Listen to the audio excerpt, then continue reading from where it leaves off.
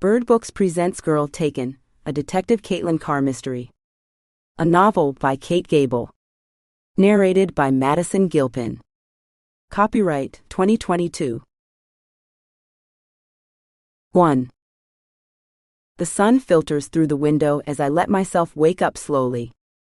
There is no frantic smacking of the snooze button on my phone to give myself a few extra minutes of shut-eye. It is Sunday and I have a day off, a rarity nowadays. I am going to spend it in bed, doing nothing, absolutely nothing. Regretting not closing the blinds last night, and knowing full well that I would have probably slept in much longer had I actually bothered to do so, I rub my eyes and I see him staring at me. Luke lies on his side with his hand propping up his head. "What are you doing?" I mumble, my voice cracking in the back of my parched mouth. "Looking at you." "Haven't you ever heard of the fact that some people consider it creepy?" I ask. He shakes his head. "No. I can't help myself. I love you." "I love you too, but please stop." I push the edge of the pillow into his face, but he just moves it away. I take the edge of my sheet and pull it over my face, but he just pulls it down. "Listen, I'm a Federal Bureau of Investigation agent and you have to do as I say," Luke says, his lips curving up into a smile. "Yeah, where have I heard that before?" I say, turning around away from him. But he pulls me closer to him. We're naked under the sheet, and after a few moments, our legs are intertwined with one another's. I'm not fully awake, but I'm not fully asleep either, and this has been the 10th day in a row that Luke Gavinson has spent the night with me. But who's counting? He kisses me, lightly at first, softly and then more intensely. Our mouths find one another's and our legs intertwine. Everything feels so right. Perfect, really. Afterward, we take a shower together, argue over who is going to use the shampoo first, and Luke offers to make breakfast if I let him go ahead. Wrapping the towel around his lean, muscular body, Luke makes himself at home in my kitchen, something that I am more than happy to let him do. I can barely boil an egg, while he can make elaborate poached salmon and delicious lemongrass salad with strawberries and toasted almonds. I take a little bit of extra time in the bathroom, putting on some eyeliner, mascara, a bit of foundation and an eyebrow tinter. I let my hair air dry, and crawl into a loose-fitting button-down shirt and underwear, my go-to look on a hot summer day. I live in a small but expensive one-bedroom apartment on Willoughby Avenue in West Hollywood, second-floor walk-up with one parking space downstairs. It has a big set of windows that face the elementary school on the corner, allowing the noise and the gaggle of kids to come in through the windows early when school is in session. The air conditioning unit in the window hardly works, and my landlord is a cheapskate who lives in the valley and rarely fixes anything at any of his properties. It took numerous calls last winter to get him to come and fix the heat, and the only reason he finally called me back was that I mentioned that I was a detective with the LAPD. Luke doesn't ask me what I want for breakfast. He knows that I'll eat almost anything that's made from veggies, and he likes taking chances with his cuisine. There was a time that he considered becoming a chef, but he doesn't like to work the evening shift and was looking for more steady employment. We actually had a good laugh about the fact that he thought that working for the FBI would give him a better work-life balance. With my makeup done, I waltz out of the bathroom and head toward the dining room table right off the small kitchen surrounded by bookcases. Much to my surprise, I don't see my laptop in its usual place on the table, but rather on the counter next to the chopped onions and Luke crowding himself over the screen. "What are you doing?" I joke. "Checking my social media?" "You have nothing to worry about." I roll my eyes at the possibility that he might think that I might be cheating on him. If that were the case, then he would be a completely different person than I think he is. But he shakes his head no, taking what I said as the joke that it was intended to be. I had to download this report, and it wasn't working on my phone. And then I saw this. I lean over and glance at the screen. He's reading my novel. Our eyes meet. He looks uncertain. You have no right to read that, I snap. This is really good, Luke says. The language is just fluid. It's like you're right there. I appreciate the compliments, but it doesn't undo the breach of trust. I close the laptop, on top of the tips of his fingers. Look, I know you said that I couldn't read it, but it was open when I went to get my email. I just started reading and I couldn't stop. Still feeling peeved, I cross my arms in front of my chest. You already gave me the first chapter to read. That was edited. I know it's a first draft, but I couldn't put it down. It's so captivating. Her brother is missing. I have to find out what happens next. You're not going to find out the end in the first couple of chapters, I say, my voice full of disappointment. I know, but... Luke puts his hands up in a sign of defeat. Look, I'm sorry. I apologize, really. I shouldn't have read it.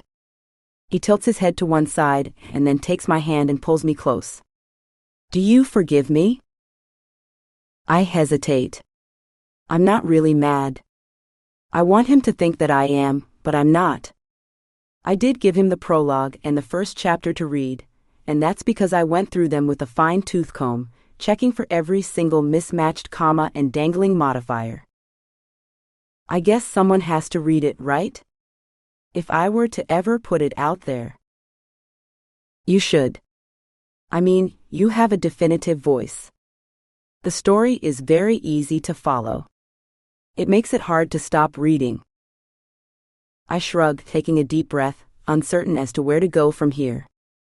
I go over to the pan and help myself to a spinach omelet with feta cheese.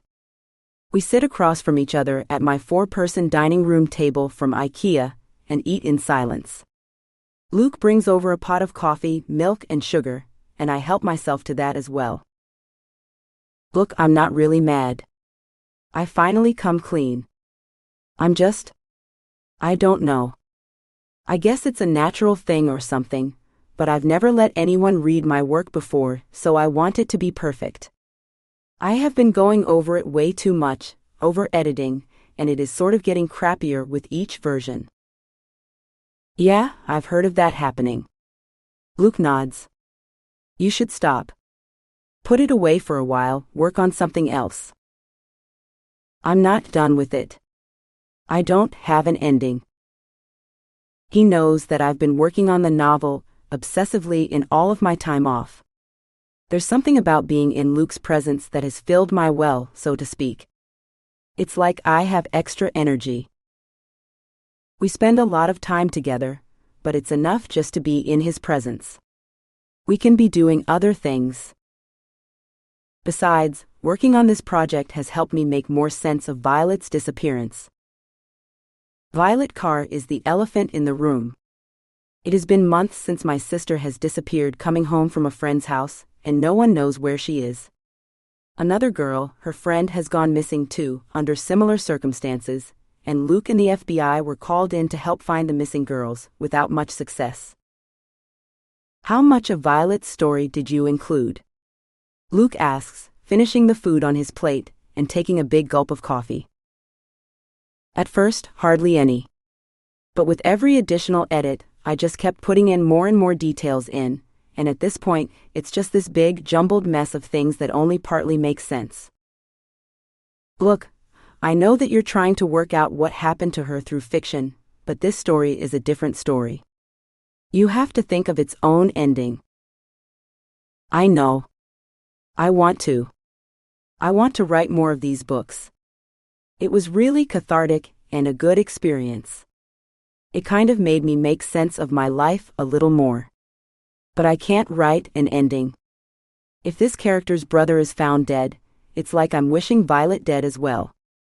And if he's found alive and well and all this time later Violet's not, I won't be able to deal with it.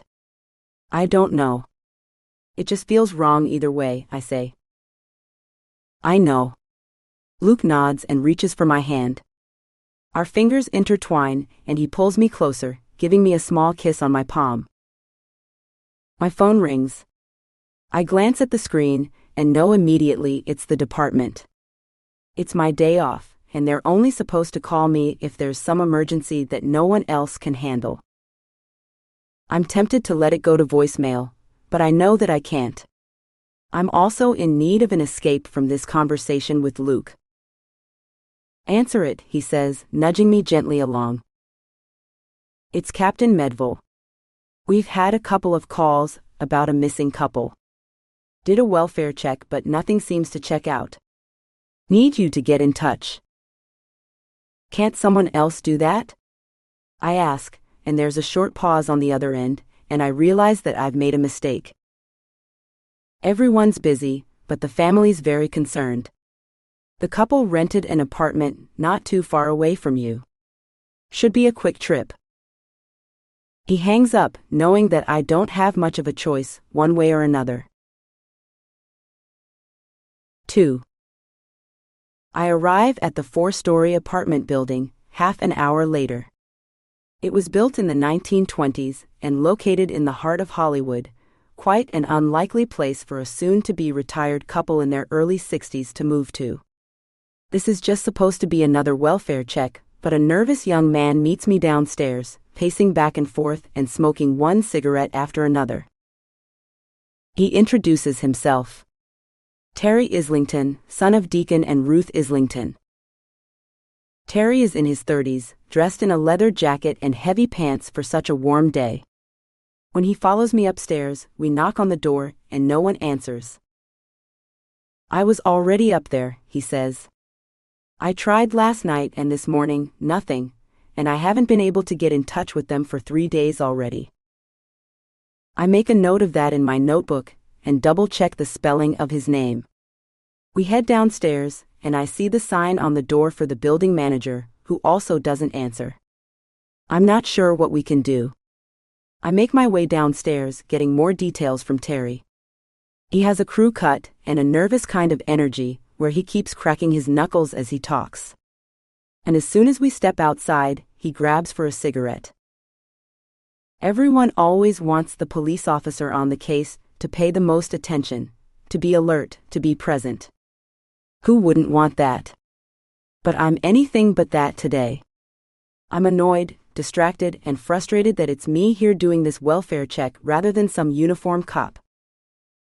Terry seems like a nice enough guy, but in my opinion, he's more than enough freaked out over not being able to get in touch with his grown, retired parents. It has only been 3 days. Apparently, they have gone 4 months before without talking, especially when the Islingtons were out at sea. Tell me more about that, I request, flipping to the next page in my notebook. They had a house around here, Hollywood. They sold it. My father owned a gym, which he sold to buy that boat. They saved their pennies. They bought this 52-foot yacht. It was all of their savings after they sold their house. Their dream was to go down to Mexico, fish, sunbathe, just live on the water. So why did they come back? I ask. My wife is pregnant. They were so excited about their first grandchild. They wanted to be here for the birth. They didn't want to miss a moment. They were going to take a break from the boat at first, but they didn't have much income, so they decided to just sell it. The story sounds plausible enough. We make our way around the corner to the parking lot to see that their car is missing.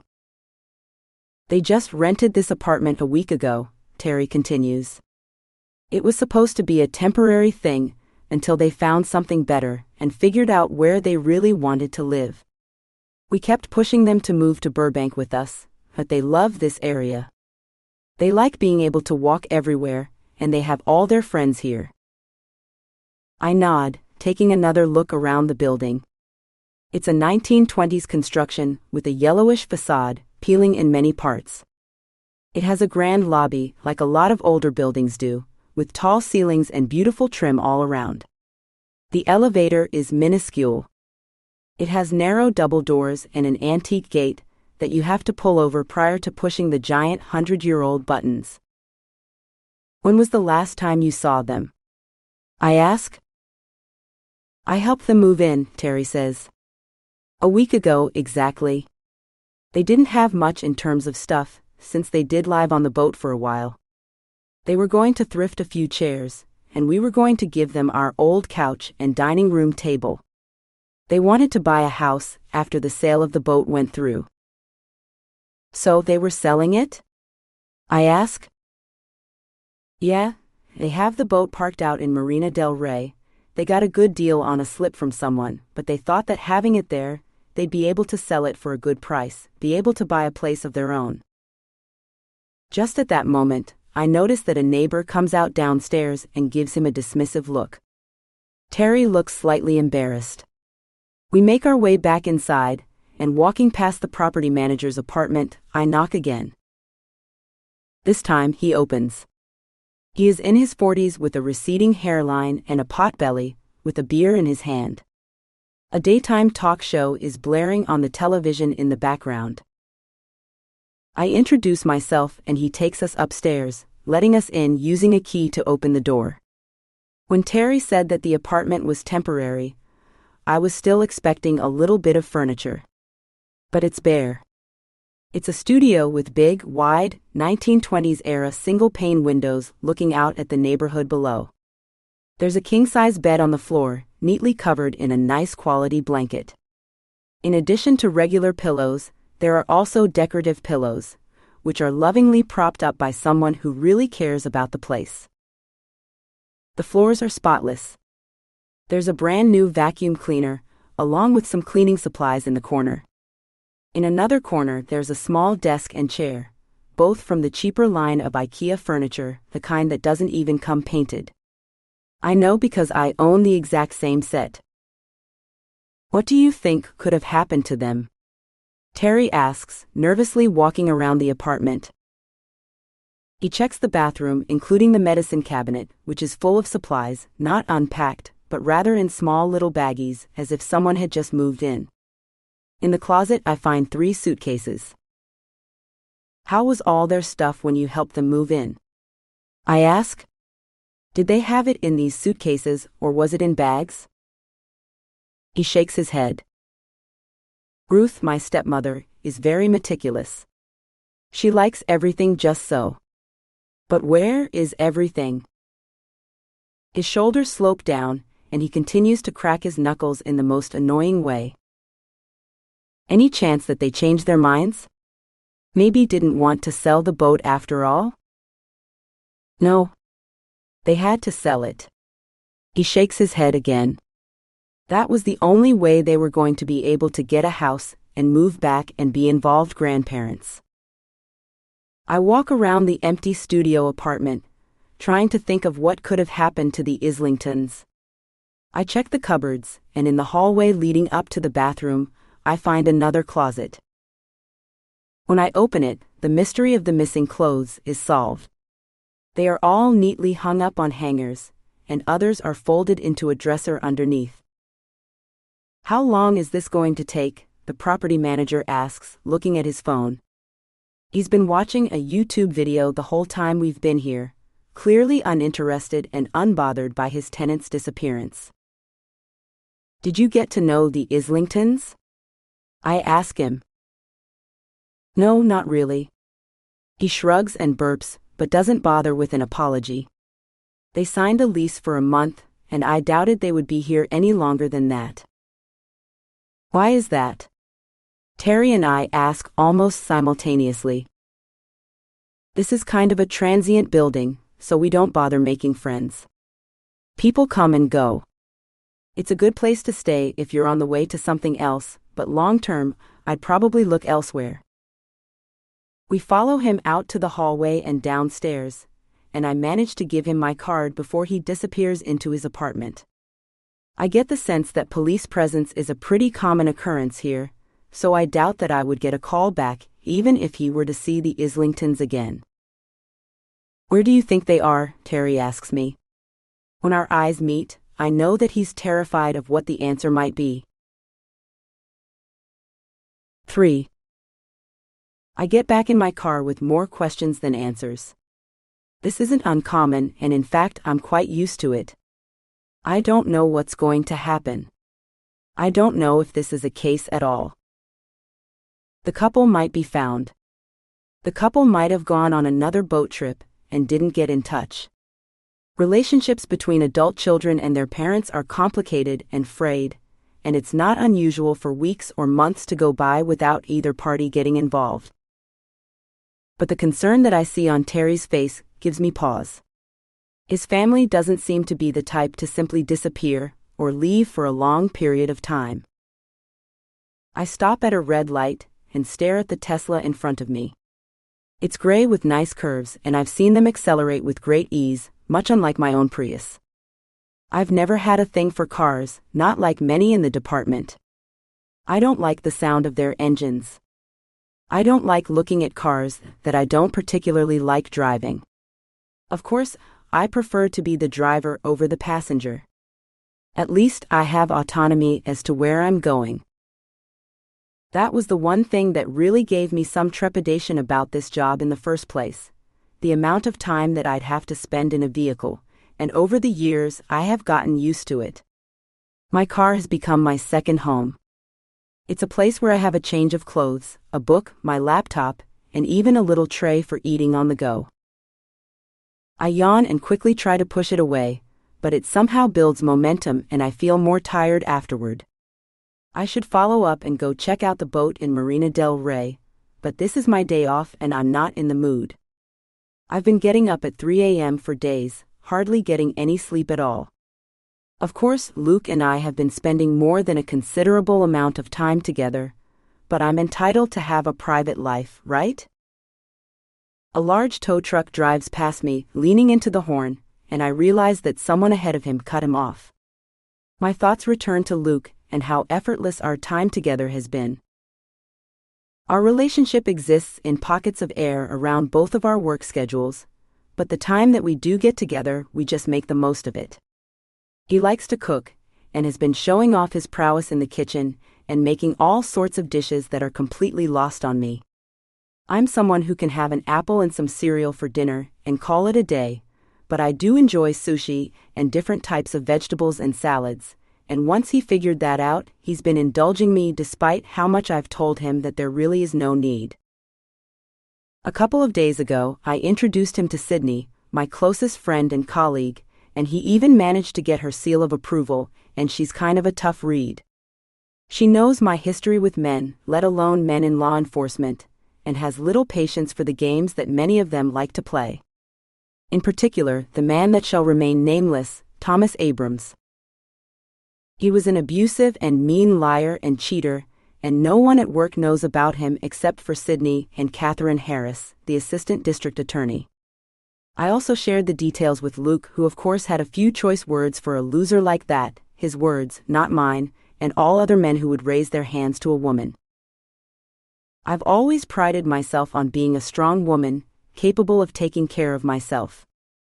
I've had relationships here and there, but I've been mainly on my own since college, taking care of my own every need and not depending on any man.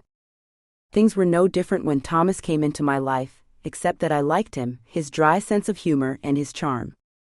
And as the familiar story goes, the first time he hit me, it was out of the blue and he was drinking, and he looked so mortified and horrified over the whole thing. He apologized over and over and over again, and I felt like I had no choice but to accept his apology. The second time he hit me, he pushed me into a wall out of anger. The third and the fourth, I've lost count. Then I knew that I had to get out. I just couldn't let that continue. Otherwise, I'd become one of those domestic violence victims that I used to see on patrol all the time. So afraid of their own shadow, and so dependent on the assailant, that they'll never be able to get out. I put a stop to it, but not fast enough. It was after another fight, another argument, another injury that I should have never had. What's scary to me, the thing that I regret to this day, is that I never pressed charges and no one at the department knows what a prick he really is. At first, I thought no one would believe me, and that it was a one-time thing. But then I was, well, just embarrassed. It kept happening, and here I was, this police officer with a badge and the power to even arrest him if I wanted to, and I let him control my life in that way.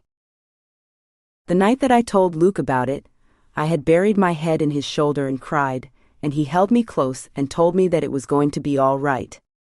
We've all been there as cops. Domestic violence calls are the most common ones of them all. A woman answers the door, clearly battered, clearly beaten up and hurt, and then she refuses to press charges out of fear, but also out of a lack of options. If she presses charges, the man spends a night in jail and then gets released. Where does he go? Back to their house, only this time he's angrier. This time he's had a whole day and night in the slammer to think about all of the horrible things that he can do to her, to make her pay for what she dared to do to him. It didn't get that far with Thomas, but it went a lot further than it should have, and I was seeing the grip that he was starting to have over me and my life. And the worst part was, the more times that it happened, the less sorry he was and the more embarrassed I was for taking him back, and for letting him into my life again and again and again. I didn't grow up in a physically abusive home. My parents had their arguments, fights, but my dad never hurt my mom and she never hurt him either. Underneath it all, I know that she loved him. I don't know why, suddenly, my thoughts return to my father, but as I approach another green light and put on my turn signal, that's just who I think about. These thoughts come in waves, along with the pain. Anyone who's ever lost someone, even a pet, anyone that they loved, will know. 4. I would say that I had a good childhood. A happy, content one for most of my life. But when I was a teenager, I found out that my father was dealing drugs and gambling. I'm not sure exactly how many years he'd been doing it, because Mom doesn't really ever want to discuss it. Then there was his death, 2 gunshot wounds to the stomach, blood splattered all over their bedroom. I walked in on that, and I've had nightmares about it for years. Eventually, time started to take away the pain little by little, and I could breathe again. I knew that time could make things better, but what I didn't know about was the waves of loss that would follow. I could be driving, just like now, hitting one green light after another, and suddenly something about the world would remind me of that moment, and a wave of loss would come and wrap itself around me. I would immediately find myself in that bedroom with those wallpapered walls, the single-pane windows that never kept out enough cold in the dead of winter or enough heat in the summer. That's when I would see my father on the floor, his face still contorted with the pain. What kind of detective thinks that her father was murdered, but doesn't do anything about it? Doesn't investigate, even a little bit? That's why I was attracted to going to the police academy in the first place. I thought it would give me some inside knowledge as to what happened that night, but I never took that final step. I never got the file. I never sought out the truth. I argued with my mother about how it couldn't be suicide, but that was all I did. I didn't take it any further. I park the car at the Starbucks and get out. Usually I go through the drive-thru, but today, I just feel like a little walk around the parking lot. Everyone is in a hurry, rushing around, going far too fast. I text Luke to see if there's anything that he wants, and I walk around in between the shrubs, enjoying the warmth of the sunshine on my bare arms after the coolness of the air conditioner. It's a particularly warm day, muggy, humid even. My thoughts return to my father, and how differently I handled the situation with my sister. My mother has always been the type to, on the one hand, obsess and agonize over minuscule decisions, but at the same time, bury her head in the sand about others. That's why she couldn't do the press conference about Violet. She just can't face the truth sometimes, and I wonder how much of that has to do with what happened with my dad. When I asked about him, Mom told me the bare minimum to get me to leave her alone. In that time when the pain was so strong and difficult to deal with, I accepted that that was enough. My father had a past. He sold drugs, and not just to old junkies who'd been doing it for years, but to kids. Not directly, but for others at the schools. It's a despicable thing to do. But what else is there? I hardly know anything. Mom mentioned this part of the story one night, after we'd polished off 2 bottles of wine and she'd let her mind wander. But I've investigated nothing about my father in any real capacity. I never talked to anybody about it. I never even saw the police report regarding his death. I just put it all aside. As I get myself a cold iced tea, green, no added sweetener, I watch the condensation on the outside of the cup and I wrap my hands tightly around it. My nails are peeling in parts, painted a light lavender color that my mother hates. I haven't been to the nail salon in years. I have an anxiety about strangers looking at my short nails and handling my hands. I grab a seat on one of the metal benches and pull the nail polish container from my purse. Instead of removing the old color, I simply paint over it, committing the cardinal sin of nail design. It gives it somewhat of a layered look, not anything to show off on social media, but enough to make it look like my nails aren't completely in dismal shape to a casual observer. After putting Luke's tea into the cup holder of my car, I walk across the parking lot to Albertsons to get a few things. As the sliding doors open with one sweeping motion in front of me, I walk through, grab a basket, and focus on limiting myself to just a few purchases. My thoughts return to my sister and how differently I have handled her disappearance. The easiest way to think about it is that by the time that Violet went missing, I was an adult, a detective with years of experience, and that she was also my sister, not my father. Also, unlike my father, I didn't find her dead on the floor, and I have no idea if she's really gone for good. She needs my help as we speak. The strawberries are fresh, but the blackberries a lot less so. The season is running out, and I'm going to have to find a new go-to snack. When it comes to food, I eat things in cycles. I don't like having different things at every meal.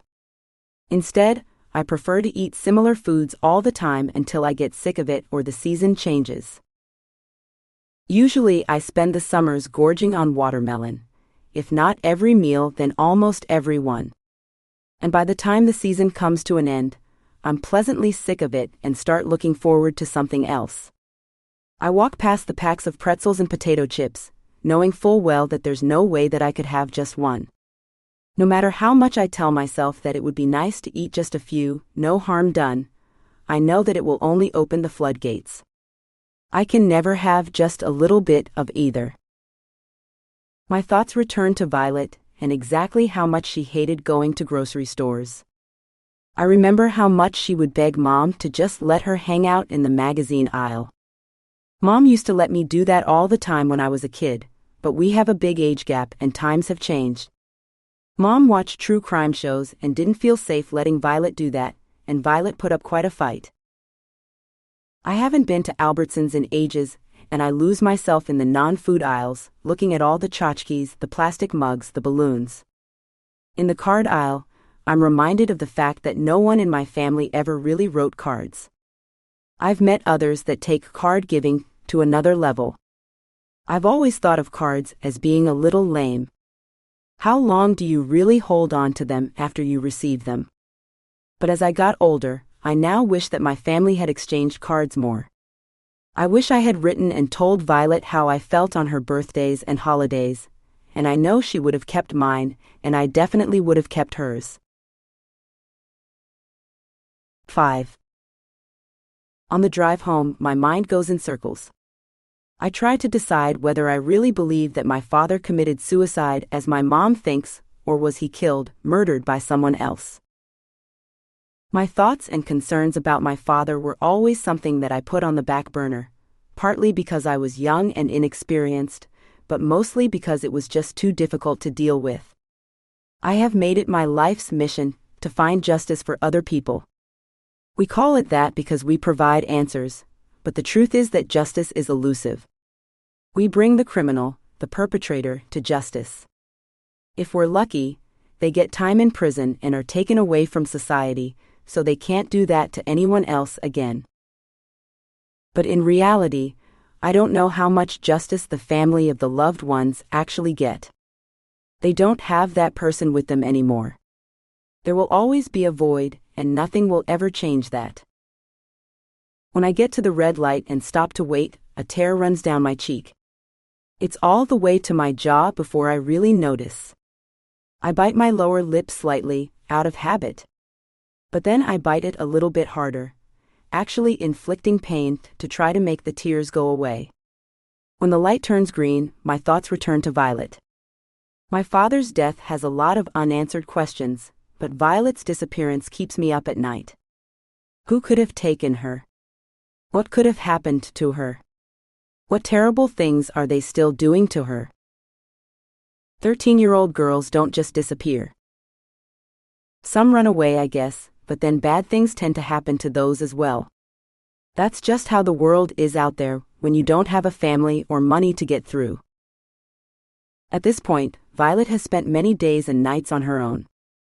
Without any financial resources, we all know what can happen to little girls and what they will be forced to do in order to have food to eat and a roof over their head. When I get home and Luke asks me about the case of the missing couple, I have a hard time focusing. I shrug it off. I know that their son is concerned and extremely worried, but my mind is elsewhere, and for now, I need to give myself the space to be there. Luke has made dinner: roasted Brussels sprouts, salmon fried in the pan, Caesar salad with fresh dressing. "I thought you might be hungry," he says with a smile, and I walk straight into his arms and let him hold me for as long as he wants. "What happened? Is it something bad?" "I am just thinking about Violet again." Luke nods. He was there investigating the case with the FBI. Technically, they still are, except for we all know that the leads have dried up and it's not exactly at the forefront anymore. No one says it. Not the sheriff's department, not the FBI, not Luke, and not me. But deep down I know that the case is going cold, and once it does, once it's put back on the shelf and others take the forefront, there isn't much of a chance of getting any further with it. "I have to go home," Luke says as he pours me a glass of wine and sits across from me at my small dining room table, which has only recently been cleared of all of my papers and notebooks to make room for dinner.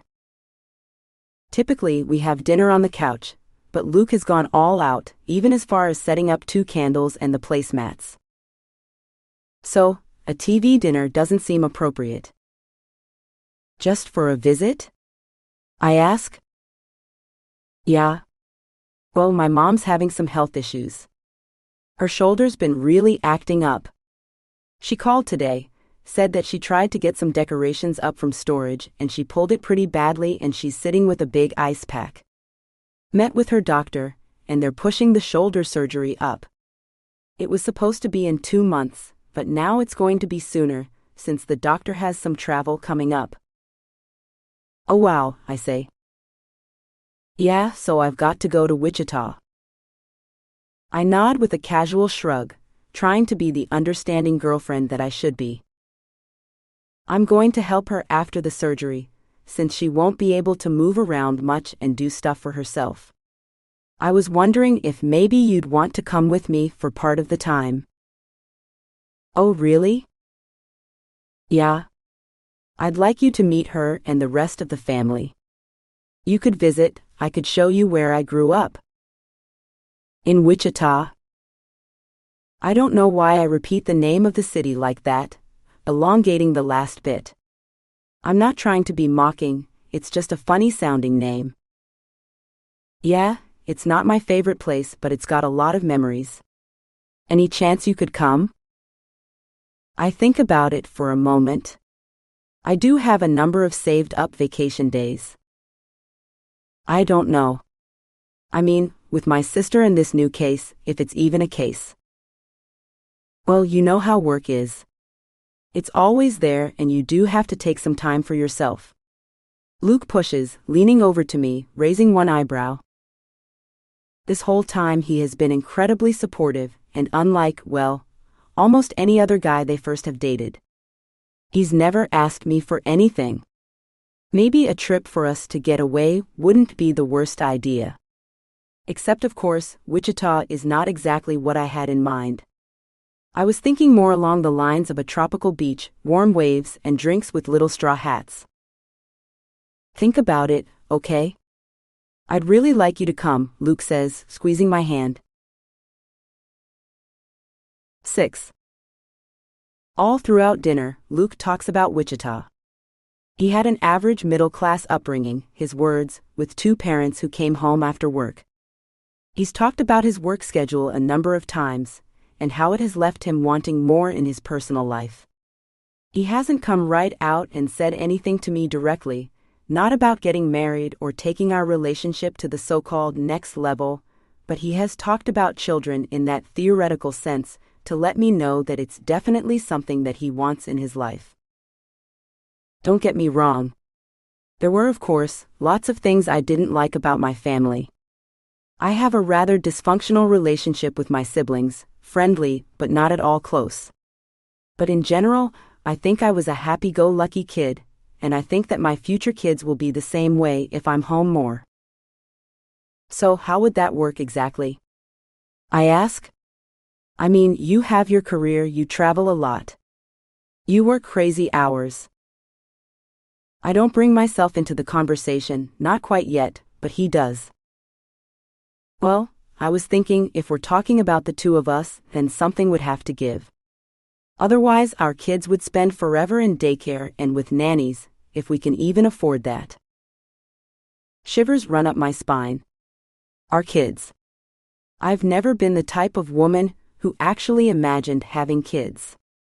I'd like to have a pet first, but I always felt that it would be kind of selfish of me to get one and then never be around to spend time with it. Luke looks up at me, smiling that crooked smile, oozing that charm. He runs his fingers through his hair and then props up his head and looks at me with sad puppy dog eyes. Not so much asking for my pity, but for something else altogether. What? I don't know exactly. Okay. Are you seriously talking about our kids? I ask point blank, not wanting to parse words much longer. Yeah, I guess I am. Just something I've been thinking about. How about you? No. No, I haven't been thinking about it. I mean, we're not even living together. We're not even engaged, married, all that stuff. Okay. Is that what you want? I'll marry you right now. I sit back in my chair. It's not exactly the proposal that I've been envisioning. Not that I've been envisioning one in particular, but... Just like that? I ask. Yeah.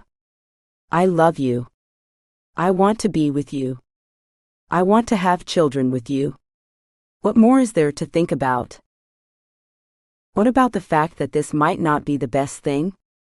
What about your career? What about mine and everything else we've worked for? I'm not giving up what I have to be a stay-at-home mom. I'm not asking you to, not at all. But I have been thinking about maybe having a career change. You have? I lean forward.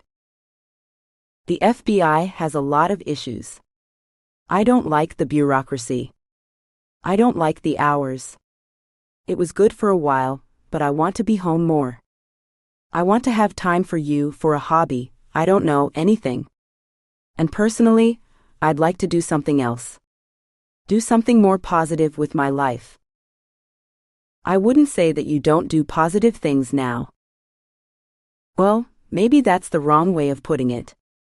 I guess I look for bad guys and all, but I'm thinking of maybe going and becoming a private investigator, doing something on my own, running my own business. Not be subject to other people's rules so much. I shake my head. You don't even know what you're talking about. I get up to start clearing the table. What do you mean? You think you're going to have control over your time if you're a pie? Are you kidding me? Most of your work is going to be people hiring you to spy on their soon-to-be divorced spouses. That's not your own time. You're going to be sitting outside of a hotel room or some apartment building where somebody has their mistress stashed, or their new tennis pro, and you're going to wait and try to take pictures and catch them in the act. That's going to be the majority of your work, I'm pretty certain. Well, I haven't thought this plan out completely, Luke admits, but I definitely want something that's a little bit less time-consuming. He pulls me closer to him and grabs me by the waist as I put the plates into the sink. Will you marry me? He asks, holding me and looking straight into my eyes. My hands are dripping wet, and I grab the kitchen towel from the side to clean up. You know, this isn't the most romantic way to get proposed to, I say, raising an eyebrow. This isn't an official proposal. This is just a feeler. A feeler? Yeah. Just wondering where you are on the whole thing. We haven't really talked about it before. I shrug, not knowing exactly what to say. Think about it. Okay. He holds me tight and close, and I let him kiss me, and let myself imagine what a life together would be like, coming home from work to him, making dinner, watching TV, letting me unwind from my day, asking him about his. Truth be told, I have no idea what it would be like to live with him. I've had roommates before, but every single one is so different from the ones before that it's hard to compare. Okay. Let me think about it. He kisses me again. I start to wash the dishes and Luke clears the rest of the table, putting stuff away that we haven't eaten under saran wrap and in the bowls that they were brought out in. You know, I've never really thought about kids seriously before. Or a kid for that matter. I mean, Sydney's having one, so clearly it's possible. I laugh, giving him a little smile. She's not exactly dependable or any of those things, and not the best candidate to be a mother, but I see her changing. As for me, I don't know. It's hard when you can't imagine yourself as a mother to suddenly just decide to do that. So, you really want me to go to Wichita? I ask, wiping my hands after I put the last of the dishes on the drying rack. Yeah, I do. I want you to meet my family. Some are crazy in a good way. Others, not so much. I smile. I have to rearrange my schedule. It really depends on what's going on with Violet's case and this new one. I mean, I have some days saved up, but that's about it. Yeah. I understand. We'll try. I'd really like you to be there. Terry calls me on my phone right after we finish eating dinner, and I already regret the fact that I gave him my direct number. I have to take this, I say. Can't it wait until tomorrow? Luke asks, kissing me again, tugging on my arm to try to pull me closer to the bedroom. After I hang up, I tell him that I have to go. What if we just make it a quickie? Luke offers, and I consider it for a moment, eventually shaking my head no. You don't even know if anyone's going to be at the marina. There's usually somebody there 24/7, just making sure that everything's going according to how it's supposed to. I can at the very least check to see if the boat's there. Luke looks disappointed. You're welcome to come if you want, I offer, but he points to the laptop. That's the thing about this work, isn't it? There's always more you can do. You state, as you grab your bag and your keys and put on your shoes, Luke narrates as I get ready. I smile and roll my eyes slightly even though I know that he's right. I'm a workaholic, and this job aggravates all of those tendencies. You can basically work however long you want. Yeah, I don't get paid for every hour, but there's plenty of overtime, and as long as I'm making progress, someone's happy about that. I call Terry back and tell him that I'll meet him at Marina del Rey Marina. I can hear the relief in his voice. Finally, someone is listening to him, paying attention. It's hard with cases like this. An adult is free to go missing anytime they want to. In fact, they're free to just leave and take off. So when their loved ones complain and say that they would have never left them, or never took off, or never gone away on their own, you have to take that with a grain of salt, especially if there are two of them. The traffic over to Marina del Rey is atrocious, just like it always is. New people to the city are taken by surprise. Everyone has heard that LA traffic is bad, but they don't quite know how long it takes to go 2 miles in the middle of rush hour. By rush hour I mean a 3 to 4 hour time period when people tend to leave work and go back home. The beach communities are particularly plagued by this, since a lot of people go there for dinner, for a night out, so the traffic spreads out over a large span of time, seemingly forever.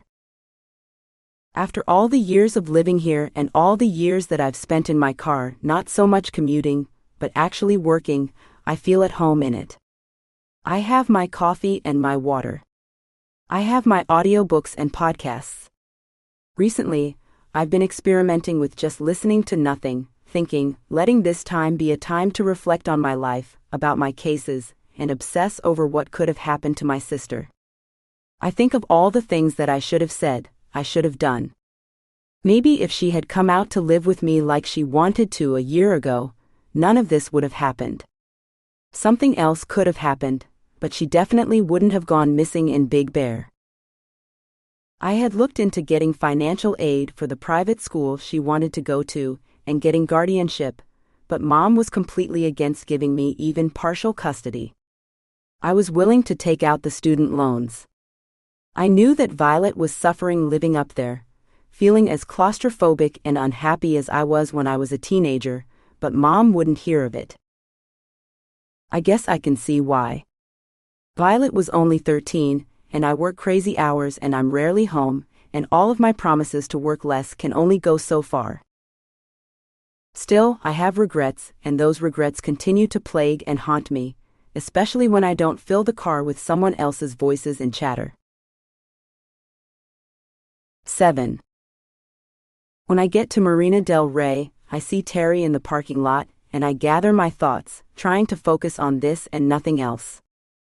I force a small professional smile onto my face and shake his hand with determination.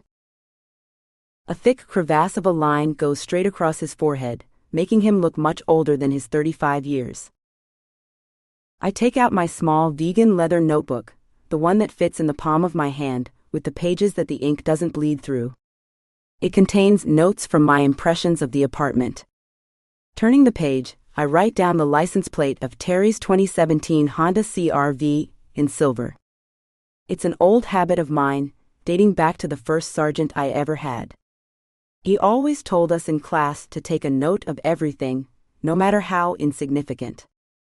I don't need his license plate per se, but I write it down anyway, just in case, so that in the future I don't have to ask for it. I can also run it through the database, if necessary.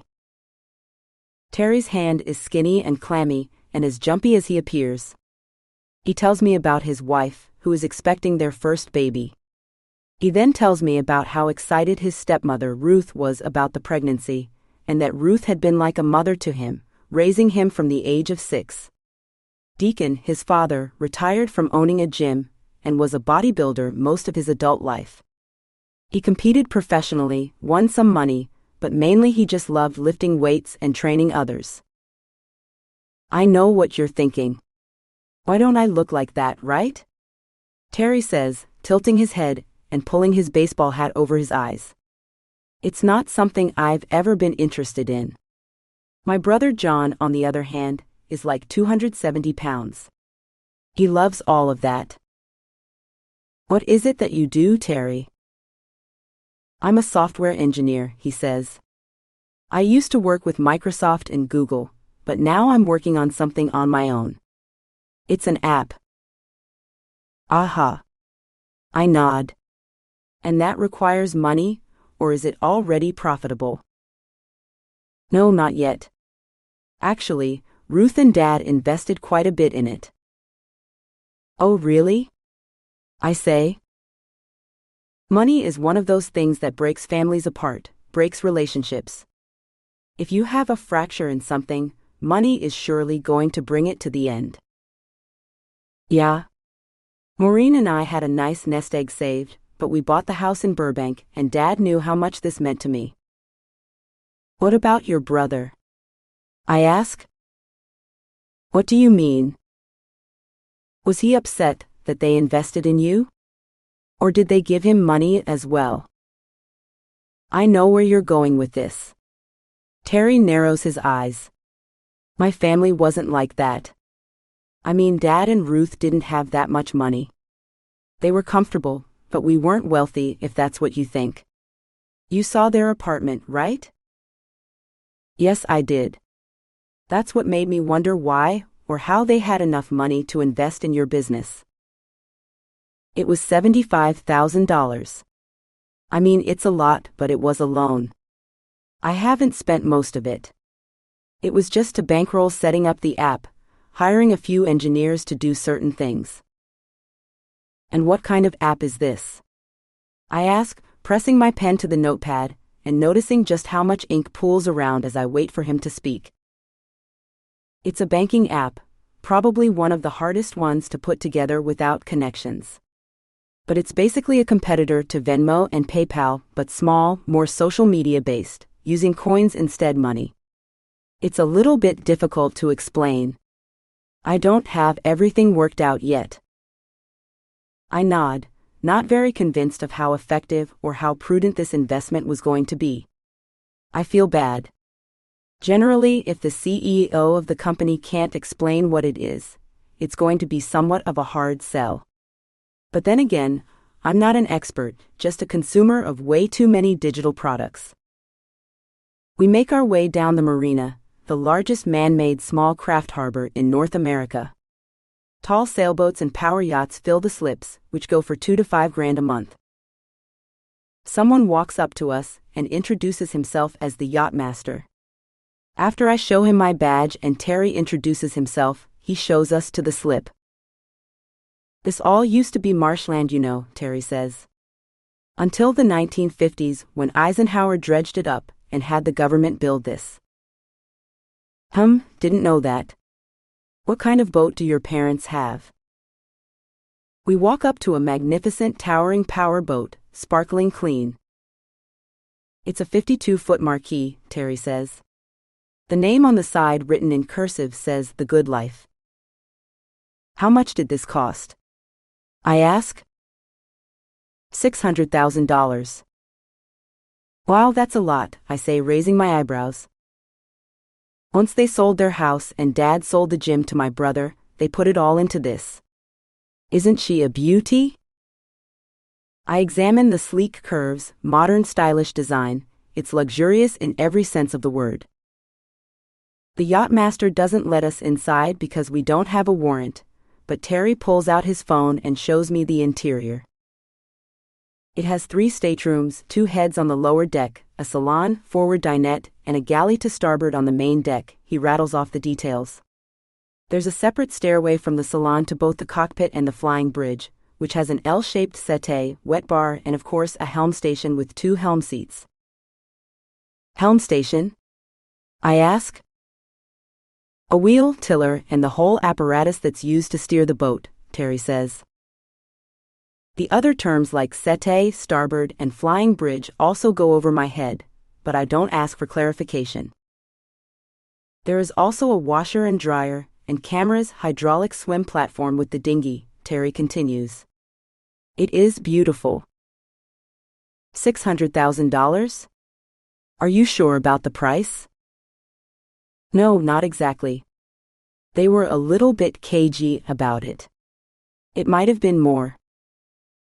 Looking at the sly expression on Terry's face, I decide to call in a personal favor with James Ware of the LA Sheriff's Department, who technically has jurisdiction over the marina. He probably thinks I'm calling for personal reasons, since we went on a few dates a long time ago, and he answers the phone in an upbeat, friendly way. But I get straight to the point, and the tone of his voice shifts. You think you can come by? I ask. He hesitates for a few moments, but then agrees. Is there any way that your folks just took off, for any reason whatsoever? I ask Terry while we wait for James. They were planning on selling this boat, Terry says. They had buyers coming in and out. There are a lot of people who can afford to buy something like this? In LA, yes. And they were trying to save money and not go with a broker, so they were doing all the showings themselves. Is there any chance that they're on the boat right now, just having a good time? Maybe they had a few too many bottles of wine and are sleeping it off. That's what I thought at first. I mean, they enjoy their time off and they know how to relax. But you have to believe me. It's been 4 days and they wouldn't let me worry this much. I left messages, texts.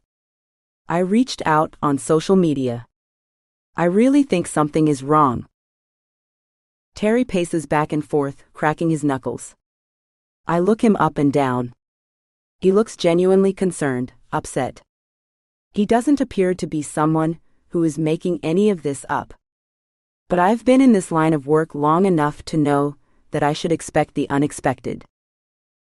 James arrives dressed in a casual pair of slacks and a matching suit coat that he swings over his shoulders as he approaches. He gives me a quick smile and then drops it once he shakes hands with Terry. I fill him in on some of the details and know that this will have to be a cooperative effort between the LAPD and the Sheriff's Department if something indeed happened to the Islington couple. So, will you authorize a welfare check, James asks Terry, since this is their boat and a place of residence up until a certain point? Yeah, for sure. Is that going to give you permission to get on? I think that will be enough for the harbor master, James says. This time, we have permission to get on the boat. The Sheriff's Department has jurisdiction, and we're all eager to see whether they're on the boat or not. The harbor master opens the gate and we walk down the dock. James hops on board with one quick motion like someone who's used to yachting. I, on the other hand, take my time since I have never stepped foot on a vessel this big, just small little boats around the lake. James extends his hand to me, and once Terry is on board as well, we carefully make our way around the top, looking for evidence of any misconduct. We look for anything broken, turned over, any signs of blood. But everything seems normal. It's too neat, Terry says. They were living on this boat. It's so clean. But they were selling it, right? I ask. He nods. Don't you have to make it all spick and span like you do with condos and houses? James asks. Yeah, I guess. He shrugs. You don't think they cleaned it up for that? James presses. Terry bites his lower lip. I walk back around and peer through the glass leading to the cabin on the other side. 8. The harbor master, a large rotund man, fumbles with the keys and even drops them once prior to opening the cabin. He tells us that the Islingtons gave him the spare key because they were planning on selling the boat, and asked him to show it to a few people if they weren't available. We walk through the main door into a spacious living room. The cabinets are all dark cherry wood and as clean as a showroom. Not one thing is out of place, and this hardly looks like a live aboard vessel. Terry shakes his head in disbelief. What's going on? What do you see? I ask, reminding myself to handle him with kid gloves to avoid the risk of him completely breaking on me. This isn't right. Something is wrong, he mumbles, blood draining away from his face. Like what? James asks, taking a step closer to him. James is on the shorter side, with broad shoulders and thick jowls. He carries a lot of his weight in his stomach, in his neck, and he prefers to cut his auburn hair into a crew cut, like the kind favored by the army. Thick red freckles cover the bridge of his nose and the entirety of his arms. Though he's not drop-dead gorgeous with a chiseled jaw, there's a kindness to him that I don't see often in men in this field of work. He doesn't curse, and he has great manners. Please. Thank you. Go right ahead are words he says often. Sometimes, I wonder if he's from another era. One time when we went out for drinks and I'd had one too many, I asked him why he was so nice, so polite. I mean, why even bother? I asked. Being kind is the easiest thing to be, so why not start there? James said. Looking at him now, I wonder how much sadness I would have saved myself if I had given him a chance. But I only had eyes for Thomas, and it was that led me to the darkness that I'd experienced for so long. Something is wrong here, Terry says, shaking his head. I mean, Ruth liked to keep things clean, but this is sterile. It smells like bleach. My sense of smell isn't that great, but even I can smell it. We make our way around the boat. There are 3 large rooms, appointed in mahogany all around, 2 bathrooms on either side, and a modern upgraded kitchen with all of the luxuries of a nice condo, including a microwave oven and a dishwasher. I carefully look for any drops of blood, anything even a little bit out of place, but find nothing. The clothes are still in the closets, for the most part. There are pans and cutlery in the kitchen drawers, and from the looks of it, nothing is out of place. Terry taps his hand nervously on the side of his pants, shaking his head. Maybe they cleaned the bathroom and spilled some bleach? James offers. Terry glares at him but says nothing. When Terry looks away, James gives me a shrug. He's not wrong. I don't know how people usually keep their boats when they live on them, but it does seem particularly well kept. However, this boat is up for sale. Could you get one of those crime scene investigators to come out with a luminol? Terry asks. There isn't any sign of breaking and entering, Terry, I say, slowly parsing my words. There isn't any blood anywhere. There's no damage. I don't have any good reason to bring them out. He nods like he understands, but I can tell that he's disappointed. Do you seriously think something happened here? I ask. No. I mean, obviously it doesn't look like it. It's just, where could they be? He looks out at the ocean, looking into the blue and then quickly turning away to face me again. They're probably not out there, I say, taking a step closer to him and wanting to put my arm around him. Let's just hope that they went on a trip somewhere. Or perhaps they just decided to, I don't know, take a break. Do people usually do that? Terry asks, turning to James. Do people really take breaks from life? I mean, you see it all the time on all these cop shows as possible explanations, but why would they need to leave? They have a loving family, we're all close, there's absolutely no reason. He rushes away from me and goes out to the main deck. James follows. You know what? It happens a lot more than you think, James says quietly. That's why cops talk about it. People get tired of life? People get tired of paying their bills, of being the same people, they take off. They want something new. I know that we don't want to think of it that way. Nobody wants a mother to leave her 6-year-old and just move to Salt Lake City under an assumed name and start a new life, but it happens a lot more than we give it credit for. Dads leave as well. On occasion, they leave together. You don't know everything about your parents' life. They could have money issues, they could have other problems. That's where we come in. We're going to talk to people, we're going to look through their computer, through their digital fingerprints, we're going to try to get to the bottom of this. But if they left on their own, there's nothing really that we can do. They're adults, and they don't have to be in contact if they don't want to be. You know, you may be right. Some people do leave, Terry says, shooting his eyes straight up at James and letting his folded arms fall to his sides. But not my parents. My parents loved me, and they loved my brother and my wife, and the grandchild that they're about to have. They would never take off and make us worry.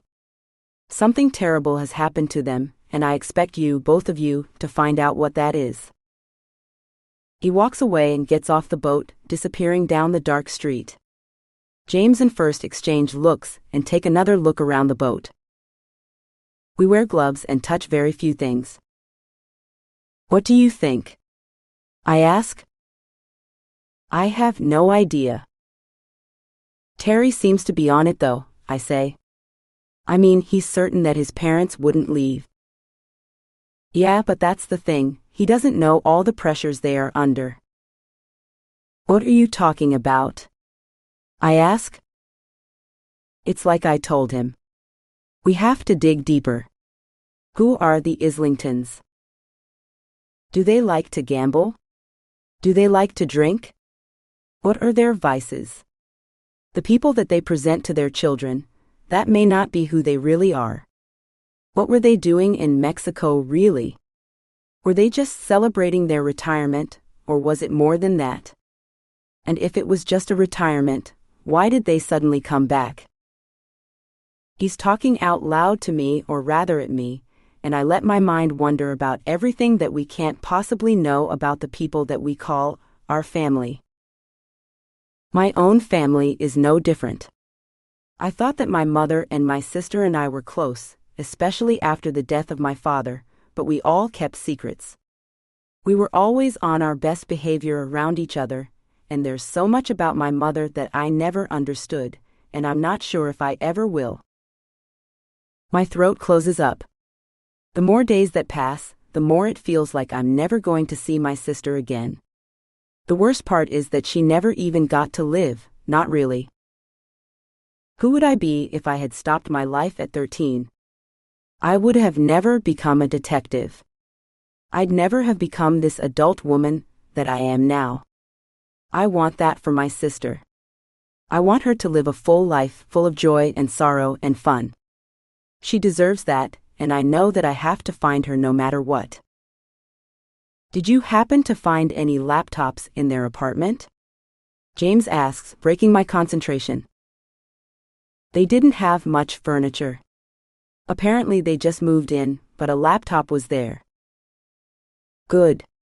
Take it to your lab and have them run some tests. Maybe we can get some clues about where they went in their email. 9. When I don't know where to go, when I feel lost, I take myself on a walk. It's something that I got used to over the years. Running, especially when you haven't done it for a while, can feel strange and laborious, difficult. But a walk? You just step out your door, take a few steps, and then take a few more. It's a warm, muggy evening, and as I walk past my neighbor's tall hedges, I see the little bugs clinging onto the leaves, taking in the precipitation from the sprinklers. I live in a one-bedroom apartment on Willoughby Avenue in West Hollywood, and it's a mixed-income neighborhood. There are pockets of poverty, and there are vast areas of extreme wealth where a 1,000-square-foot house costs $2 million and has a pool. I walk down to Melrose Avenue, past the tattoo shops and the hipster clothing stores. There are vintage stores all around, full of clothing bought out in East LA, repurposed somewhat, and then resold for nearly triple the price. As I window shop, a big garbage truck barrels down the road. The cacophony of the metal-on-metal sound sucks up all of the noise and energy on the street. Suddenly, I remember growing up in the small town of Big Bear Lake and imagining my life in LA. Let me tell you, the noise was not something that I ever took into consideration.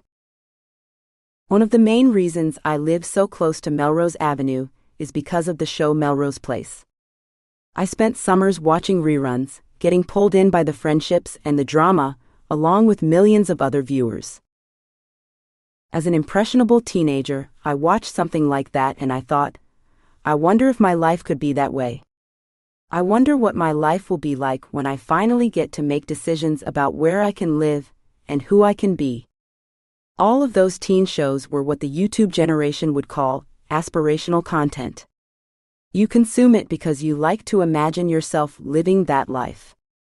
That's the reason that I moved to New York, and that's the reason that I later moved back to LA. New York didn't exactly live up to the expectations that were portrayed on sound stages in Los Angeles. Besides, I realized that I was over winters, and I wasn't nearly as social as I really thought I would be. Having grown up in a small lake town, but more importantly in a small house, I wanted more space, and even now my apartment seems a little bit cramped. Sometimes I think about wide open spaces, and what would it be like to live somewhere out there? Perhaps the desert by Joshua Tree, about an hour on the other side of the mountains from my hometown. I've gone hiking there, climbed the gigantic boulders, and the thing that I loved the most was how big the sky was, just spread open in all directions. It makes you feel insignificant, but in a good way. I get about 2 miles away from home before I turn around. My legs feel good, and I suddenly have newfound pride in myself. That's the thing about taking a walk. It's just a little bit of energy, and just enough to remind you of just how life could be. My friend Sydney, the person that I'm probably closest to on the force, has always said that I'm too introverted and introspective for my own good for this job. I think too much, and I always think back to how the cases I solve or don't solve relate to me.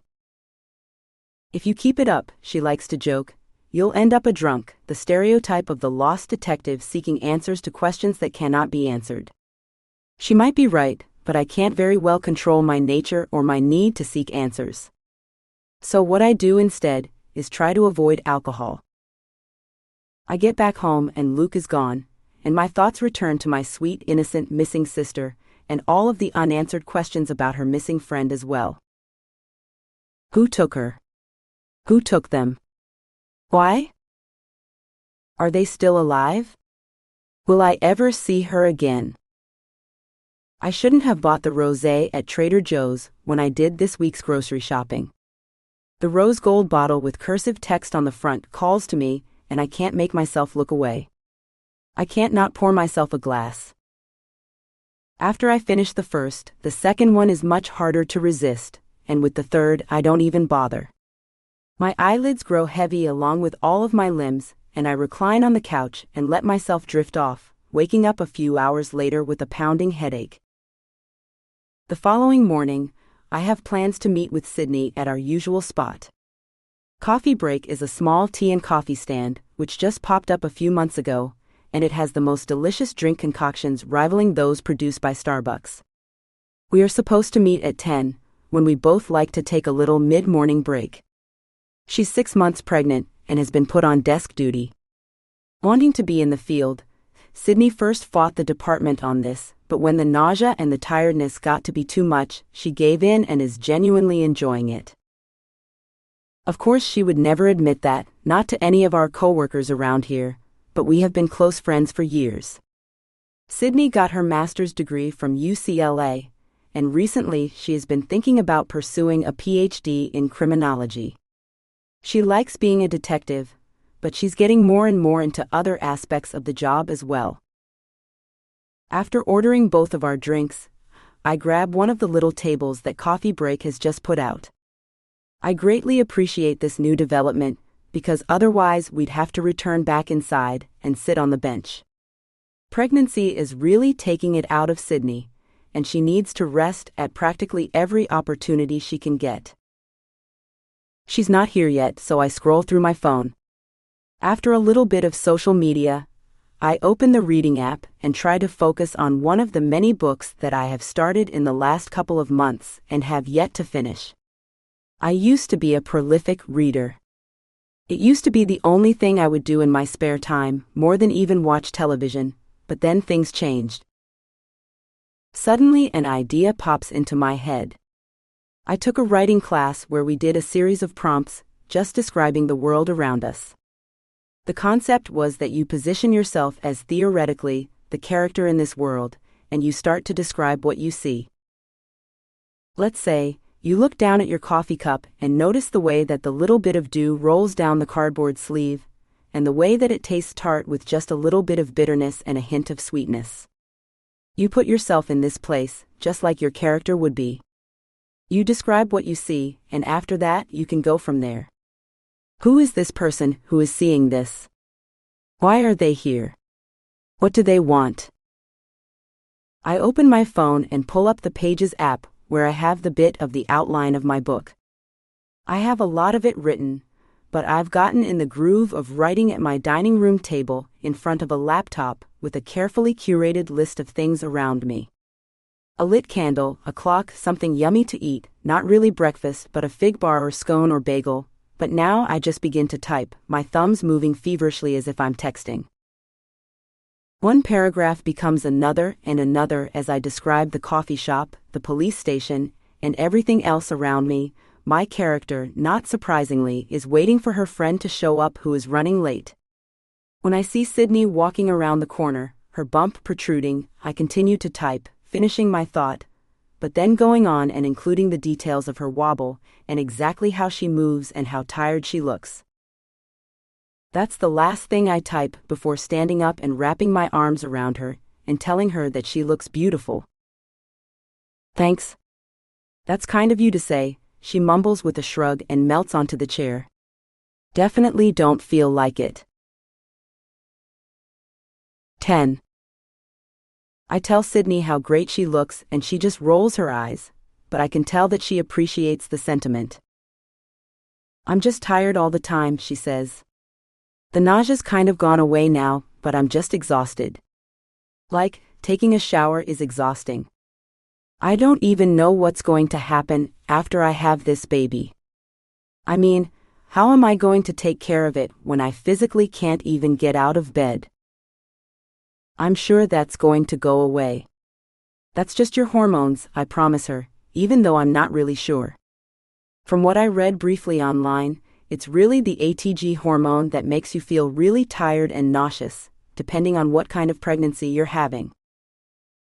I mean, even sitting behind the desk is asking too much. I want to take my maternity leave now, but I need to save it for when I actually have her. Her? I ask, raising an eyebrow. She tilts her head to one side and gives me a familiar smile. At that moment, she glows. Yeah, I'm having a little girl. Oh my God. I'm so excited for you. I wrap my hands around hers and notice that hers have recently been manicured and taken care of by professionals, while mine are cracked and peeled. She smiles and I smile with her, tossing her hair from one side to another. My hair's so frizzy, she complains, even though it looks great to me. It's not perfectly straight or as silky as usual, and she complains of the fact that using the hairdryer is just too much at this point, so she's just letting it air dry. Well, at least you got it clean, I offer, and she shakes her head. You know, your constant positivity is driving me a little bit up the wall, to be honest. What are you talking about? I gasp, but in that exaggerated way where I'm not being utterly sincere. Yeah. I'm sick of it. I'm complaining, and I need you to listen to me complaining, and that's it. Can you just do that for me, and not just be this little crappy ray of sunshine? Okay. I'll do better. I laugh, but Sydney doesn't look amused. We've been through lots of bad relationships together, mine a lot worse than hers. She likes to say that she lucked out and just had a few guys ghost her as opposed to what happened between me and Thomas, but I'm not jealous at all of what she's going through now. Patrick has never hit her, but he has cheated and lied, and she's taken him back. We still haven't talked about this yet, not in any great detail. She basically announced the fact that they're getting back together and they're having a baby, and I think that she's trying to do her best with it. If she's taking him back, I shouldn't judge. Who knows? Maybe he can be this great guy for her. But I have my doubts. I worry about them together, and I worry about how he treats her, so once in a while I just ask, and this is one of those days. So, how's it going with Patrick? She shrugs. It's okay.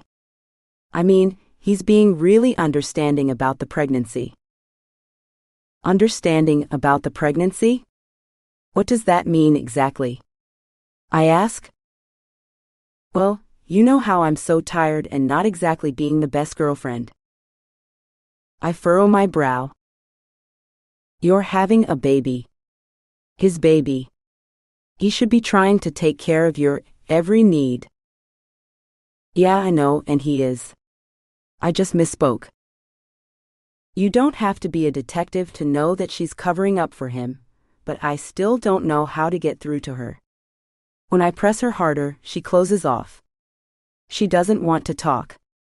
Instead, she invites me to her baby shower. We thought that we would have it together. Just invite people from the department, that kind of thing. Yeah, that sounds good. I nod. I can help you with anything you need. I'd like that. So, how are things with Luke going? Sydney asks. Actually, really well. He's really nice and sweet. He likes to cook, so that's always nice. Oh God. I wish that Patrick was like that. We got into this thing where basically I'm the one doing all the cooking, even now, and I keep telling him I won't be able to do this all after having the baby.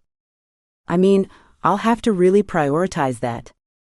But when he's visiting, he just keeps pestering me and telling me how much he loves my food. Suddenly at that moment, Patrick walks up to us. He places his arm over Sydney's shoulder and gives her a light kiss on the cheek. She smiles and her whole face lights up. He smiles at her and winks at me, and then gets a more serious expression on his face, asking about my sister. I fill them in on some of the details. I don't really have much to say. I'm so sorry, Kaitlyn. If there's anything I can do, just let me know. Yeah, of course, I say, choking up just a little but fighting against it. The three of us chat for a little while, and after grabbing a sandwich, Patrick bids farewell and tells me that he is going to hang out with Luke later tonight. This is news to me, but I do know that they're close. I've asked Luke a little bit about Patrick and Sydney, but he's stayed away from saying too much because they are friends, and at this point, his allegiance is a little bit confused, perhaps being tested. I finished the last of my green mocha tea, while Sydney is still working on her pink strawberry coffee concoction. This is the only thing I can really keep down, she admits, and I shrug, tilting my head slightly. Well, as far as things to eat, I guess it's not too bad. I laugh and she laughs along with me. Look, I know that you're watching me. You're like a hawk, examining me for any signs of trauma, about to pounce, but I'm fine. We're fine, Sydney says, trying to put me at ease. I love spending time with him, and he loves spending time with me. We're having this baby. We're giving this a chance. When's the wedding? I ask. Soon. We're still talking about what exactly we want to do. Believe it or not, he wants to have a whole big event. He does? I ask. She nods. He's got a lot of friends. His family has a lot of friends. He wants to have a big party. And you? I ask. I don't know. I was never that girl that wanted the big dress, the veil, all that stuff. But I don't know. Now it sounds kind of maybe I should do that. Maybe it will be good. It would be a real commitment.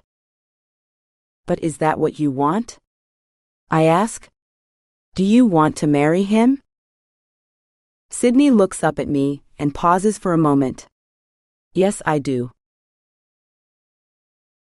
11. After walking Sydney back to her desk, I walk by the crime tech's office and pop in to ask him about any updates. Benjamin is an old acquaintance of mine, and we've always gotten along well.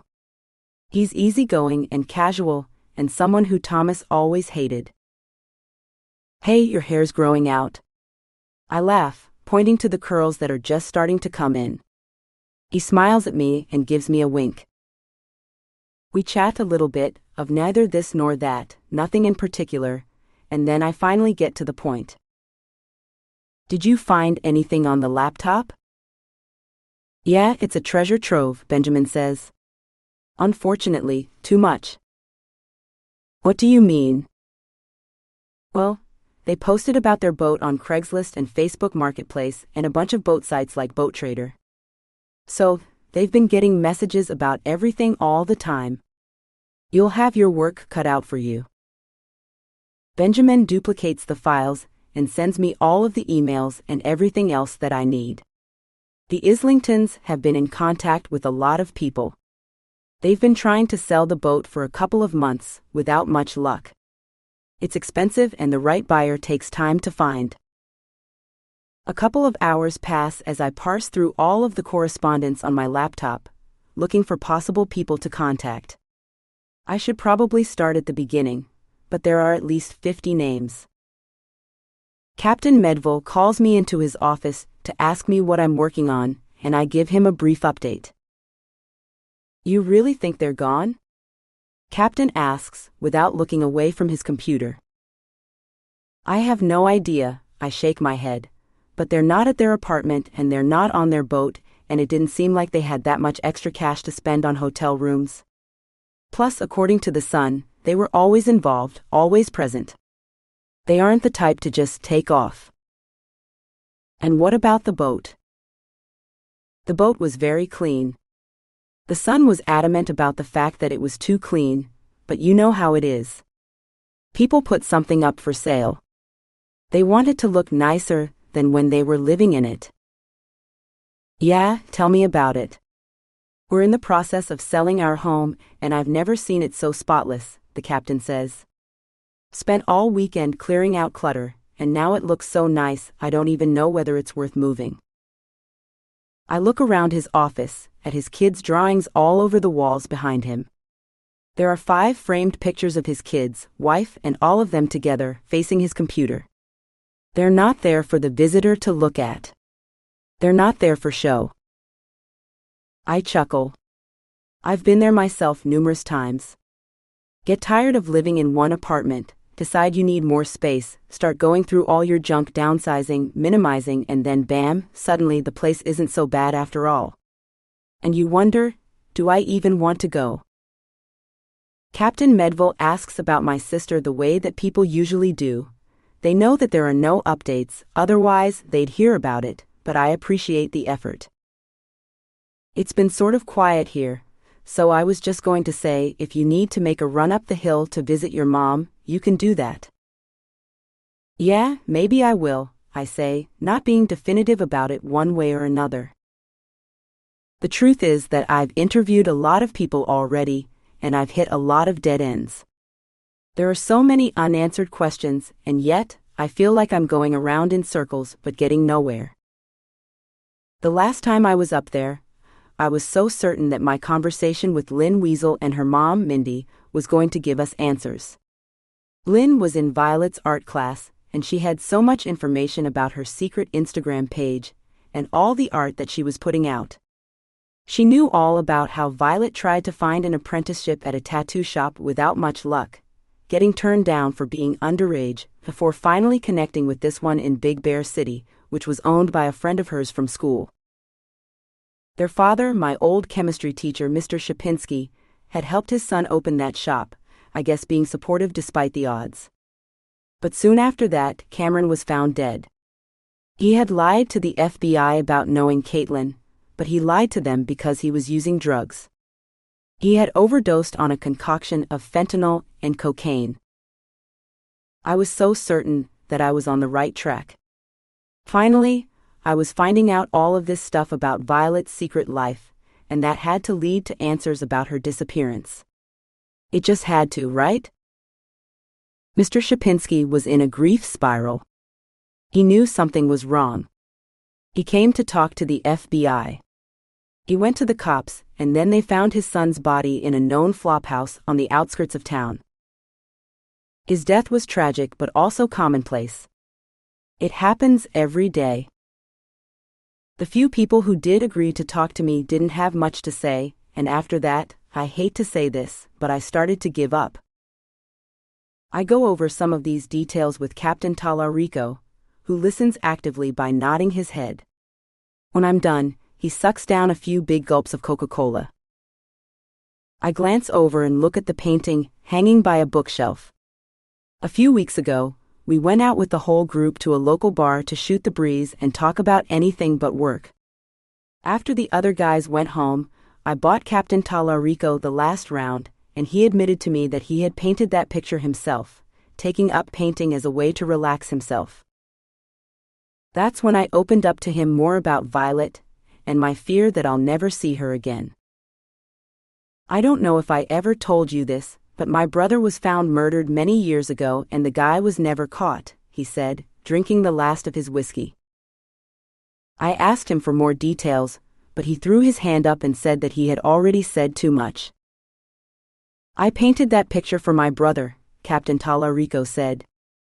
I lost him a long time ago, and it's one of those cases that's probably never going to get solved. You know what I'm talking about. There's just not enough evidence and no witnesses. There's just not enough to go on. At least your brother is dead, gone for sure. There's a closure in that, I said, trying to offer a silver lining. He looked at me like I had smacked him across the face. At least your sister's missing. At least there's still some hope that you'll ever see her again. He was right. He was right about everything. 12. Slowly but surely, I start to make my way down the list of names of everyone who the Islingtons were in contact with. I call them, ask initial preliminary questions, gauge their answers. Most never even met up. A few people had plans, but they never did a walkthrough. A number did, and I make appointments to meet with them. The first guy, Miles Cornelius, is a lanky, tan, leathered man in his mid-50s, and exactly what you would imagine an old salt of the sea to look like. He's got gray blonde hair, and I meet him on his boat in Westminster, a small working-class dock where rental fees are much cheaper than in the posh Marina del Rey. It's right below LAX, and the area is surrounded by storage units and warehouses. I find him on a 32-foot sailboat that looks like it has seen its share of adventure. He says it's a Catalina, and he bought it for cash from some guy 20 years ago, and it has been his home ever since. Were you looking to upgrade? I ask as I stand on the slightly rocking dock right next to him. The dock underneath my feet moves up and down from the little waves created by the moving barge in the water in front of us. I've never been much of a boat person, except for the occasional rowboat and the canoe up at the lake.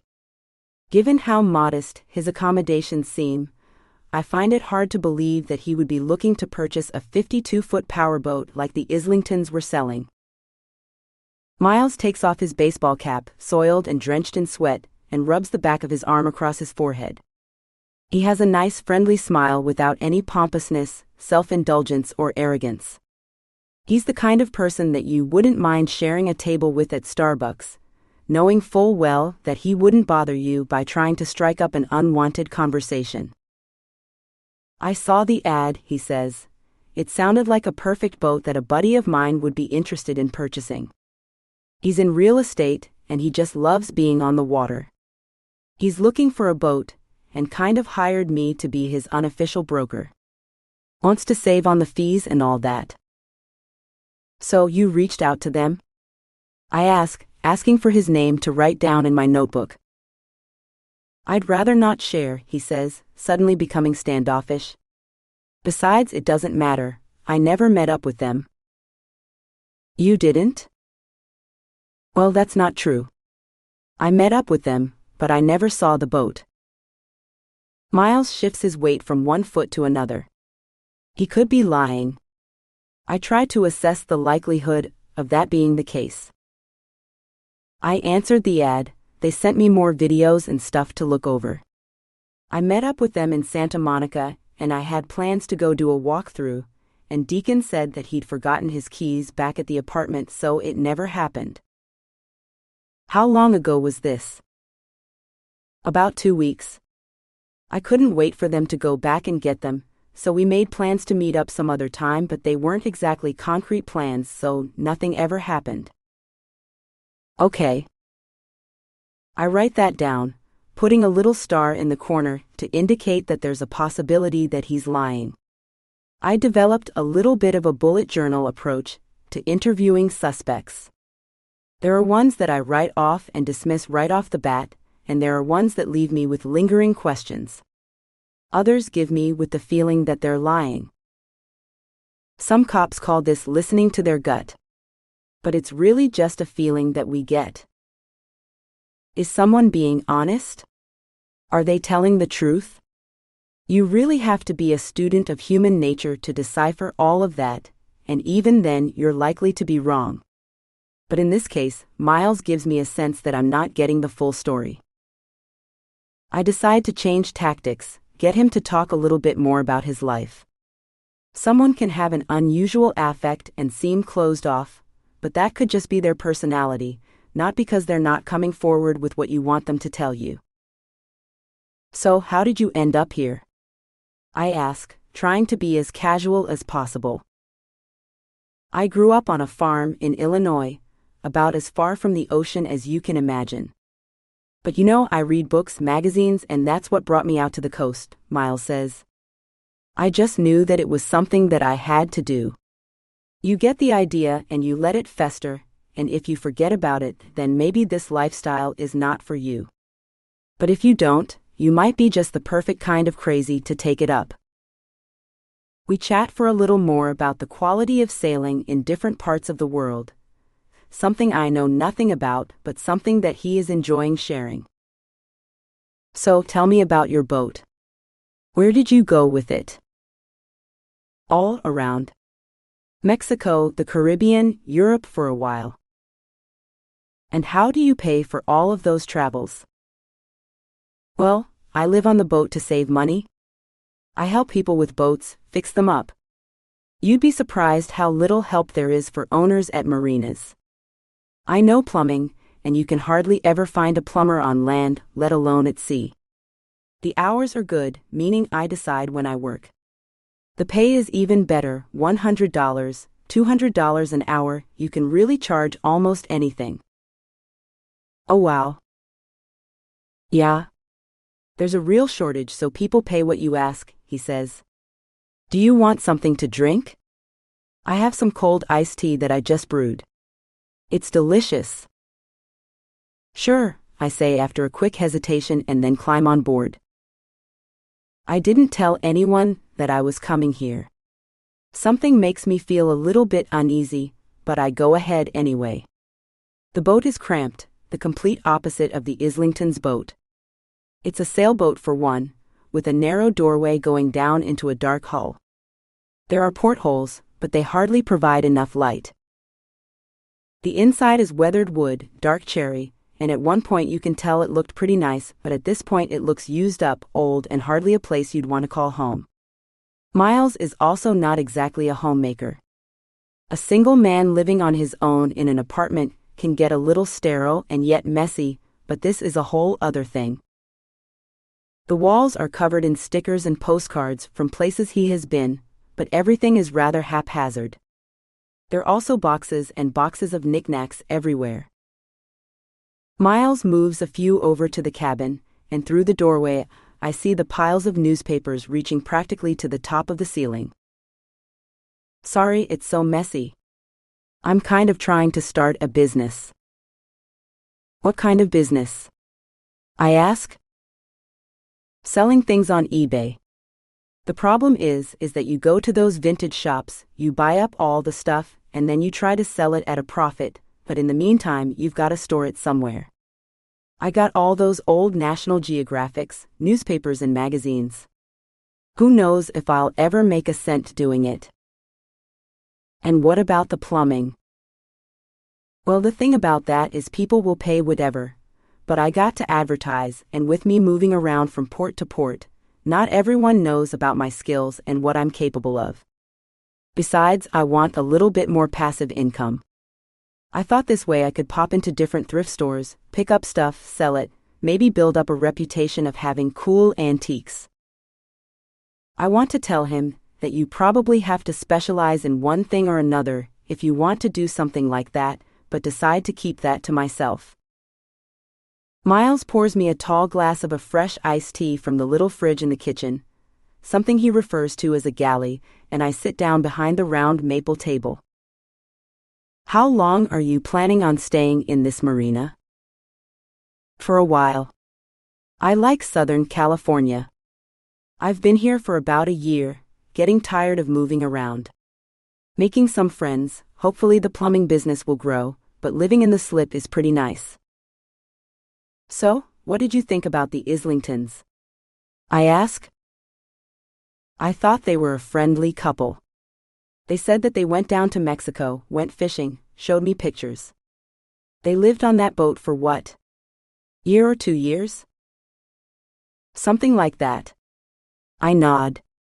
They knew their way around, but they did seem pretty desperate to sell.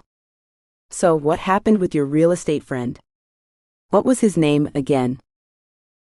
Albert Dillard. He was into seeing it. It seemed like a good fit for him, but then it didn't really work out. I was going to reach out to them again in just a couple more days. 13.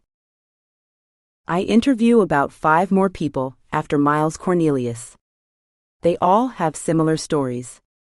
They met through various advertisements that the Islingtons posted online. All were interested in touring or visiting their boat, and only one didn't.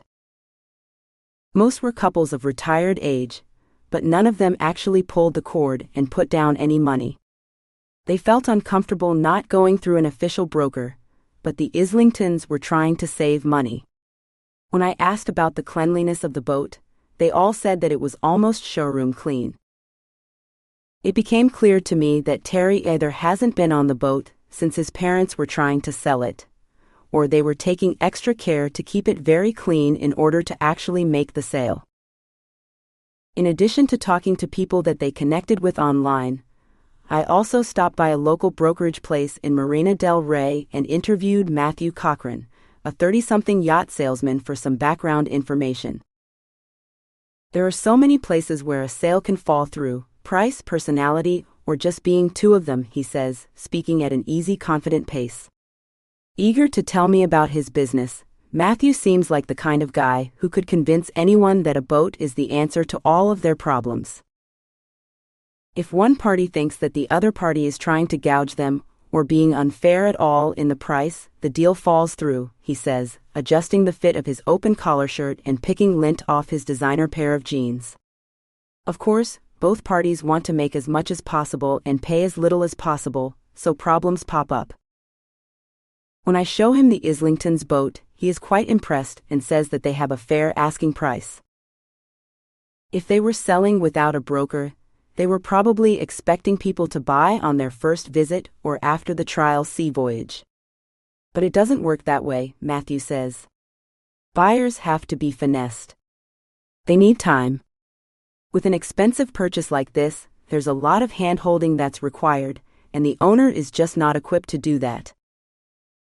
He goes over the details of buying and selling a boat in terms of the financial instructions that are required, and I realize that it's almost as complicated as buying a house. There are a lot of forms to fill out, a lot of disclosures and surveys to go through. After getting a little bit of a background on the process, we exchange business cards. Feel free to call me with any other questions, he says in that casual, friendly kind of way. I'd love to be able to help in any way I can.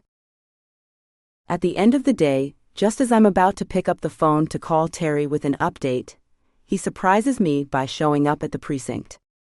I don't like doing meetings without set appointments, but I make an exception. Are you doing okay?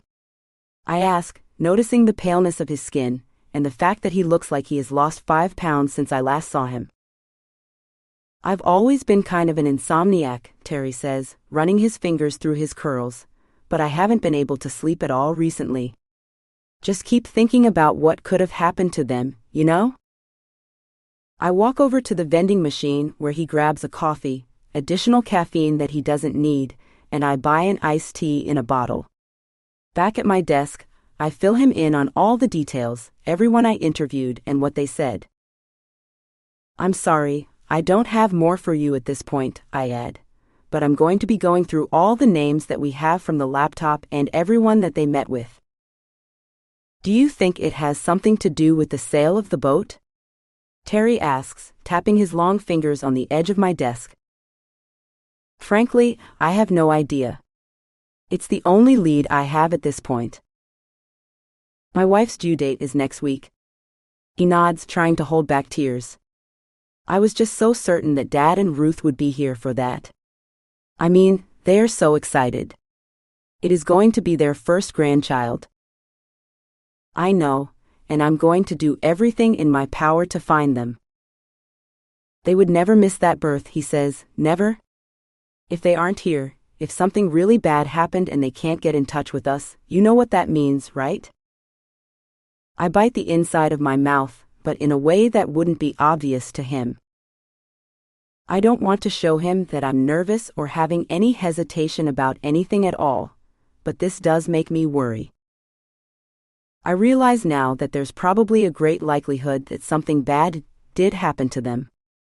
But there's also a possibility of something else. What if they were living a secret life?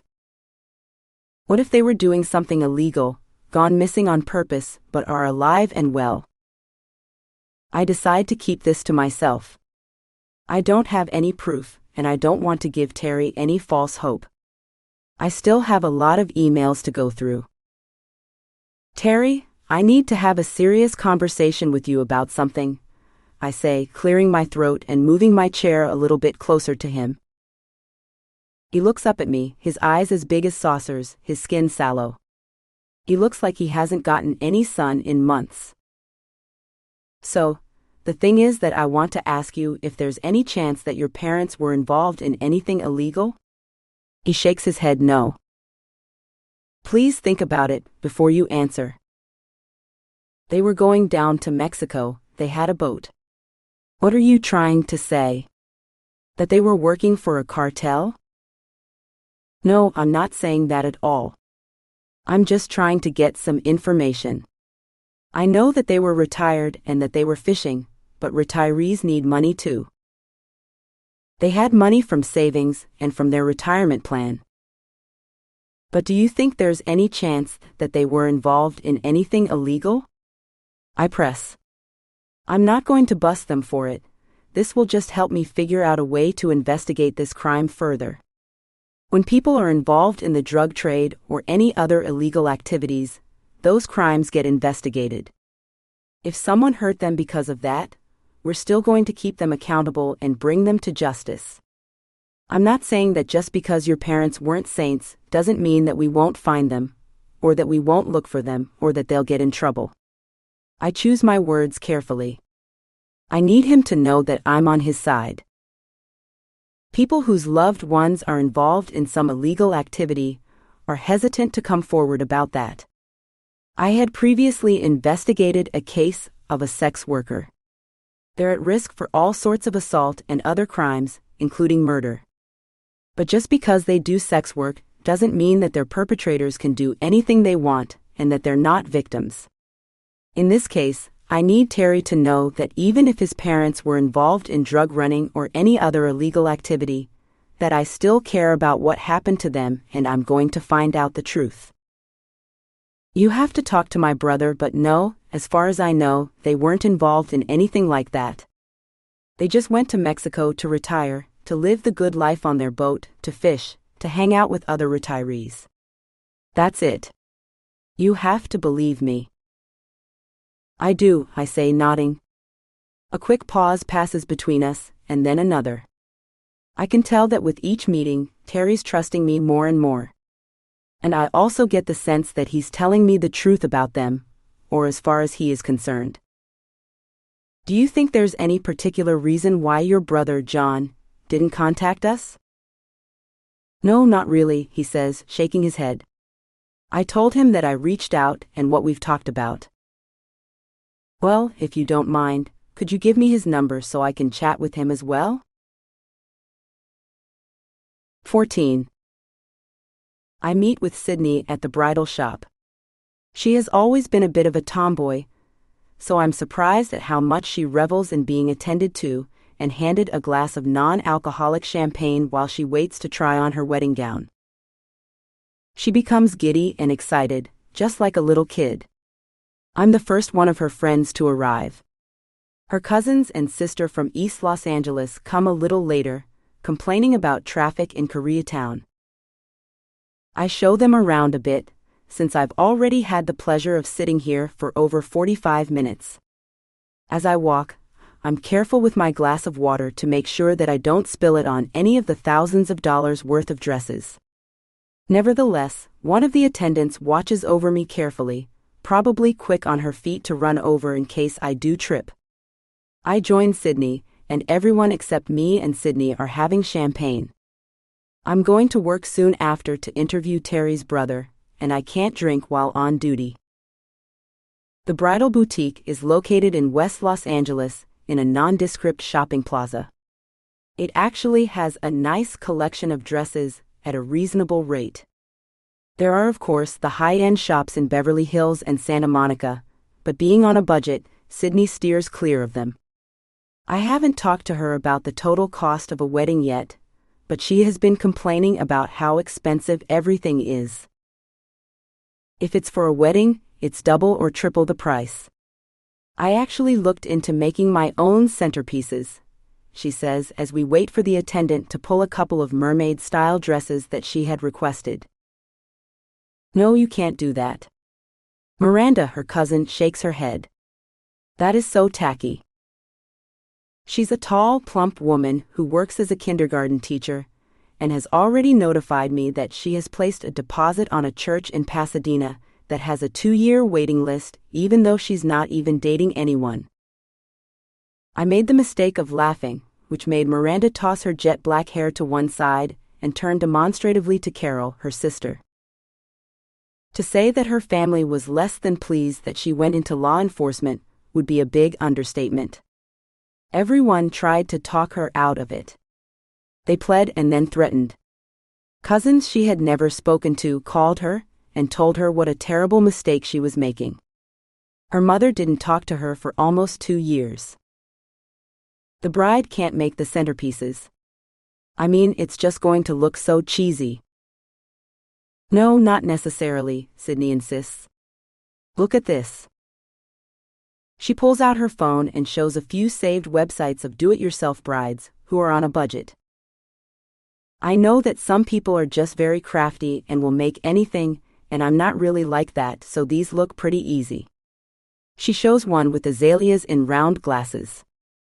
I can pair them with natural wood and metallics for a rustic glam feel. It says here that I can arrange them in a block of wet floral foam just like this. This one looks magnificent, I say. Wow. Yeah. Ones exactly like this are going for $200 each, and there are going to be at least 10 tables. So there's $2,000 right there. I don't know what you're thinking, Sydney, Carol, the tall, extremely thin cousin, says. Miranda is right. If you make your own centerpieces, what are you going to do? Make your own decor? I mean, why don't you just lay out the plates and bake the cake and have it at a VA hall for $500 bucks? Why don't we just get you a sheet cake and call it a day? I don't think it's an either-or situation, I butt in, after seeing how hurt Sydney looks. I think you can save some money and have a really nice, elegant, beautiful wedding. And it doesn't have to cost $25,000. $25,000? What planet are you from? It's going to cost them at least $50,000, Carol says. I mean, do you know how much the hall is? I look over at Sydney, who shrugs and looks completely lost. If you have a $30,000 wedding, everyone's going to know. It's not going to look right. Sydney looks like she's on the verge of tears. At work, she's competent, outgoing, completely in control. But here with her family, she just looks lost. Like the cousin who can't get it right. 15. Sydney does her best to keep her head up, and I wonder why she ever invited these people to this in the first place. I know that I'm lucky that I don't live near my mom, and I don't have much family to speak of beyond that. I don't know how my mom would react if I had invited her to a dress shopping extravaganza like this one, but Sydney has family, cousins, aunts and uncles that all live in the area, and all are going to be judging her by the type of wedding that she has. The thing about large extended families is that if you have a good one, then everything's great. But if you don't fit into their idea of how things should be, and you don't marry according to their standards, things can go awry. She told me that her mom isn't particularly happy with Patrick. She didn't even tell her about the cheating, but the pregnancy prior to marriage was highly inappropriate. They're somewhat of a religious family, even though in many cases they're full of hypocrisy. There are all these rules and regulations of how things should be, but in reality her aunt got pregnant when she was 15 and married an abusive guy, and when she tried to leave him, everyone encouraged her to stay because being married is more important than being in a happy marriage. A bridal attendant invites Sydney to the dressing room, and I wish her good luck, giving her a tight squeeze. I want her to know that at least one person is here for her. I'm not entirely excited about her chosen husband-to-be, but I'm willing to give him a chance if she is. The cousins chit-chat, and their mother arrives along with Sydney's mom, whom I've only met once at some event for work. She came half an hour late to that, and complained about the quality of the food.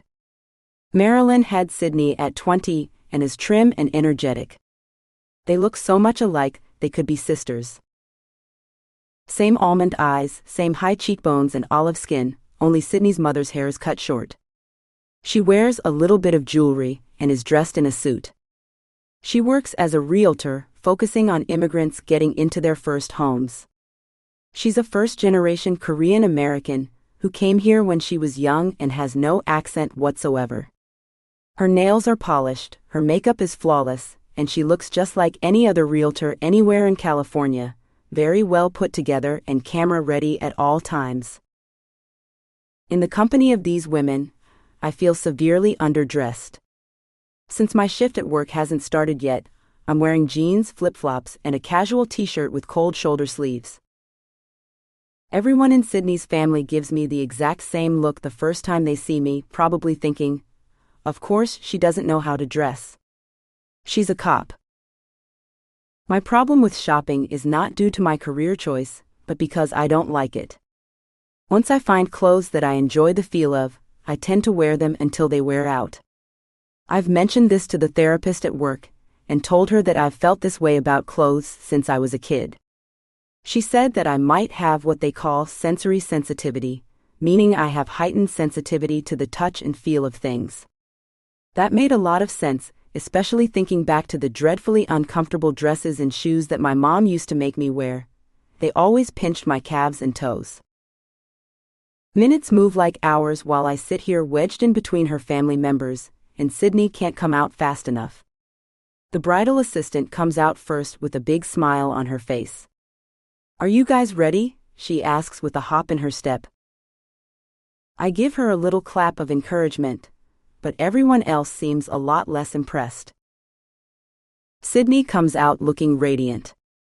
She's smiling ear to ear, her white teeth showing glowing. The mermaid-cut dress accentuates her curves, even adding in places where she thought she was lacking, and her belly's nicely disguised, not at all visible unless you know what you're looking for. "I just feel so beautiful in this," she says in a half-whisper, looking at herself in the large mirror standing on the pedestal. "Really?" Her mom crosses her arms and leans forward. "Come on. Are you kidding me?" I watch Sydney look at her mother in the mirror without tilting back, her nose crinkling, and the smile falling, holding back tears. "Come on, Sydney.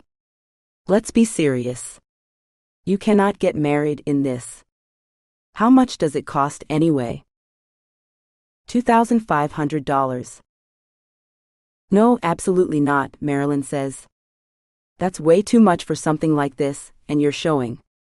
You do know that most of the family members don't know that you're pregnant, right?" "Look, I like this dress," Sydney says, forcing her shoulders back and looking at her mom sternly, whipping her hair around. The bridal consultants huddle in the corner of the room, sending judgmental looks in the family's direction. Carol points out that the dress doesn't quite fit in the back, and her bridal consultant says that everything is fixable. This is why they have the clips. Everything is tailored precisely to the bride. The ruching in the front is elegant and helps disguise the protruding stomach, but Miranda says that it makes her look fat, actually using that word. "Are you kidding me?" I snap, unable to contain my disgust any further. "You are going to tell her that she looks fat?" "Look, I know that I'm a big girl, but this dress is doing her no favors." "Maybe she doesn't want any favors. Maybe she's beautiful the way she is, I say. Look. Miranda throws her arm in my face and points her remarks directly at Sydney. If you want to take advice from your friend here, who clearly has absolutely no sense of style, then go right ahead. But I just want you to know that you're probably going to be a laughing stock at the wedding. We're the nice ones. You know how everyone is, the cousins, the aunts and uncles. I wait for her mother to say something nice, but she doesn't. Instead, she and her aunt laugh about the sweetheart neckline, talking about how it looks like it's something out of the 80s. Unable to hold them back any longer, Sydney begins to cry. You all need to shut the fuck up, I say, walking up to her and draping my arm over her shoulder and helping her off the pedestal. She's the bride. She can wear whatever she wants. She can wear a paper bag. You're just lucky to be invited, so you better watch what you say. Her cousins start to yell, throwing their hands in my face. Marilyn pulls them aside and tells me to leave. I walk Sydney back to the dressing room, where she sits down on a stool and collapses into tears. 16. The dressing room is much bigger than I thought it would be. It's about the size of 3 terajoules max dressing rooms. The floor is carpeted, and there's a large standing mirror with filigree around the corners in the center. Sydney sits on the little seat in the corner, her head buried in her hands, her shoulders slumped down, moving with each sob. I run my fingers over her naked back, and she looks even more frail and alone than she did up there. When we first met and she talked about her family, I was a little jealous. I wish that I could have people in my life who lived close to always go to events with, or just have dinner with on Sundays. But seeing how they treat her, I feel bad for her. I know that Mom and I have had many disagreements, but she would never do that. She would never ruin my day like that, especially if she thought it was an important time for me. I'm really sorry, I whisper. I say loudly enough for anyone who's listening to hear. I want them to know that that wasn't okay. That wasn't a good way to treat her, no matter their opinion of her dress. That's fine, no sweat, Sydney says, lifting up her head, her mascara smeared under her eyes. What are you talking about? I ask. They're just like that a lot. They just like to suck up all the oxygen in the room. Why do you let them? I ask. I don't know. She shakes her head. I mean, you should have seen the parties that my mom threw for me when I was a kid. They were elaborate bashes, just to impress all these relatives that she would then talk trash about when we got home. She never wanted me to be a cop, and she never wanted me to marry a cop. She can't handle the fact that I don't need her permission. I can do what I want, and that's how it's going to be. Look, I know that relationships between mothers and daughters are complicated, and all I want to say is that I'm here for you, but you can't let her treat you that way. It's not right. Even if she thinks your dress is ugly, which it absolutely is not. It's your dress, it's how you want to present yourself. It's not her day, it's not her time, it's not her wedding. I know that you want to please her. I don't want to please her, she shakes her head, absolutely not. So why did you invite her? Why did you invite any of them? I don't know. I guess I just kept thinking better of them. I thought maybe this time they would actually be nice. It's not right. I'm here for you no matter what, I reiterate. I saw your face when you put on this dress, you looked happy. You loved it, right? Yeah. I don't even want to try on any other dress. It's just going to be something very pale, in comparison. Well, get what you want. Get what makes you happy. But what if they just sit there and mock me? What if you didn't invite them? I offer. Her eyes get big. She raises her eyebrows. Patrick really wants a big wedding. Well, if Patrick's family is nice, then have them there, I say. Really, I can do that? You can do anything. You're an adult. You know how we go to all these domestic violence calls, and when we show up, they are worn down. But when you ask them to file a report, to do something, they don't, they never do, Sydney finishes my thought. I'm not saying that your family's bad, but this relationship is not great.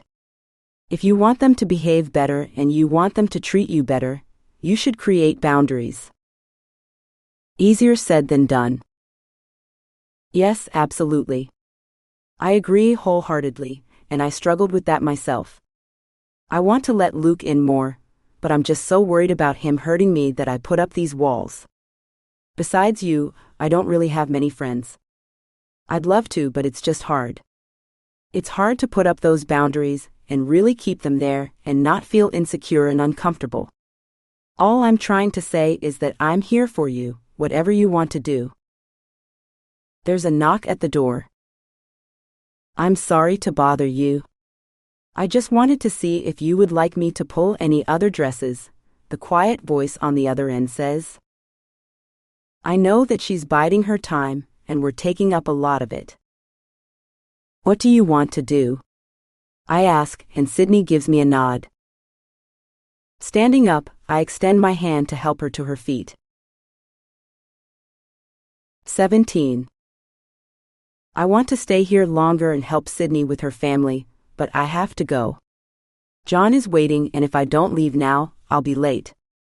As soon as I bring that up, Sydney just waves gently in my direction, saying that of course she understands. How long are you going to stay here? I ask her. I don't know. She shakes her head. Walk out with me and help me deal with them, just for a little bit. I try to hold her hand, but she brushes me off. I know she needs to look strong, and she does. The only thing I manage to do is to give her one last squeeze before leaving and glaring at her awful mom and her mean-spirited cousins. As the door closes behind me, I hear the bickering start once again, but I hope that this time she'll be able to hold her own.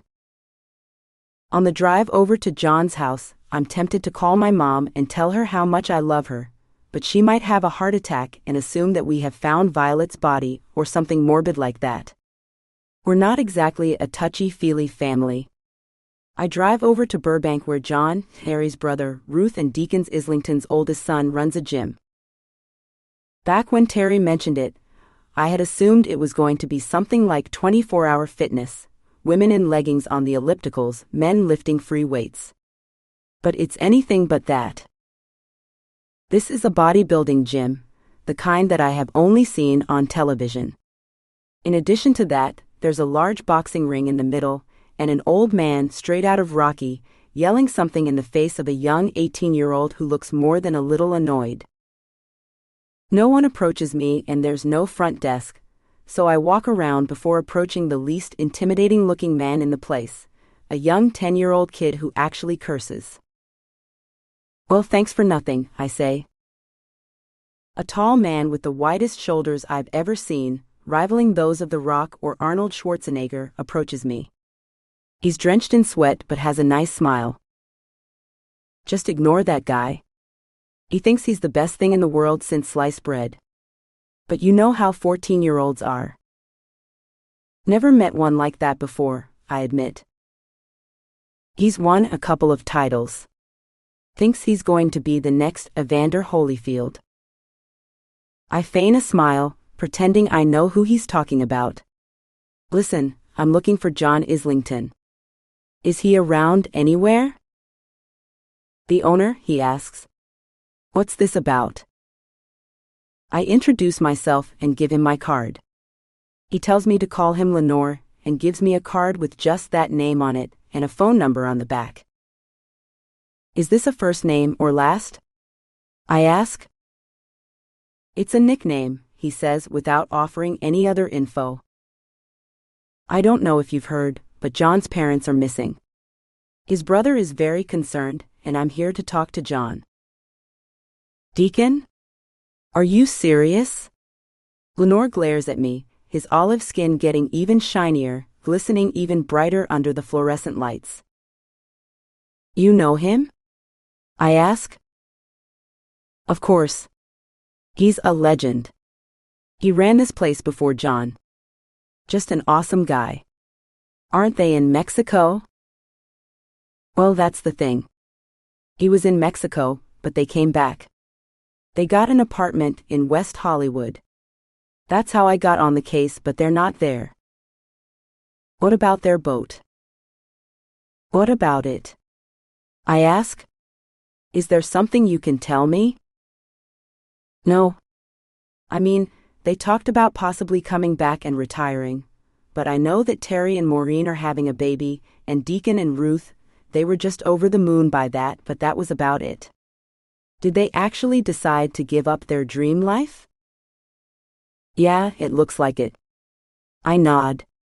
On the other hand, we have no idea where they are. That's what I'm trying to find out.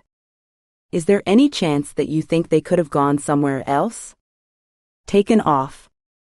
Maybe on a little impromptu vacation? Lenore shifts his weight from one foot to another. He adjusts the fit of the beanie on his head, narrowing his eyes. They're a nice hazel color.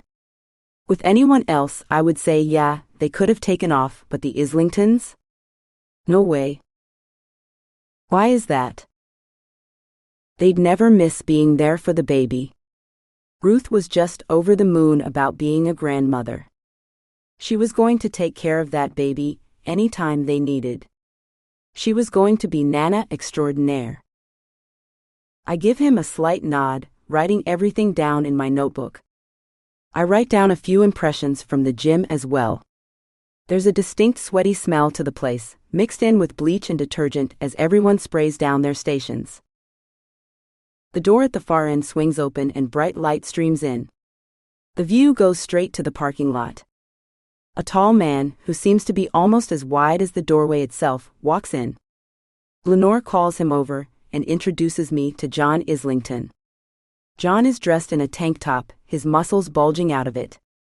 His forehead is covered in sweat, and his head is shaved down to the scalp. He has the firm handshake of someone who is either overcompensating or doesn't realize how strong he is. I start to ask him questions, but he stops me and pulls me into his office. The place is relatively small and isn't luxurious in any sense of the word.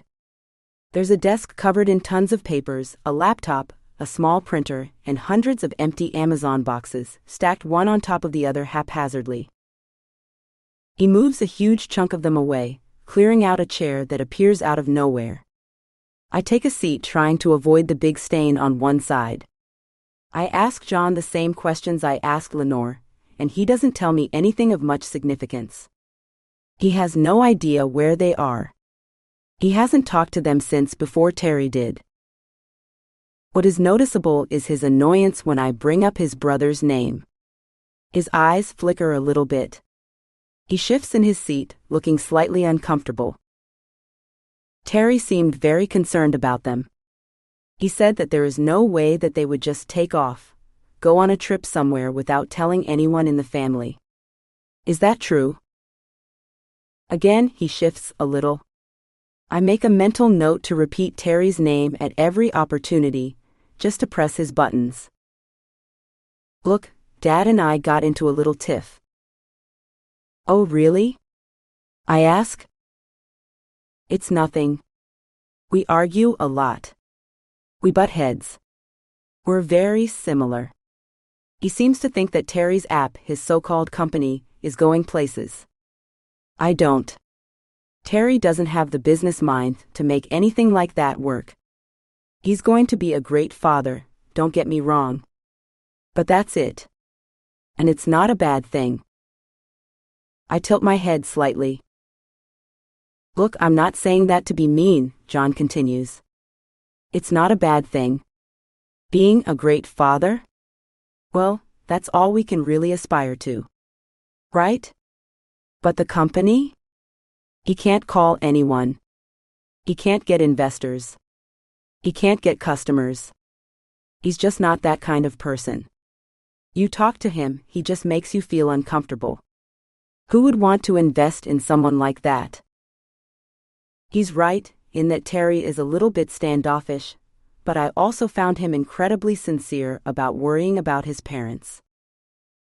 John, on the other hand, let's just say it's a little unusual to come and tell the son that the parent is missing, and for them to start immediately complaining about the business decisions that his father has made. Look, I shouldn't be talking about this, John says, exasperated. But I just want to tell you where Dad and I stood. It was about a week ago, he came over. He said he was moving into that apartment. I said, why? You saved all of this money for your retirement. You went to Mexico and you lived frugally on the boat. They fished for everything they ate, they bought local fruits and veg. They saved a lot. And then he told me that he'd invested $75,000 into my brother's business. I was pissed off. Did he not invest in this place? I ask. It's not that. Yes, he sold me the gym, and I'm slowly paying him back and building it. I paid a lot for it, and I will be paying out from my profits as well for the rest as I grow it. It's successful, and I'm going to pay him back every cent. But Terry isn't like that. If it doesn't work out, he'll just quit.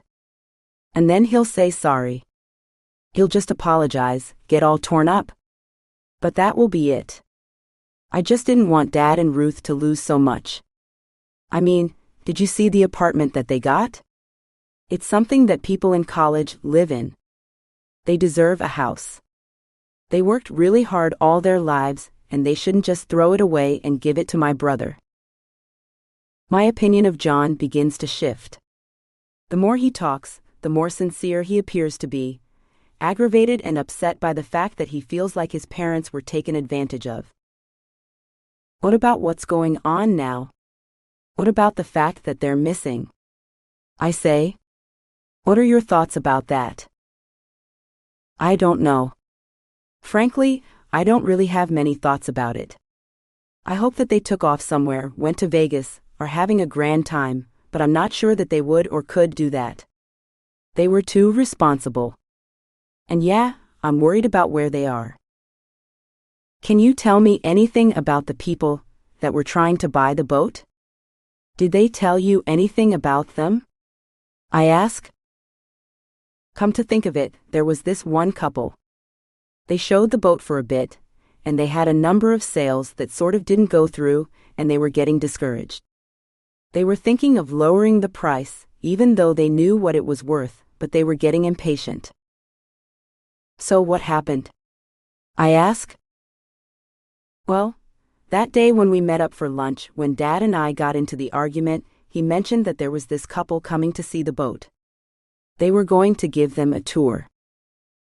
A couple? Yeah. I mean, most people who buy boats are couples. That wasn't the weird part. What was the weird part? I ask, sitting on the edge of the chair now, no longer caring whether I'm touching the mysterious stain or not. Well, the thing is that they were really young. They're in their mid-20s.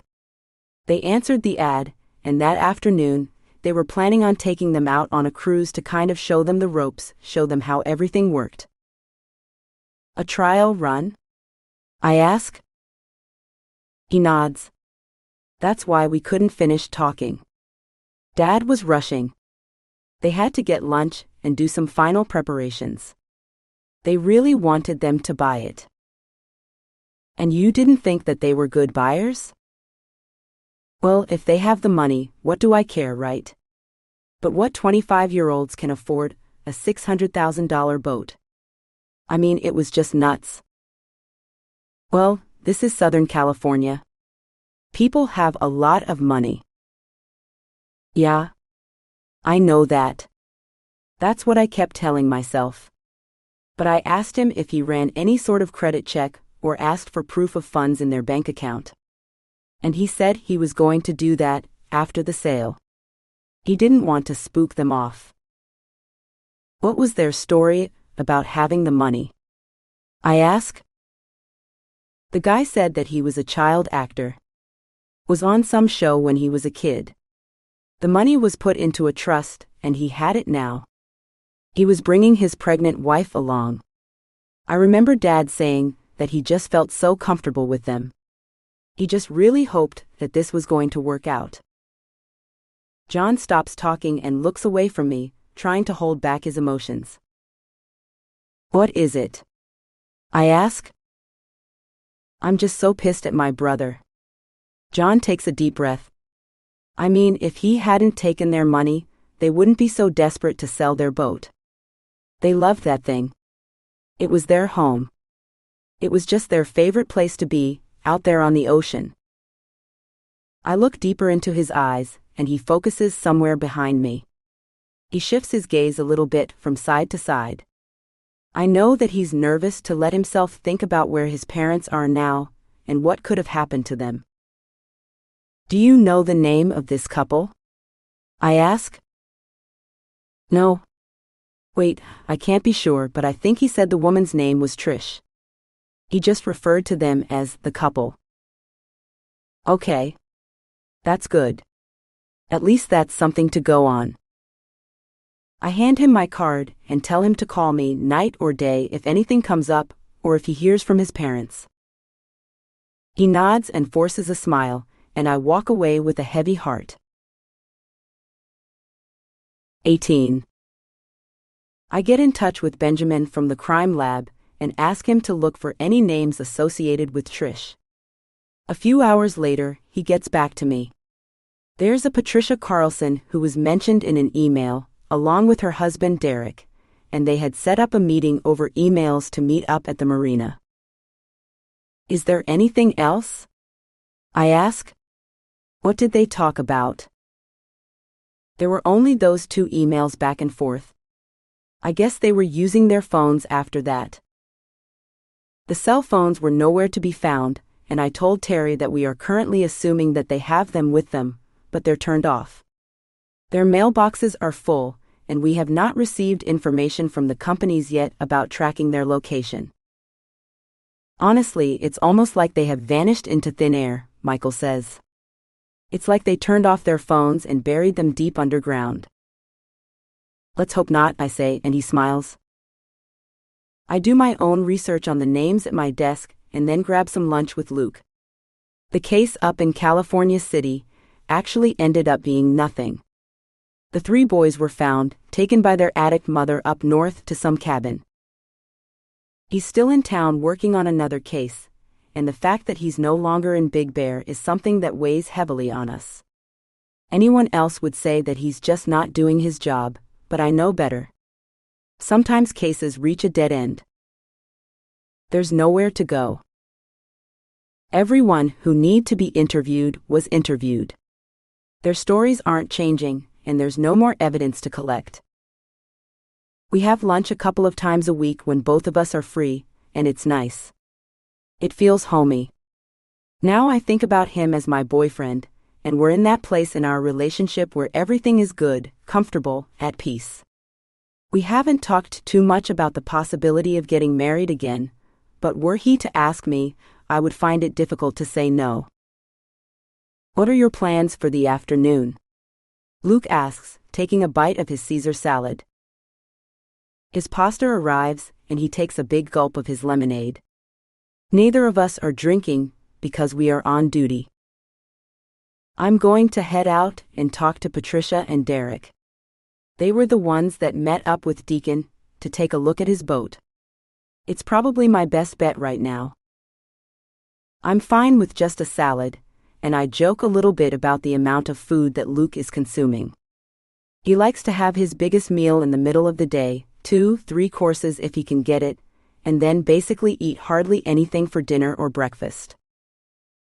I, on the other hand, am a muncher. I like to graze all day. I know that it's not healthy, and it's probably what's keeping those extra 15 pounds on me, but with a stressful job like this, it's difficult not to do it. I feel my phone vibrate in my pocket, and I pull it out to look at the screen out of habit. I never let work go to voicemail, especially not when I'm on duty, but this isn't work. Captain Talarico? I ask, bringing the phone to my face. Is everything okay? Yeah, I'm just calling with some news, he says, his voice deep and a little scraggly. I'm sorry to have to tell you this. I hold my breath. Something bad has happened. Violet. Luke reaches over and places his hand over mine.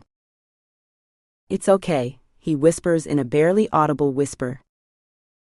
We found Natalie DeChille's body, Captain Talarico says. Natalie's body was found in a ditch in Sugarloaf, a small community near Big Bear City. It's a grid of houses, residential, typically a lot more affordable than in the rest of the Big Bear Lake community, but also smaller in size. She was found at the intersection of Orange and Clark in a ditch. Sugarloaf, like the rest of Big Bear, is largely a second-home community. There are some permanent residents and retirees, but there are a lot of empty homes as well. On this particular street there was only one full-time resident, a 90-year-old woman who lived at the far end and who rarely took walks. According to the captain, it is unclear how long her body had been lying there. They just got the forensic technician team and the FBI CSI team there to investigate. My ears buzz as he talks, laying out the details with as much detachment as possible. This is how we report the stories to our fellow officers and the victims' families. If you don't have a sense of decorum and distance, people lose faith in you and the investigation. But at this point it feels a lot like he's just handling me with kid gloves. Was she wearing clothes? I ask. Had she been sexually assaulted? Yes, she was. I have no idea if she's been sexually assaulted, but she is dressed, and her body was wrapped up in a tarp, one of those blue ones that they sell at Home Depot to cover roofs. And no one noticed that?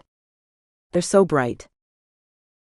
There are a lot of empty homes on the street, and someone from another street said that they thought it was a discarded roll of carpet.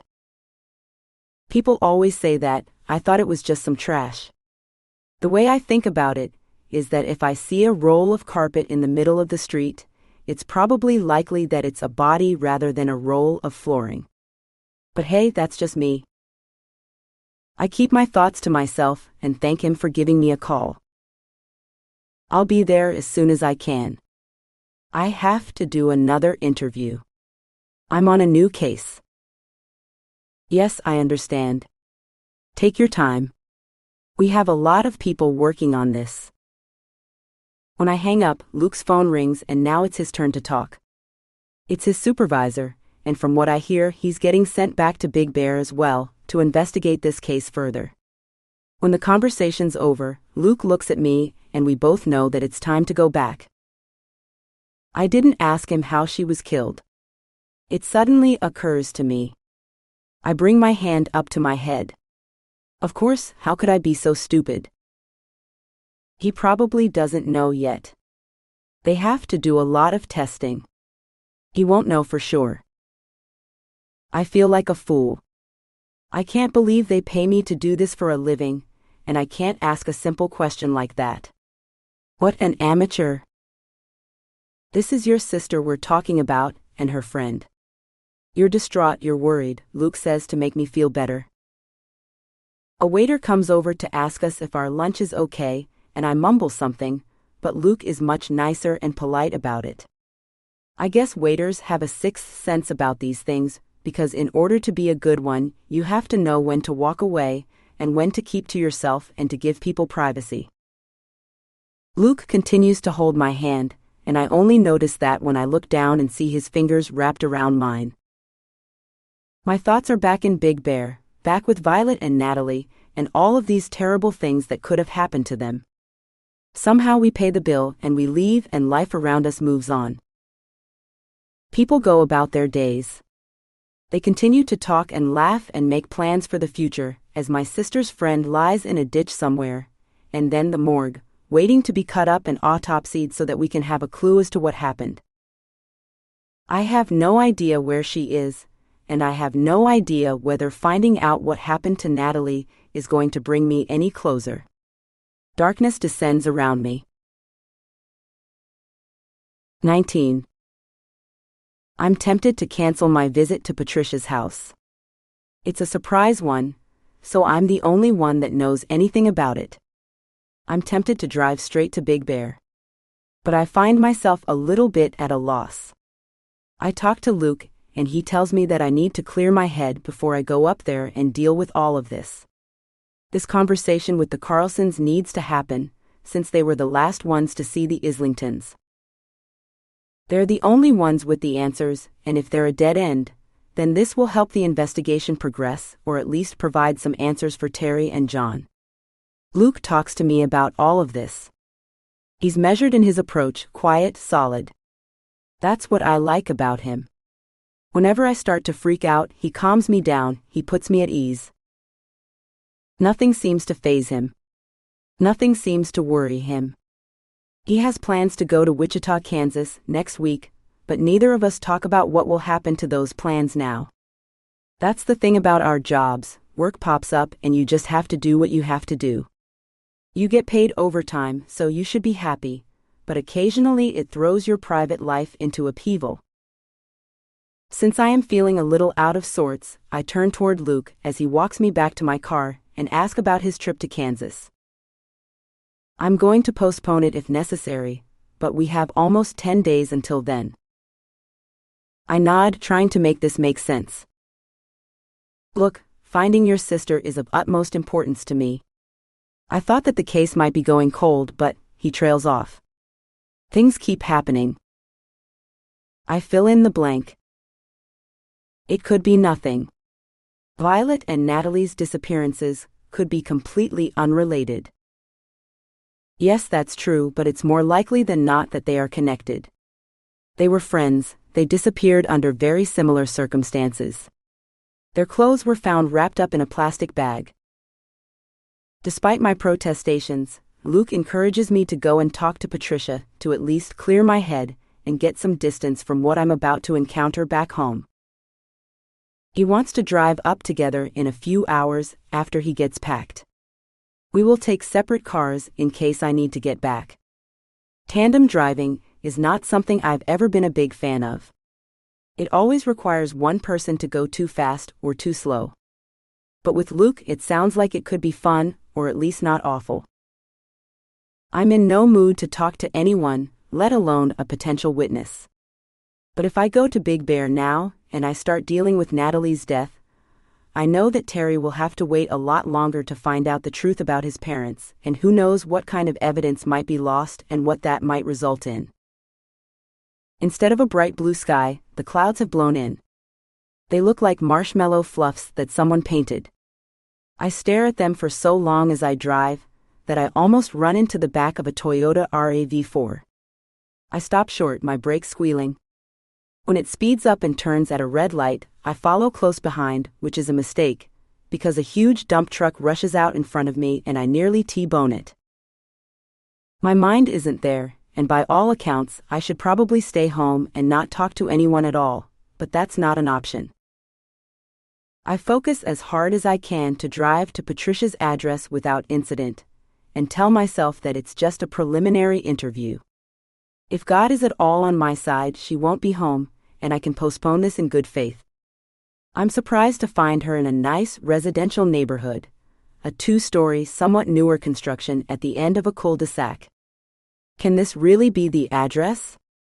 I double-check. When I ring the doorbell, a woman in her mid-20s answers and gives me a wide smile. Her hair is cut short, and her skin has a nice glow to it. Some sort of dewy makeup is applied to her cheekbones to make them look more pronounced. I introduce myself, and her demeanor doesn't change one bit, but when I mention the Islingtons, she looks concerned. Do you know them? I ask. She moves to the side, and I barely see a little outline of her belly. She's wearing a loose-fitting dress and walks on bare feet on her marble floor. A house in this area, this size, is probably over 2,000 square feet, 2-story with what looks to be a generous backyard. Anywhere else it would cost $300,000, $400,000 tops, but here, where housing is expensive, this place is likely $1.5 million or $2 million. This is West Los Angeles, after all. I take a step forward to try to give her a sign that maybe she should invite me in, but she doesn't budge.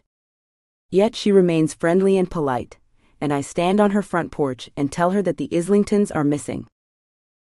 What do you mean, missing? No one knows where they are. When was the last time you saw them? Well, we went on that sea trial to check out their boat, and we bought it. You bought their boat? Yeah. I mean, it was great. They were so nice. They gave a 6-month warranty, and my husband and I are going to be moving onto it very soon. I give her a slight nod, forcing my mouth closed.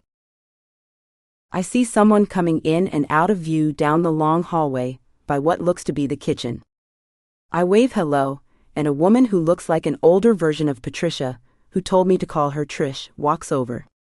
Trish's mom wipes her hands on her apron, announces that she's making cookies and apologizes for the mess, despite the fact that the place is spotless. She smiles at me broadly, the way that her daughter does, and tells me that her daughter and son-in-law live here with them. So, you live with your parents? I double-check. Trish smiles and nods. Yeah. I was a little sick earlier in my pregnancy, and we were planning on moving onto the boat, so we gave up our place, Trish says. So, you know about the boat purchase? I ask her mom, Karen Nosari, who insists that I call her by her first name. Yes, and we can't wait to go on it, Karen says. I turn toward Trish. If you don't mind me asking, I say, trying to be as tactful as possible. But how were you able to afford this boat? Trish opens her mouth to speak, but Karen cuts her off. Derek has a big trust fund. He used to be an actor when he was a kid. He was in a lot of commercials, Disney shows. Any I would know? I ask. Sweet Life of Zack and Cody, iCarly. Oh. Yeah? I do know of those, I say. He wasn't one of the main actors, Trish interjects. Usually played friends or guest starring roles. He did it for a while, and his parents put all that money away in a trust fund. That's smart. I nod. And where do his parents live now? They're dead, Trish says. Passed away in a car accident 2 years back. I'm really sorry to hear that. They both nod their heads, as if they're doing a moment of silence. I never met them, you know. It was before my time, and he is now part of our family. 100%, Karen says, giving her daughter a warm squeeze. They seem sweet and loving, and full of compassion and love. I want to talk a little bit more, but Trish says that she's starting to feel tired and has to take a little break. Karen invites me inside, and I tell them about the Islingtons and how no one's heard from them for a week. 20. Violet has always been fascinated with books about time travel. I don't know why, but the memory of her talking about it, thinking about it, came back to me at that moment, standing here in the Carlsons' living room. When Trish left to take a rest, I started to walk toward the front door to let myself out, but her mom surprised me and invited me in to have some fresh cookies that she had just baked. I can't resist. Prior to walking to the back of the house, Karen asks me shyly if I could remove my shoes since this is a no-shoe household. Of course, no problem.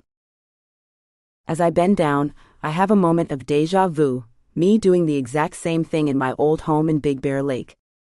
It was about 2 years ago, summer, those warm July days that have the most perfect weather, 80 degrees, no humidity in sight, and fires that have not yet started up in the mountains. The sky was blue, and I had just eaten a chocolate ice cream cone that I could still taste. Violet had just run in right after me, tossing her flip-flops haphazardly by the front door, her purple nail polish on her toenails peeling since it had been at least a month since she had applied it. She was out of breath from riding her bike from far away, her forehead drenched in sweat. She started talking almost immediately, without bothering to say hello. She had read a new book about going back in time. It was by Stephen King. It was about an English teacher who goes back in time and tries to change the outcome of the Kennedy assassination. I hadn't read it, and she just started, but she rattled on and on about how exciting it would be to find a portal like that and walk back in time. She's probably too young to read Stephen King, but she's read a couple of his books already, and I've stopped telling her that she is too young to read certain books a long time ago. She's always been wise beyond her years. The thing that catches me off guard, however, is the fact that a 13-year-old would even want to go back in time. I've always thought that the appeal of time travel was mainly for adults who had regrets. If anything, teenagers should want to travel forward to when they're older and they can move out and do what they want to do with their lives. Where would you go? What would you do? I asked Violet, walking over to the mirror in the living room and wiping a little bit of chocolate out of the corner of my mouth. My mom wasn't too keen on mirrors, and the two that we owned, I bought myself at the thrift store in town. A long one for my room, full length, and to be honest, it made me look a little bit skinnier, which made it even more of a success in my book. And the circular one for the foyer that resembled the one that I saw on The Real Housewives of New York, or God knows what city. I watched all of those shows. I'm a reality show addict. Not something that I'm too keen to admit, but it's like sugar and potato chips. You promise yourself you'll just watch one episode, and then you get sucked in and somehow you feel better about your crappy day at the end of it. Where would you go? I asked her again as she bent over, putting her head all the way into the refrigerator in search of something good to eat. Well, to last week, maybe a couple of years ago. I'm always saying things that I don't exactly mean, hurting people's feelings, acting dumb. I narrowed my eyes. That couldn't be further from the truth about the girl that I knew. But then again, we all wear different faces and pretend to be different people with our friends and strangers. But mainly I'd go back to the day that Dad died. A cold sweat ran down from my armpits. Violet didn't pull her head out of the fridge, and I was glad that she didn't because I was afraid she'd see me tearing up. I quickly wiped the corner of my eye and took a few deep breaths, thinking of the color blue. For some reason that had always made my waves of emotion a little slower and be able to hide my tears from others. "Dad," she said, her voice echoing in the fridge. I wondered if she was in there because she was trying to prevent me from seeing something. Wouldn't it be nice to go back and to try and change that? What would our life be like if he were still around? I noticed that she didn't say to find out what happened, but instead to change it, whatever the outcome, murder or suicide. Violet closed the door, holding a small packet of blackberries in her hand. "Would you like to go back with me?" she asked. "Are you trying to tell me something?" I asked, knowing for certain that of course none of this is real. It was just a hypothetical conversation, but I couldn't help but think, what if? What if it could be? What if it was actually possible to change something like that? "I think about him all the time," Violet said. "I know that I don't really remember him. I mean, whatever memories I have are filtered through you and Mom, but I think about him all the time, and I think about what life would be like if he were still around. Would we be happier? Would Mom?" "Mom is a toss-up," I said. Perhaps she would be happier, but it is also a possibility that she wouldn't be. "How can you say that?" Violet said, placing the plastic box of blackberries with a little thump on the kitchen table. She took a small plate out of the cupboard, looking at me with disgust. "They fought a lot. They were always fighting, about money mainly. There was just never enough, and the things that Dad did to make some made her angry. He was just doing it so we could live." "Yeah, I know, but there are other ways to make money other than selling drugs. You don't know how hard it was for him. I'm sure that he tried to do other things and just couldn't," she insisted. I agreed with her. The other thing that made it very difficult to get a job was his record. He'd been arrested and convicted, and after that, there weren't many places that were willing to give him an option, give him a job. And the few places that did, the money was just nowhere what he needed to pay for the mortgage on this house. What do you think I would find if I went back there? Violet asked, washing the blackberries in the sink, and then moving over to the recliner and tucking her feet up under her. This was her go-to position. This was how she was comfortable. This was where I saw her sitting, watching TV, doing her homework, everything else, texting, and anything else that a teenage girl does on a daily basis. The internet was never that good in her room, and so she was here, a permanent fixture like a sculpture. I would do anything to go back there, Violet said, popping a blackberry into her mouth, a strand of her hair falling in her face, a little bit of razor burn right below her knee.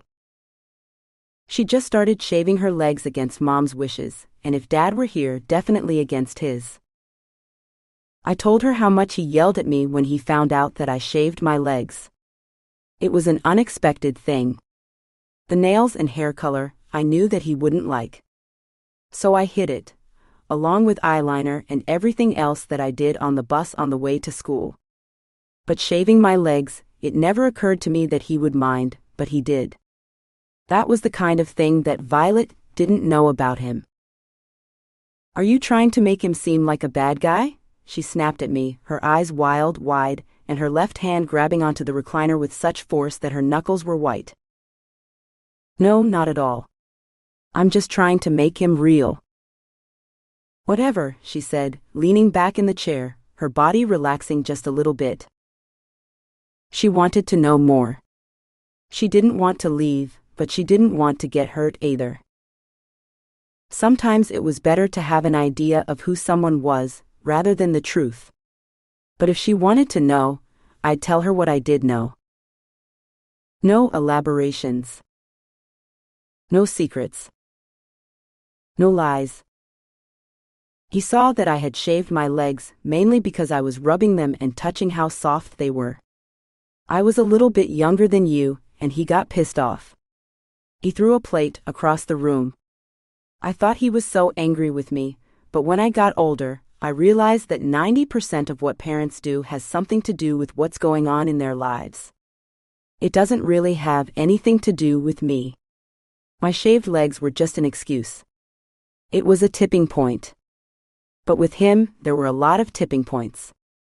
I wouldn't go so far as to say that I was walking on eggshells, not at all, but I definitely worried when I was with him. He was unpredictable. Violet moved away from me, but kept listening. Then, later that afternoon, he took me downstairs and he showed me his collection of pulp novels from the 40s, that he had collected, that he loved dearly. There were these detective stories, mixed in with some fantasy and science fiction. They were all printed on very thin paper. They were considered cheap novels. But when he read the beginning of one to me, his eyes lit up, and I saw the kid that he used to be, that I saw images of in one of those old pictures with Grandma. He was both of those people, Violet. I don't know how to make sense of it either. I think part of growing up is just realizing that most of the time your parents are going through their own stuff, enduring their own struggles and pain, and it's not about you. Their blow-ups, their obsessions, whatever it is that they're going through. It's not about you. But as a kid, you think everything's about you. Every decision, every mistake. You live in this bubble, and that's fine, and that's how it should be. But when you get older, you have some grace and acceptance, and you believe that people are capable of mistakes. Is that why you've forgiven him for selling drugs, for getting himself killed? Violet asked. She used the words, getting himself killed, in that way without assigning blame. He was either murdered or he had killed himself. But even if he did commit suicide, he only did it because his life was so hard. I don't know what happened. He seemed very happy for weeks, I said. His depression spells, his moping around and just being out of it, lying in bed for hours and hours, that was gone. Of course, if you research suicide, that often happens to people. They get really happy at the end when they've made the decision to do it, to put themselves out of their misery, and so they really enjoy the last bits of their life. That's what Mom thinks, Violet said. Mom thinks the fact that he was happy is proof that he had killed himself and that he did what he intended to do. That's not what you think, Violet said, popping another blackberry in her mouth, and as she bit down, a little bit of juice ran from her lips and down her chin. She caught it with the palm of her hand. She didn't offer me any, but when I took one, she didn't push me away either. It was sweet and sour. They were in season. This was one of my favorite things about summer, this watermelon and the warm weather. No, I don't think he killed himself. I think he was murdered. I don't have proof. I just have suspicions. Maybe you want to believe that because that would mean he didn't want to leave us, Violet said, and I'd thought about that possibility a number of times. Yes, it could be true. I could be lying to myself, but there are a lot of unanswered questions. He was shot twice in his stomach. He bled out for a while. That's a very painful way to go. Maybe he didn't know it would hurt so much. Let's say he didn't. But then when it happened, he needed to shoot himself again, but it just seems very unlikely. Violet and I had never talked about this in this manner before. She was always too young and Mom always wanted me to protect her, and maybe she was still too young, but I had to tell her the truth. She was demanding answers to questions she didn't have the answers to, and I was there to provide them if possible. I sat there for a while, and I told her everything that I knew about our father's death, every detail, and everything that I didn't know either. I also told her that I never asked more questions. I never did any interviews. I never conducted an investigation like I did for numerous other victims, so I did not know. I was embarrassed by that, but I told her the truth. She asked me why didn't I pursue this? She told me that she thought that I went into law enforcement to get to the truth. Partly yes, that was why, but I never got around to it because I was afraid. I was afraid of finding out what I didn't know and what I did know, I said. Now I am worried that I have waited too long, maybe now there's nothing to find out, and that scares me even more. That the truth now is somehow unknowable, and that it is my fault. 21. I walked through Trish's mom's house. After leaving my shoes by the door, Karen shows me to the back where the kitchen is with a sliding door that faces the backyard. It's a bright sunny day in Los Angeles, and the house, though not big, is quite luxurious and undoubtedly expensive given the location. Her mom has wide sad eyes, a short hairstyle, and the demeanor of someone with nothing to hide. She's not putting on airs, and there's a kindness to her that I find almost uncomfortable. Most people that I'm around put their guard up as soon as they hear that I'm a police officer. It's like they present the best versions of themselves. It happens even when they just see my car, and I'm driving down the freeway. Everyone slows down, clogging up traffic. I have no intentions of pulling anyone over who's only going 10 miles above the speed limit, unless it's a school zone. But as soon as they see the lights on top of the SUV and the police department insignia, everyone comes to a crawl. I haven't driven a police car like that for a while, and it's definitely noticeable when you drive something unmarked. Karen is different. It's almost as if she doesn't have a filter. She smiles at me in a pleasant manner and offers me a warm cookie that I can't resist no matter how hard I try. The plate has antique flowers on it. It looks delicate. Something either from the thrift store or from long ago. Her nails are cut short and manicured. No acrylics, very little eyeshadow, just a smudge of foundation and some gloss on her lips. Trish comes out a little bit later, taking a seat at the bar next to me. She looks tired, exhausted from the pregnancy. Her skin is a little bit sallower than it was earlier, and she says that she still has nausea sometimes that comes on in waves. She grabs a cookie, takes a bite, picks off the chocolate a little bit, and then tells me how nice the Islingtons, whom she calls by their first names, Ruth and Deacon, were to her and Derek, and how easy they made the entire process of buying the boat. I glance over at Karen, who smiles at me. You know, I wasn't sure about all of this at first when Derek brought it up, Karen says, but after seeing pictures of that boat, it's nicer than some of the apartments that they've lived in. I think it would be great. You mentioned that you went on a test drive with them? I ask. Yes, we did. And they signed over all the paperwork after we paid. Really? I ask. Trish nods. She then walks over to her room right off of the living room and comes back with a stack of paperwork. Here you see the boat's ours. I look at the papers. The signatures all seem to be there. The boat is described in detail, and everything has been notarized. I'm just so confused about where they could be, Trish says, sitting back down on the bar stool, putting her head down, and then propping it back up with her hand. I mean, what could have happened to them? Where could they have gone? Karen walks over and drapes her arm over her daughter's shoulder. They both look somewhere past me with forlorn long faces. I'm more confused than anything else. How did they sign over this paperwork exactly? I ask, and a young man comes down the stairs. Tall, broad-shouldered, quite attractive. His hair is a mess and his eyes look bloodshot red, like he has just woken up with a hangover. I don't smell any booze. He stretches out his limbs before coming in to shake my hand. He introduces himself as Derek Carlson, and Trish catches him up on everything that has happened. As soon as he hears about the Islingtons being missing, his expression changes and he leans forward, shaking his head slightly from side to side. I just can't believe that something could have happened. I mean, we were just on the boat with them. I know, right? Trish says.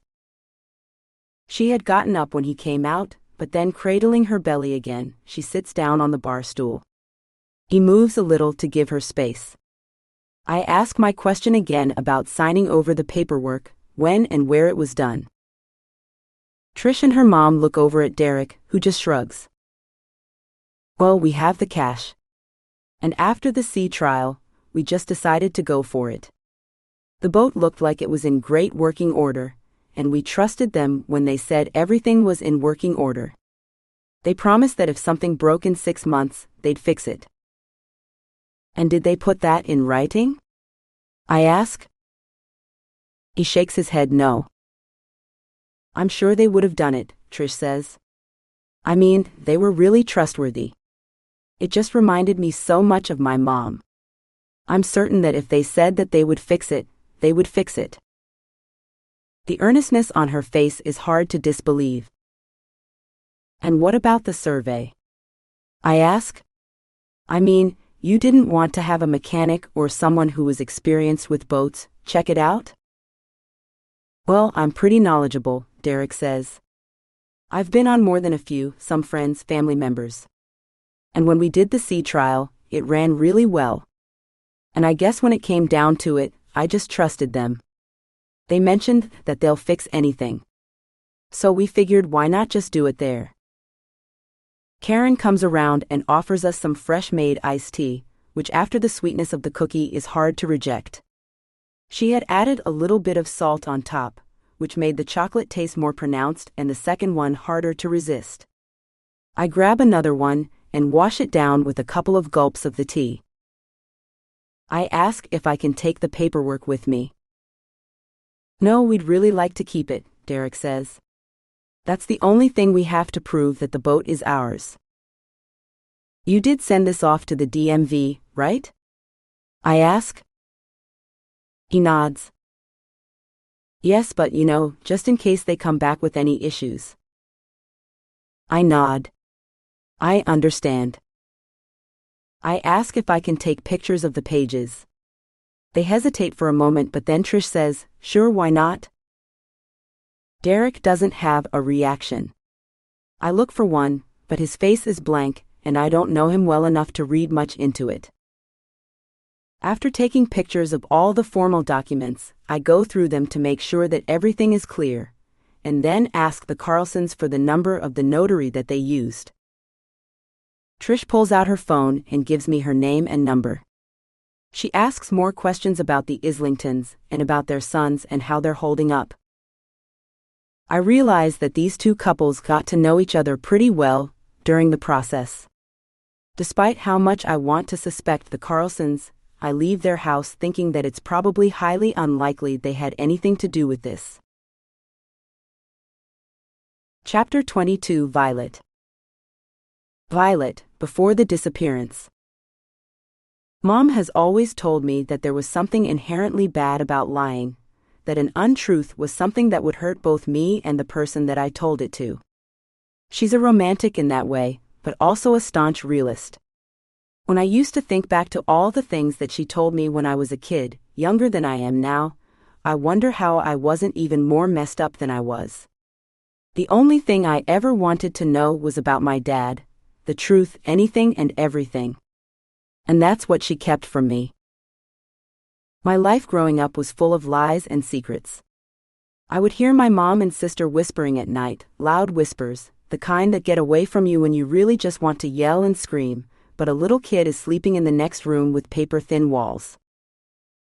Natalie and I have been friendly for a couple of months. I don't know what changed. She ignored me for a while and then suddenly it was like, sure, let's be friends. I liked it. Anything else would be a lie. I wanted her to be my friend because she was the most popular girl in school. Who doesn't want that? She smiles and all the boys do what she asks. Even the teachers. I see the way that they look at her. I see the power that a pretty girl has over boys and men alike. It's a scary kind of power. The boys in her presence look afraid, like they're walking on eggshells. The teachers are more pissed off than anything else, maybe because she's out of reach, because it would be illegal. They think that she has it so easy, but I know that she doesn't.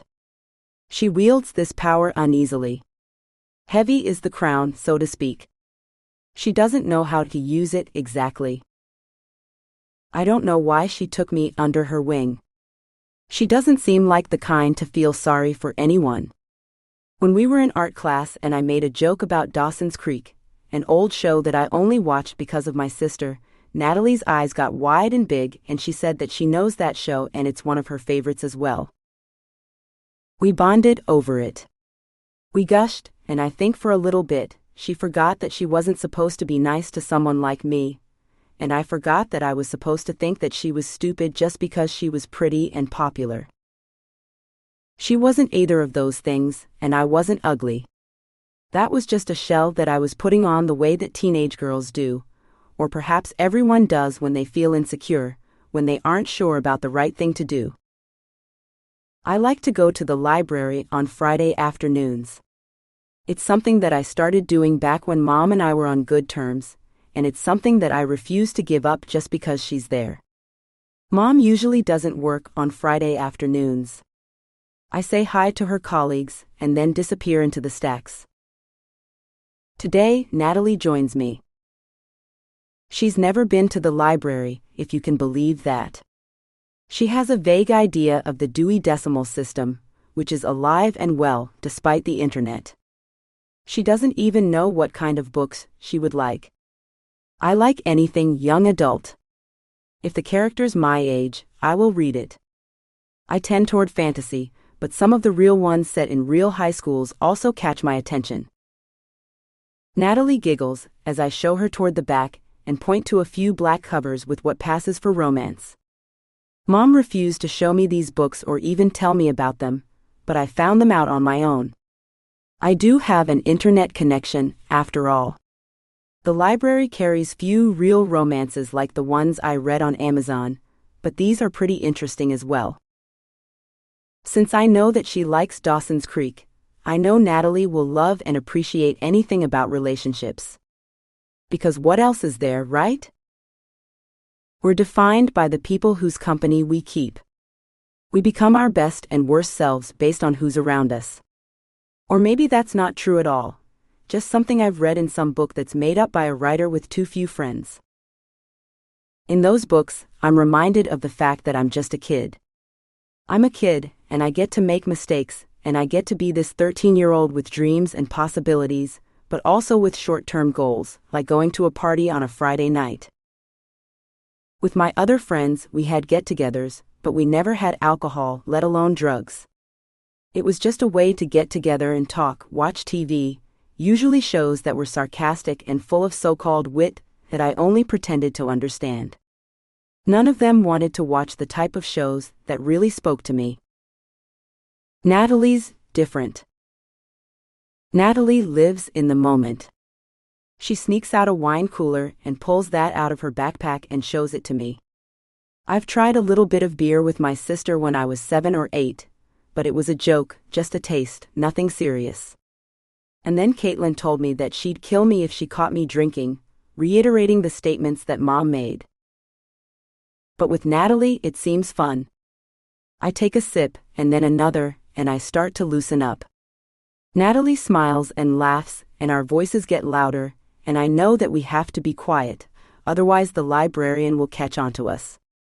But when I tell her, she just pulls away and whispers in that loud way you whisper when you don't really care. We get drunk that day at the library. We finish both wine coolers, and it's enough for me to walk a little bit uneasy, and an hour later I feel incredibly tired and in need of a nap. Natalie invites me to a party later that day, but I tell her that I have to go home and check in with my mom. She looks disappointed, but she understands. She plays with my hair as I walk out. She tells me that I'm beautiful and that, with a little bit of makeup, all the guys will want to be with me. I know that I'm not as pretty as she is, and that she's just being nice, but I also know that her makeup is flawless, and her hair is always so shiny and perfect, like it has been blown out by a professional. I need her help. When I get home, I try to act as somber and serious as possible, even though I want to giggle. Mom is in her own world and doesn't notice a thing. There's a grilled cheese sandwich on the counter. I'm supposed to put it in the oven to actually melt the cheese.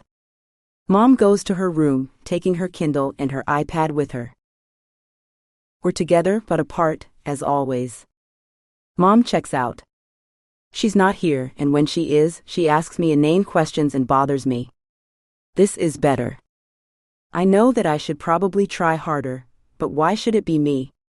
I'm 13. She's supposed to understand. She's supposed to accommodate me, right? There are pictures of my dad all around the house, and he doesn't age. I think about him, because I have very few memories. I was little when he died, so little that you don't even remember what you remember, and you wonder whether the things that you remember are just stories that someone else has told you. There are few videos of Dad, because he was always the one behind the camera. Kaitlyn likes to talk about him even less than Mom does, which is to say never. It's about the only thing they agree on. The few times a year they do talk about him, they get into fights, bitter, awful brawls. They disagree about the worst thing that there is to disagree about, his death. Mom thinks that it's suicide. Kaitlyn thinks it was murder. They talk about the details. They go over his past. Kaitlyn calls him a drug dealer. Mom thinks of a way to explain why it's okay to sell drugs at school. He was just an intermediary. He didn't do anything bad. She doesn't believe any of this. They're just words to say, to create a narrative that makes it a little better. I've always wondered why Kaitlyn never looked for his killer. If she really thought that he was murdered, did she ever investigate it? Did she ever interview people? If she has, she's never mentioned a thing. Mom calls her on it, and she says that she was just a kid when it happened. I know that she worries. I worry too, and I want to help, but I don't know how. The few times I've mentioned it, Kaitlyn just laughed it off, pretended that the concept of me investigating something would be stupid or childish. But things are changing. There are girls on TikTok who are talking about their missing moms and brothers. They're reporting their stories and asking strangers for help. Most don't get answers, but one did. I've been following Reese Magnolia the most, watching her every post, commenting and going to her website and donating. She's looking for her little brother, who was taken from a parking lot in a mall in Florida. A car pulled up, grabbed him, and he was gone just like that. Last night, I posted my first TikTok about my father. It got 2 likes and the next one got 10. I now have 600 people who are talking to me and trying to tell me that one of these days, I'll find out the truth about him. Kaitlyn doesn't know and neither does Mom. I don't want them to think that I'm taking Kaitlyn's side. I'm the investigator. I want to find out the truth. Besides, as many issues as I have with Mom, I have just as many with my sister. I came to her for help about going to art school, and though she was a little bit more receptive than Mom, it didn't exactly go anywhere. I now know that I have to stay here until I'm 18, until graduation, and then I'm out. I don't know if college is in the cards, but I'm getting out of this town, and I'm not going to Los Angeles. I'm starting my life from scratch, away from all of this darkness. But before I go, I have to find out the truth about Dad. The only person who knows anything is Natalie. She knows about my TikTok since she helped me set it up using a fake email address. It's a whole new identity, completely apart from the one I have now. I go by the name Joey Seeks Truth, a nod to Joey Potter from Dawson's Creek. I made a new email to go along with it, and I did it from Natalie's computer. That way it wouldn't be traceable if Kaitlyn or Mom tried to look through my laptop. I have a secret folder on my phone where I'm logged into the Joey Seeks Truth email, and I've made social media accounts to match in order to talk to older people on Facebook and Twitter. Anyone who would know would probably be older than I am, my father's age, and if there's one thing that I learned from my sister, it's that you have to go where the people who know are. I have been doing this for a month now, and Natalie is starting to find it tiresome and a little boring. She told me to post in the Facebook groups and I did, without much success. She says that I have to talk to people in person, and I tell her that it's not exactly my strong suit. When I ask her for help, she hesitates. I have a feeling that she found this idea interesting at first, but now finds it quite boring, especially since it's not a movie where everything is resolved nicely at the end. She finally agrees when I ask her again in art class and tell her that I'm not going to help her paint if she doesn't help me with this. I'll do it under one condition, Natalie says, throwing her manicured finger in my face. I know full well that those nails cost at least $40, the kind of money that I do not have for jeans, let alone nails. I want you to flirt with my boyfriend. I want you to flirt with him and try to kiss him and then tell me what happens, Natalie says with a mischievous smile. Chapter 23 Violet. Violet. When my mother was young, she dreamed of being an astronaut. She had only mentioned this once when I saw a rocket on the back of a cereal box, and she got lost in her thoughts. That was my dream as a little girl, to go up to the moon, Mars, space, she said. The darkness never bothered me. And I knew that I could be alone for a long time, if necessary. She was standing at the sink, her hands wet, in the middle of washing dishes. And it was like she got transported somewhere else, lost in time. She held a dish in one hand, and she looked out the window at the snow flurries that fell outside. My mom grew up in West Virginia, coal country. And when she told her parents that that was what she wanted to do, they laughed at her and said, "You need to be good at math and science, and you also need to be a boy." She told me this part, as a matter of fact, with a shrug, like it was a truth that was universally acknowledged by everyone, except that she didn't know that as a kid, and it was a surprise. It broke her heart. She'd never talked like that before. She'd never told me other things that she'd wanted to be or do, though I knew that she liked being a librarian because she liked being alone. She liked to be with her books, perhaps dreams and imaginations and stories about worlds and lives that were not like her own. That was the kind of book she liked best. My sister told me that there are two types of people, ones that want to see their lives reflected in the books they read. They want to see themselves in the characters and to be seen by them. There are others who read to escape and to be someone else, somewhere else. I guess they are those that are drawn to fantasy and science fiction. You would think that, given how things turned out for her, she'd understand why I like art so much, and she'd support me becoming an artist. But instead, she told me that people like me don't become artists. I don't know what she meant by that exactly. Is it because I'm a girl? Or a girl growing up in a small town?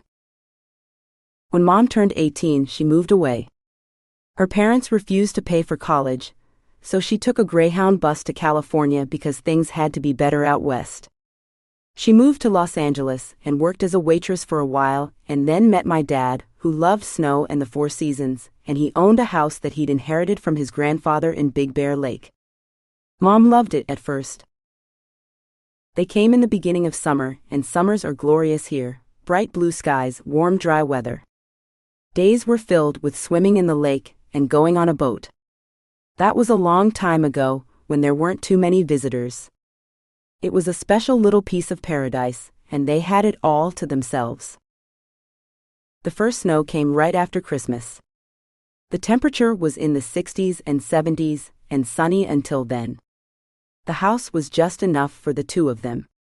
That was before my dad's addiction. That was even before she got pregnant. Those were the years of bliss and love, and the things that she'd think back to. Mom told me a little bit about it, but mostly I'd catch her in her room, looking at pictures and photographs in those scrapbooks that she had put together. She has so many from before Kaitlyn was born. She collected movie stubs and ticket stubs. There's even the Greyhound ticket that took her out to California. There are, however, no pictures of Mom's parents. There was a postcard from a place called Wheeling, which I found out was the capital of West Virginia. I asked Mom why she never took me back there. She says because her parents didn't talk to her anymore. And then she cried a little. When I asked Kaitlyn about it, she said that she remembered meeting grandmother once, but our grandfather was against Mom's marriage to our dad and he never got over it. He couldn't deal with the fact that Mom ran away, Kaitlyn said. He didn't like that she was happy in those early years, and he wrote her out of his life. If she didn't want to be in West Virginia, if she didn't want to be part of their family, then they didn't need her. They had two sons, the uncles I've never met. I never talked to anyone about this. I guess I could have. Maybe I should have, but friends are difficult for me. I don't trust them as much as I should, and there's a distance that I keep.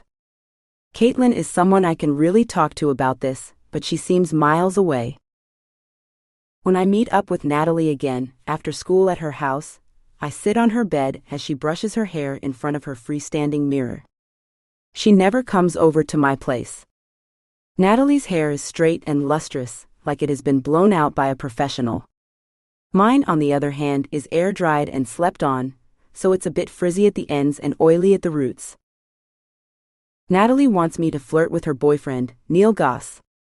She wants to catch him cheating. You know you want to kiss him. Why not just try to go after him and see what happens? She keeps pestering me. This isn't the first time that she's brought it up. She applies a new coat of lipstick. I pull my knees up to my chest, perched at the edge of the bench at the foot of her queen-size bed. I never realized that a kid could have a bed like this. It is meant for two, it's so adult. I think this is the size of my mom's bed, since a king wouldn't fit into her bedroom. I don't know why you want me to do this, I say. I mean, Neil is your boyfriend. You love him, right? I mean, you two are together. Yeah, but he keeps wanting to take it further. Like sex? I say, whispering the word, even though the door to her bedroom is closed.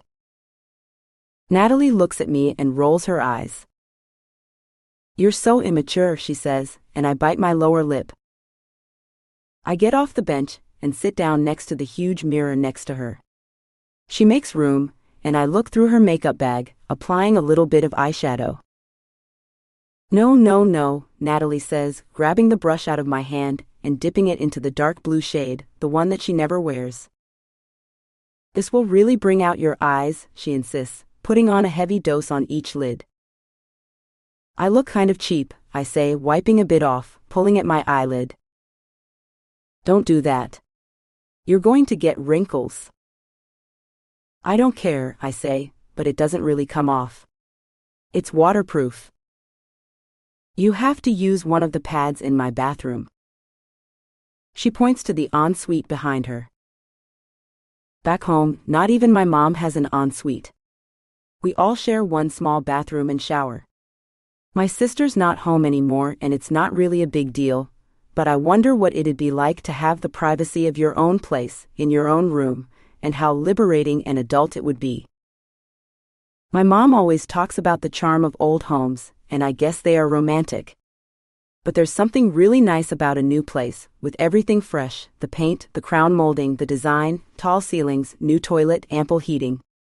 Don't even get started on insulation and the heating.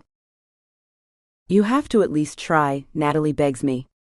Neil wants to take it further, and I just have to know if I can trust him. I mean, if he says no to you, then I can say yes to him. I interrupt her. That's all that means? It doesn't mean that he wouldn't say no to someone hotter, someone taller, or someone more fun. Yes. But if he says no to you, then, well, it means something, right? It means that he loves me. I stare at her, dumbfounded. This is crazy to me. Why would anyone want to put their boyfriend to a test? She says she wants to measure his worthiness. Natalie keeps begging me. When I say no again and again, she gets mad. I'm not going to talk to you anymore if you don't do this. She finally lays down an ultimatum. I need you to be a friend. I need you to do this for me, okay? I swallow hard. We haven't been friends long enough for me to know if she's kidding one way or the other, but I want to hold on to this friendship. There's something nice about being friends with someone you never knew you could be friends with. It's like you're cool by association. I know that she may not be the nicest person, but she makes me feel important. And I want to hold on to this feeling for as long as possible, because it's been a long time since I've felt important. I bite my lower lip. Our eyes meet. She leans forward and grabs my hand, squeezing tightly. Please, Violet. Please do this for me. Please, she begs. I want to say no, but I can't. I don't. I tilt my head to one side and give her a slight nod. She reaches over, wrapping her arms around me. Thank you. Thank you. Thank you, Natalie whispers over and over. Chapter 24. I walk out of Trisha's house and back to the car crossing a busy street. There's a traffic ticket for staying in the loading zone for more than 15 minutes. Out of frustration, I crumple it up and toss it in the back and then retrieve it and put it into my wallet so I don't forget. I look through my phone after starting the engine and starting the air conditioning. I zoom in on each page of the documents that the Islingtons and the Carlsons have signed, transferring the title for the boat. We will have to get a warrant for the bank records and whether there was actual money underneath the sale, but it looks legit. I continue to scroll through the pages and then lean over to sit up and start the engine. When I turn my head back to make sure that I don't hit the car parked very close to my back bumper, I tweak something in my back. My back spasms and locks up. It's in the middle section, to the right of the main vertebrae. It's the kind of spasm where you can still breathe and do everything, but you're very, very uncomfortable. I curse to myself and then slowly move my torso back facing forward. I have to bend a little bit at the waist just to feel comfortable. When I reach for the door to get out, the pressure to pull it open is too much and my back spasms even more. I take a few deliberate breaths and tell myself to calm down. It's going to pass. I've had something like this happen before, when I didn't get enough liquids and was feeling dehydrated. I try to think of the last time that I had anything to drink. It was just at Trisha's house. Maybe I'm not getting enough salt in my diet, who knows? I start the engine. I put my hands on the steering wheel again, trying to decide where to go. Both the office and my apartment are a bit of a drive, but at least at home, I can lie down and take a rest. I know that backaches are a problem when you start to get older, but I've had them since I was in my early 20s. One time I woke up, twisted my neck and it just spasmed and I couldn't move. I had feeling and the ability to move the rest of my body, but it just sent the worst pulsing waves to my neck and I couldn't handle it. Somehow in the half-bent over position, peering over the steering wheel and wincing every time I hit a bump on the freeway, I make it back to my place and carefully walk up the stairs. I flex my stomach so much that I realize how much a strong core could provide support for my back, and vow to do more Pilates and yoga. Every step that I take is deliberate.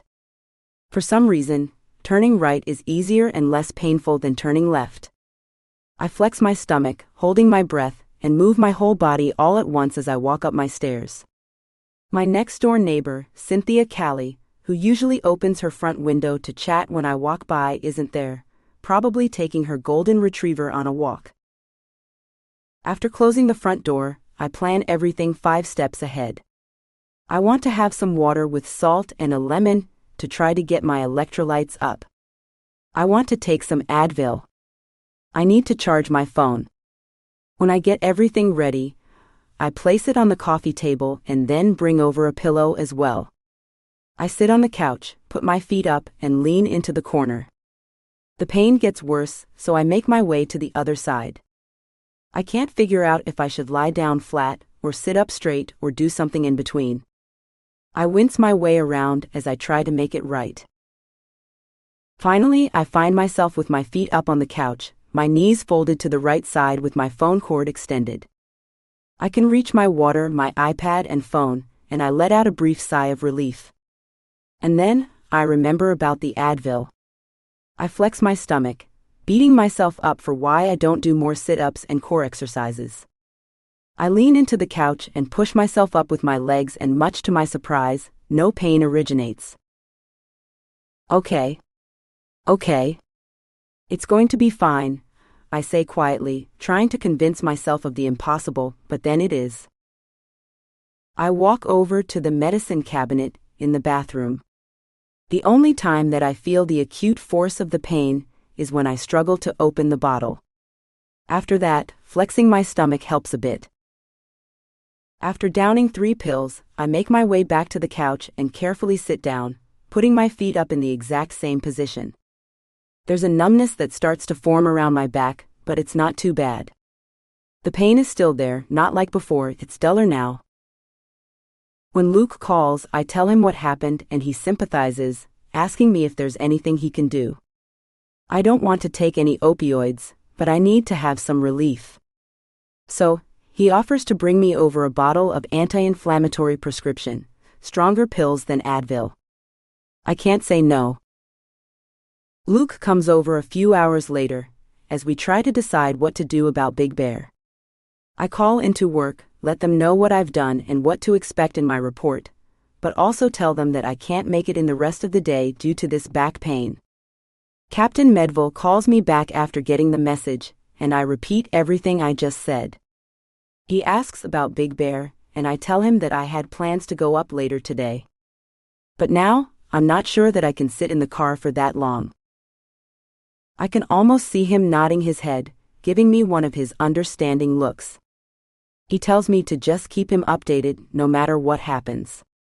I hang up and ask Luke to put a hot pack on my back. I hate feeling this incompetent and useless. My job is to help people, to find answers, to be involved, and suddenly one little tweak from turning the wrong way has put me completely out of commission. Back pain is awful. It's so debilitating, Luke says. He's been with me long enough to know my issues with working out and my never-ending promises to work out more. I was on a roll running for a while. It felt good. It was really hard to start every time, but it felt nice to do it. Then I don't know, I just got busy with everything again. It's just easier not to do it, you know? Yeah, I know, but don't worry about that, he says, patting my hand. What do you want for dinner? I don't know. Nothing. I'm just so uncomfortable. I can't sit one way or the other, and I'm just so angry with myself. If I'd just been doing something for half an hour, 3-4 times a day, this wouldn't have happened. But I was lazy. And then things like this happen, and it just reminds me of how fragile everything is. I know, Luke says, nodding his head, but maybe you'll do it next time, after you feel better in a couple of days. Yeah. In a couple of days, I'll just forget all about it. I'll just be like, oh, it's fine. I feel great now. Why bother? And then it'll happen again and again. Maybe fitness is just something you have to really put in your schedule. Maybe it's just not something that you can do once in a while. It just has to be a part of your life. Yeah. I'm getting that, I say. Luke tries to put his hand around me, but the extra weight makes me give off a little groan and he recoils. Hating to not be of use, he pesters me about what I want for dinner. Surprise me with something, or we can order something. Luke disappears into the kitchen. I listen to him play classical music, chopping onions and banging pots. My back starts to ache again, and I change the position of my legs and back, leaning forward with a pillow. It helps a little bit, but when I bring my hand up to my face to brush a loose strand of hair away, the pain returns and this time doesn't go away. I'm frustrated and annoyed to say the least. It's really the helplessness that I hate most. I prop my phone up on the pillow and scroll with my left hand. The pain originates on my right, making it difficult to put weight on it. Even the simple scroll, every time I press my finger to the screen, I feel it in my back, but it's not too bad and I keep going just a little bit. As I make my way through the documents for the boat, my mom calls. The small talk, which had been kept to a minimum before, now barely exists. She dives right into the conversation about them finding Natalie's body. I expect her to sound frantic and out of control, but she surprises me. If anything, she sounds distant. Her voice is originating somewhere far away from here, and sounding like she's clear across the country. I ask her what she knows, and she says just what was written in the paper. They don't know if Natalie has been sexually assaulted, or how she was killed. She was found fully clothed in a ditch and forensics have confirmed that it's her, Mom says. Her voice is a little robotic, like she's reading something, and I quickly pull it up on my phone. Big Bear News, front page story, laying out all of the details that Captain Talarico had told me about. I was going to come up today, I tell her, but I had this thing with my back and I don't think I can make the drive up. Don't worry about it, Mom says. I'm not sure there's anything you can do. This definitely ignites the investigation. I mean, Natalie's dead now. There are more clues. Are there? Mom asks skeptically. I know that if we were on a video call, she would be tilting her head to the side, smirking, puckering her lips in disapproval. She's gotten a strangely combative attitude with me, as if it's my fault that the case is going cold, and that there are no clues. I don't know if she blames me for Violet's disappearance, but she probably does. She asks briefly about my back, and I tell her what happened. She tells me that it's one of those things that you have to be careful about as you get older, but offers nothing else in terms of help or support. I'm going to try to come up as soon as I feel a little better, maybe tomorrow, I promise. Don't worry about it, she says. Mom, of course I'm going to worry about it. This is a major development. Natalie's dead. Natalie's death is not a development. It's a tragedy, she snaps. Something that happened hours ago, and I still haven't heard from you about. Suddenly, I realize why she sounds so distant. I was busy. I'm investigating a case here. I had to interview people. It's hard to know how long the questioning will take.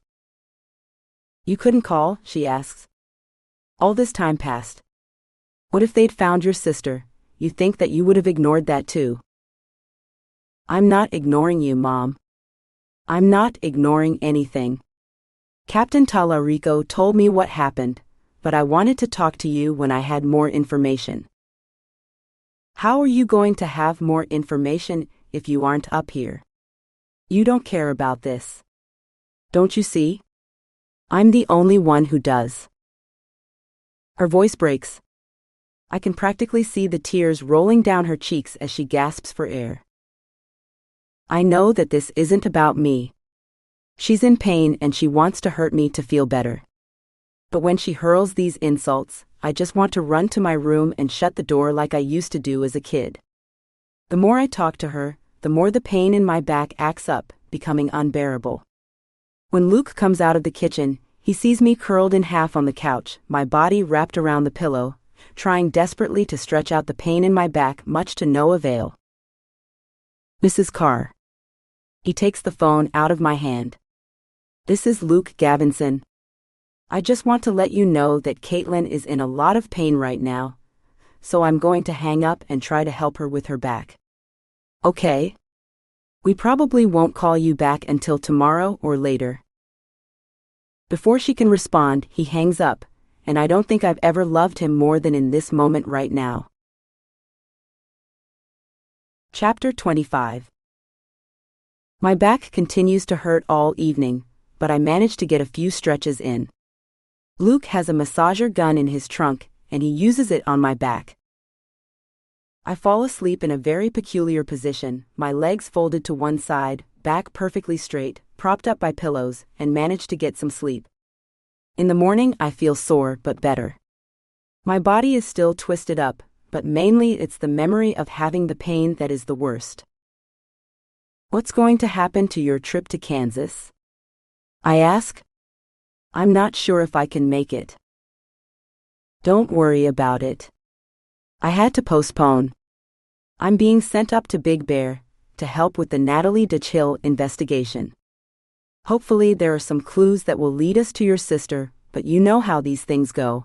A lot of unpredictability. What about your mom? I ask. I'm going to go there if I have a free day. I might go a little bit earlier or later, but it's not going to be a big trip, so don't worry about coming. I bite the inside of my lip. I feel bad, I admit. He shrugs. I want to offer him something else. I head to the kitchen to make him some tea. Right before I lift up the teapot to take it to the sink, he stops me. Just because your back is better now, doesn't mean you should be lifting heavy things. It's a teapot, I say. Yeah, but once it's filled with water, it's a bit heavy. What exactly caused this again? Turning around and looking at a car behind you? He mocks me and I smile. Okay. Okay. I wave my hands in defeat to get him to shut up. The mood shifts and we laugh. It's hard to describe how I feel about being with him, except to say that it's very easy and peaceful. Given the state of my life and how complicated things have been, I like that a lot. There's a stability, not in terms of what he can offer me, like marriage or financial support or anything like that, but in his approach to life. Luke's here for me. He doesn't ask questions, he doesn't put pressure on me, and I like that. I lick my lips and realize that my mouth is dry again. I need to drink more water. This stuff is going to keep happening if I don't. I pour myself a big glass and gulp it all down. Why are you laughing? I ask. Luke shakes his head a little bit, and then puts the teapot back on the stove and starts it up. Not very ladylike of me, is it? I ask, and we both chuckle. I have to be in Big Bear this afternoon at the latest, Luke says as we sit down at the dining room table. My back is perfectly straight, and I'm trying to keep it protected from the pain. I've been flexing my stomach muscles for so long that they actually feel sore. Breakfast is scrambled eggs with a bit of spinach and orange juice for Luke and plain black tea for me. I'm not particularly hungry, and I push the eggs around for a while before taking a bite. I look out the window, just past him at the elementary school on the corner. A series of bells ring, and a mom dressed in heels, her hair pinned up in the way that women do for business meetings, pulls on her child's hand trying to usher him inside. He doesn't exactly resist, but he doesn't make things easy either. I look at the struggle and wonder what it'd be like if we had a kid, not a baby, but a kid, someone going to school, someone with their own opinions, thoughts. The concept has been very foreign to me. And even now thinking about it, it sends shivers up my spine. Are you okay? Luke asks, finishing the last of his orange juice. I give him a casual nod, trying to keep my thoughts to myself. You like living by the school? He asks. It doesn't bother you? The noise, the bells? I don't know. I never really thought about it. I like this place. It's pretty convenient. Good, because I like it too. He smiles. I narrow my eyes, trying to figure out what he's getting at. You can't have it, you know? Oh, I know. He tilts his head forward. No, I don't think you do. I see that you have your eye on it, and I'm not taking in any roommates. Luke knows that I'm kidding. What if I were to just bring my stuff in and drop it off while you're at work? What would you do? Throw it out, I say without missing a beat. I wouldn't even put it back in the suitcases. Just toss one piece at a time outside the window. You would not, he challenges me, smiling all through it. I promise that I would. Well, how about this? How about I bring myself over, and we'll see what happens? I don't know if you want to take that chance, I continue with the joke, and then pause for a moment, our eyes meeting, smiles dissipating off of both of our faces. I'm trying to read him. Is he joking? Are we still playing a game? Are we more serious about it? When I stand up to clear the plates, I turn around to look at him once, waiting for an explanation, but he doesn't offer one. I can ask, of course, but I don't. The mystery remains and lingers in the air between us, and I kind of like that. Luke leaves for work with a kiss, placing the bottle with the inflammatory pills on the end table within easy reach. They made me really sleepy when I first took them, I admit. I know, but if it gets worse, you may need to. I nod reluctantly and tell him to have a good day. Returning back to my phone, I write down the name of the notary and do a quick search on the computer for her name in the files. Then I call the computer tech and ask him if she's an actual registered notary with the state of California. Michael gets back to me with a yes. The story seems to be falling into place, but I still have to talk to her. I walk around the living room into the kitchen, putting stuff away, judging the quality of my back and whether it can withstand a day of interrogation work. It's definitely nothing strenuous, like sitting in a car for hours or apprehending a suspect, but I have to at least be comfortable in order to elicit the right response. I get dressed, forego the shower, sprinkle some dry shampoo into my hair, and apply some makeup. All that requires me moving my back and making my way around. The spasm is still there, the numb feeling with a little bit of pain persists, but the acute pain has gone away. I say a little prayer and a thank you, and I grab my purse and walk to the car. Chapter 26. I get the notary's address from Michael, and discover that she actually doesn't live too far from here in North Hollywood. I pop by her house, a small 2-bedroom with a nice yard in a clean middle-class neighborhood. When I ring the doorbell and knock on the door, no one answers, no dog barks. But when I get back into the car and try to figure out the next place to go, I see a Honda CR-V pulling in, and a woman about my size in her mid-30s getting out. She has jet black hair and is dressed in a long black skirt, not particularly fashionable and rather modest. She has a child with her, a little girl who looks to be in 2nd or 3rd grade. And she carries 2 bags of Trader Joe's groceries through the front door while ushering her daughter through. It's the middle of the day and all the other kids are in school, but when she answers my knock this time, I see immediately that her daughter is quite sick, runny nose, red bleary eyes. She sits on the couch and doesn't move. "Marina Oakhurst?" I ask. She nods and tilts her head to one side. Her hair is cut straight along her jawline and is messy, but not in that stylish LA way. She looks tired with big black bags under her eyes.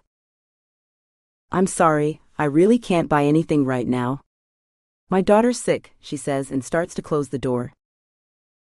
When I show her my badge, her face turns white. I wait for her to invite me in, but she doesn't. "I'm here to talk to you about some of the paperwork that you signed off on."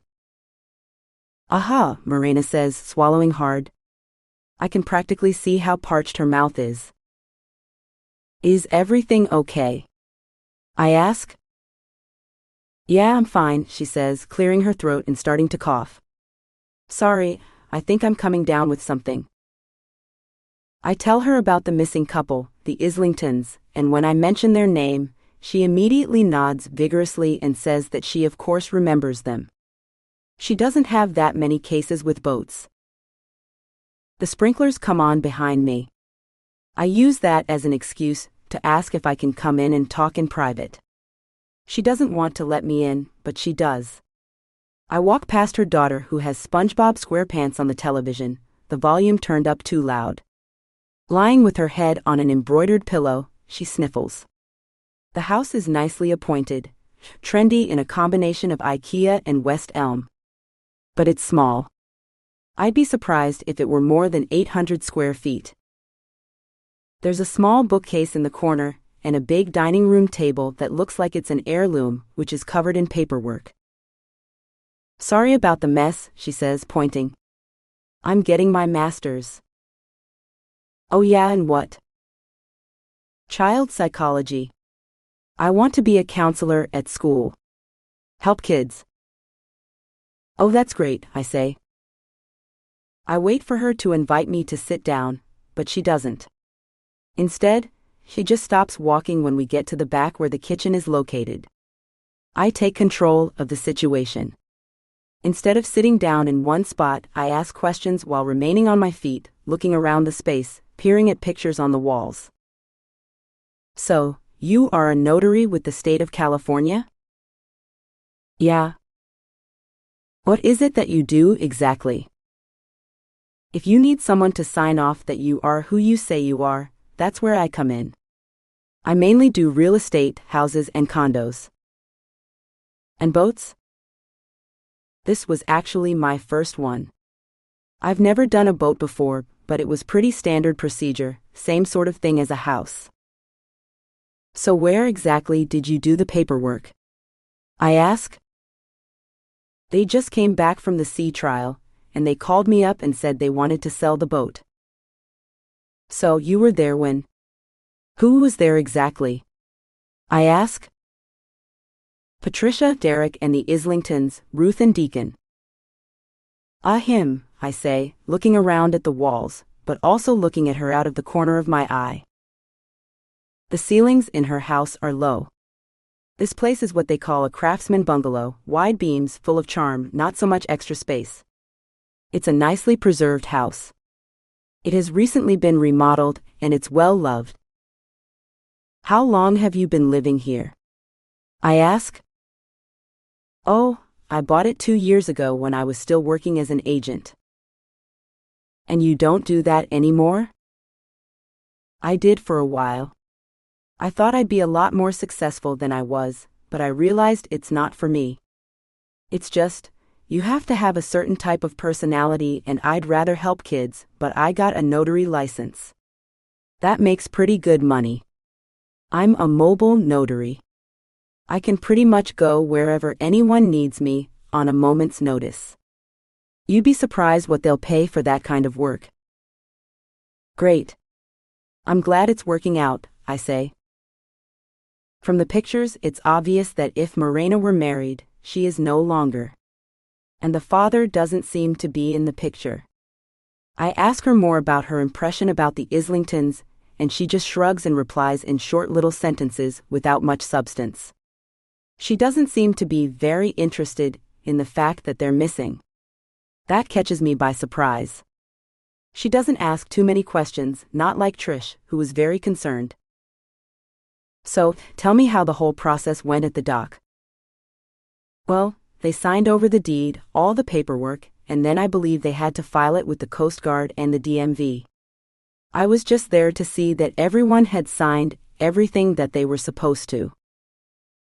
What was the feel in the room? I say, turning to face her. This question takes her by surprise. She takes a step back. She looks calm, takes easy breaths. I watch her chest move up and down with each breath. That's the short tell sign to find out about how nervous you are. Nothing seems out of the ordinary. Then I look at her knuckles. She's holding onto the top of the chair so tightly that the skin on her knuckles has turned so white that it's practically translucent. Everyone seemed really excited, Morena says, relaxing her grip. And in a moment, her demeanor completely changes, and I question whether I actually saw what I think I saw. Ruth and Deacon were very excited to be selling their boat, and Trish and Derek were looking forward to living on it. It seemed like the perfect transaction. Everyone was happy. I lean closer to Morena, looking deeper into her eyes. She stares at me with a wide-eyed look without blinking once. Chapter 27, Violet. Violet. The only opportunity that I really have to talk to Neil is between 5th and 6th period when I see him in the hallway, and none of his friends are there. He has a class near this part of the school, where my locker is. Somehow I got stuck, shuffled in part of the hallway where very few people from my grade have lockers. In the first few days that I saw him, I just walked past, saying nothing. Then today, infused with courage from a few green Jolly Ranchers and a little bit too much sugar, I walk by him, my head held high, and wave hello. Much to my surprise, he says hello back. I thought this part through. You're Natalie's boyfriend, right? It's probably not the best idea to bring up his significant other, but I don't really have any other on a conversation with him. Yeah, I am. Cool. We're kind of friends. He raises an eyebrow, probably not quite believing me. It's the only moment of awkwardness between us, and it feels like it lasts forever. I don't know what else to do or say, so I turn toward my locker. But then, instead of walking away, he approaches me. So what's going on, Violet Carr? Neil's got the confidence and the bravado of a TV character, 7 years his junior. It's almost like he has somebody writing his lines for him, he oozes so much cool. My cheeks flush when he says that, but luckily the hall is relatively cool and it doesn't show. If there's one thing that I would ever hope to never forget as I get older is how long these awkward silences last when you're a kid, and just how much time you spend analyzing everybody else's actions, reactions, and statements, and what exactly they mean or don't mean. Do adults do this? Do they obsess over every single statement and what they should have said, or shouldn't have said at that moment? I'm pretty sure that my friends do. I know Natalie does, no matter how cool she appears to be. Neil, on the other hand, seems too self-absorbed for that. Hey, you're in my math class, right? He says as if the thought has just occurred to him, even though we have been in the same class the whole year. Do you have any idea what Mrs. Williamson was talking about? I mean, like what's with the assignments recently? I shrug and nod my head. Do you want to work on something together? I offer. Yeah. I don't know how to get through any of these problems.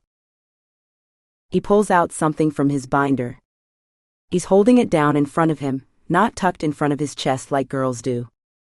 The paper is crumbled up with a few attempted questions, a lot more than I have answers for. I'm not sure how much help I'll be, I say, the words escaping my lips before I can stop myself. Want to meet after school? He asks.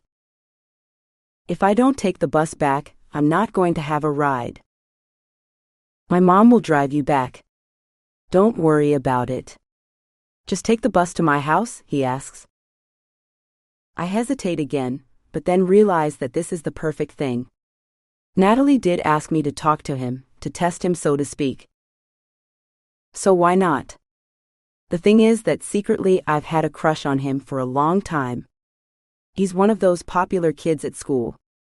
He's effortless. Charm is just second nature to him. Like this moment, just inviting me over to his house. Just like that, erasing all obstacles in front of us with a casual shrug. My life is the exact opposite of that. I wish it weren't. So I say yes. I want to see his house. I want to be with him. I want to try to help him with math, even though I'm no better at it than he is. And if Natalie asks, well, I have an excuse, right? She's the one who asked me to do it. I take the bus over to Neil's house. I sit in the back with all the cool kids right next to him. Everyone stares and I know there'll be rumors tomorrow, so I text Natalie and tell her that I'm working on some math problems with Neil. She sends 4 thumbs up sign emojis back. Signs of approval. The bus goes a long way. I sit and wait. I sit next to him for about 40 minutes before we get to his house, a wealthy development with broad lawns and tall ceilings. Unlike others, which are new construction, this house is located in the older part of town, but it has been remodeled with certain architectural features intact. No one is home, and Neil heads straight to the fridge to drink orange juice from the carton. He offers me some, but I ask for some water instead. He pulls out a bag of pretzels and a bag of potato chips, tosses them in a bowl, and then offers me a seat around the enormous marble island. I put my backpack on top, realizing just how dirty it actually seems and how I should probably just pull my stuff out instead of placing it on the table. Don't worry about it, we got a housekeeper, Neil says. She cleans every couple of days. You can't really get it dirty. He puts his much filthier backpack on top and gives me a wink. He doesn't offer me a tour and looks genuinely surprised when I ask him where the bathroom is. After I do my business, I look at myself in the mirror, finding it hard to believe that I'm here at all. I put on a little bit of lip gloss and add it to my face to highlight my cheekbones. I regret the fact that I don't have more makeup, but I also don't want to come out looking completely dressed up for the occasion. I'm supposed to be nonchalant, remember? Cool as a cucumber, even though that's hardly possible. We do math for a while. A quadratic equation seems lost on him, but I understand it and help. He's much better at word problems. He doesn't seem to get the math, but he knows it innately, like what to do. I, on the other hand, am quite a dunce. Rote problem solving is much easier for me. And so, we help each other, and somehow manage to make it through the assignment within an hour. Wow. I've never gotten this done so quickly, Neil says. We should do this more often. I nod, finishing my water. Well, I guess I'd better be going.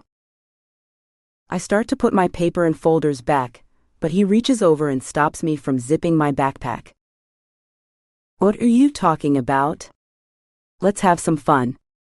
We're done with our work.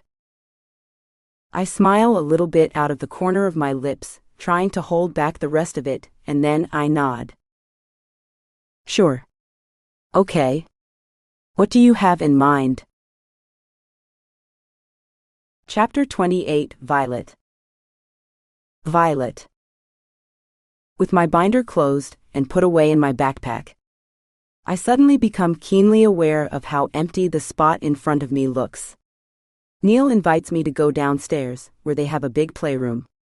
There's a billiard table. He asks me if I've ever played. I shake my head no. He grabs the triangle off the wall, stacks all the balls, hands me a pool cue and rubs some chalk on the top. This is so it doesn't slip, he says. When he breaks the balls, they scatter.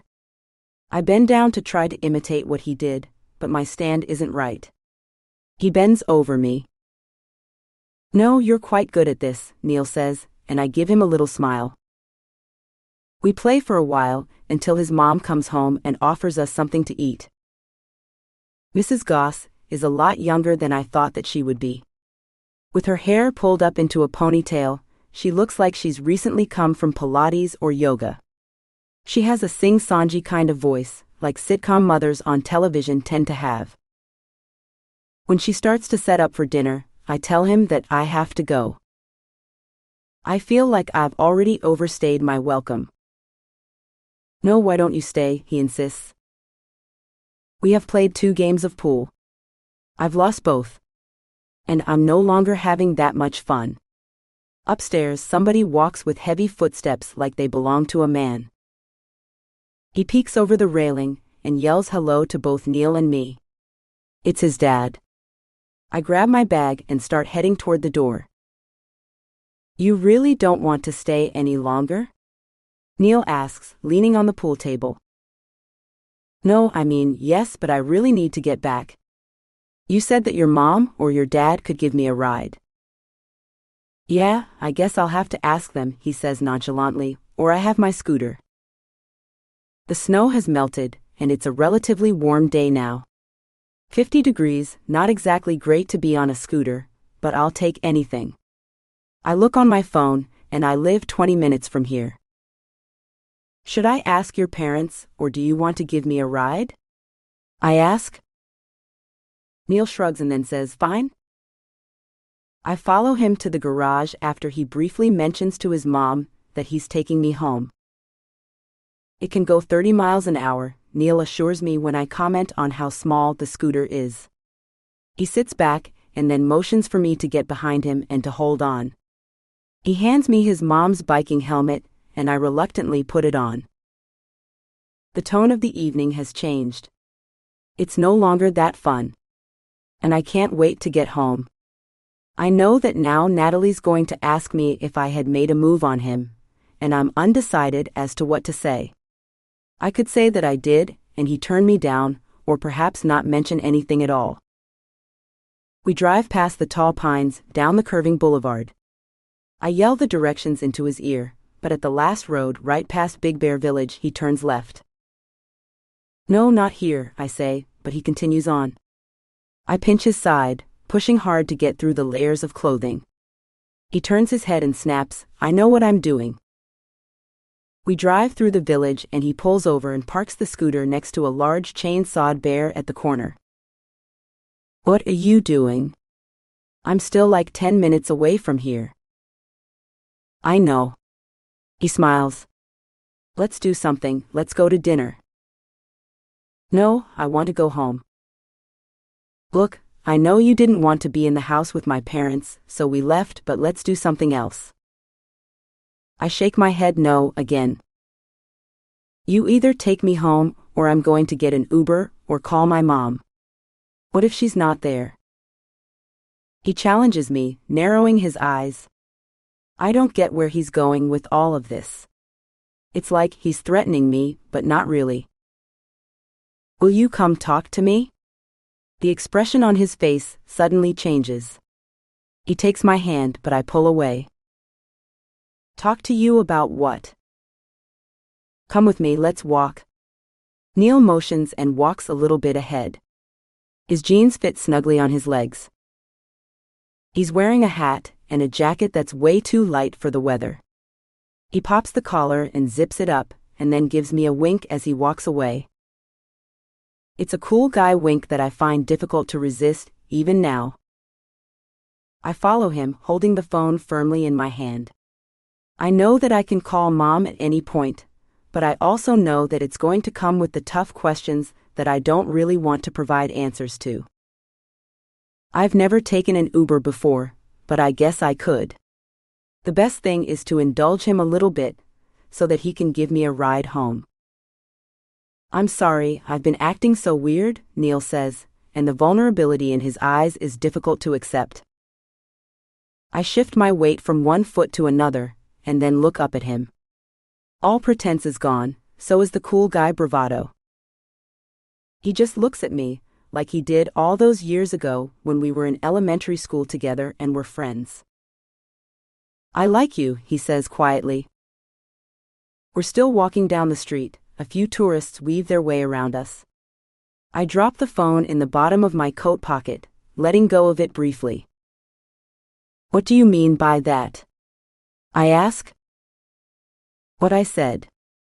I like you a lot, and I've felt that way for a while. No.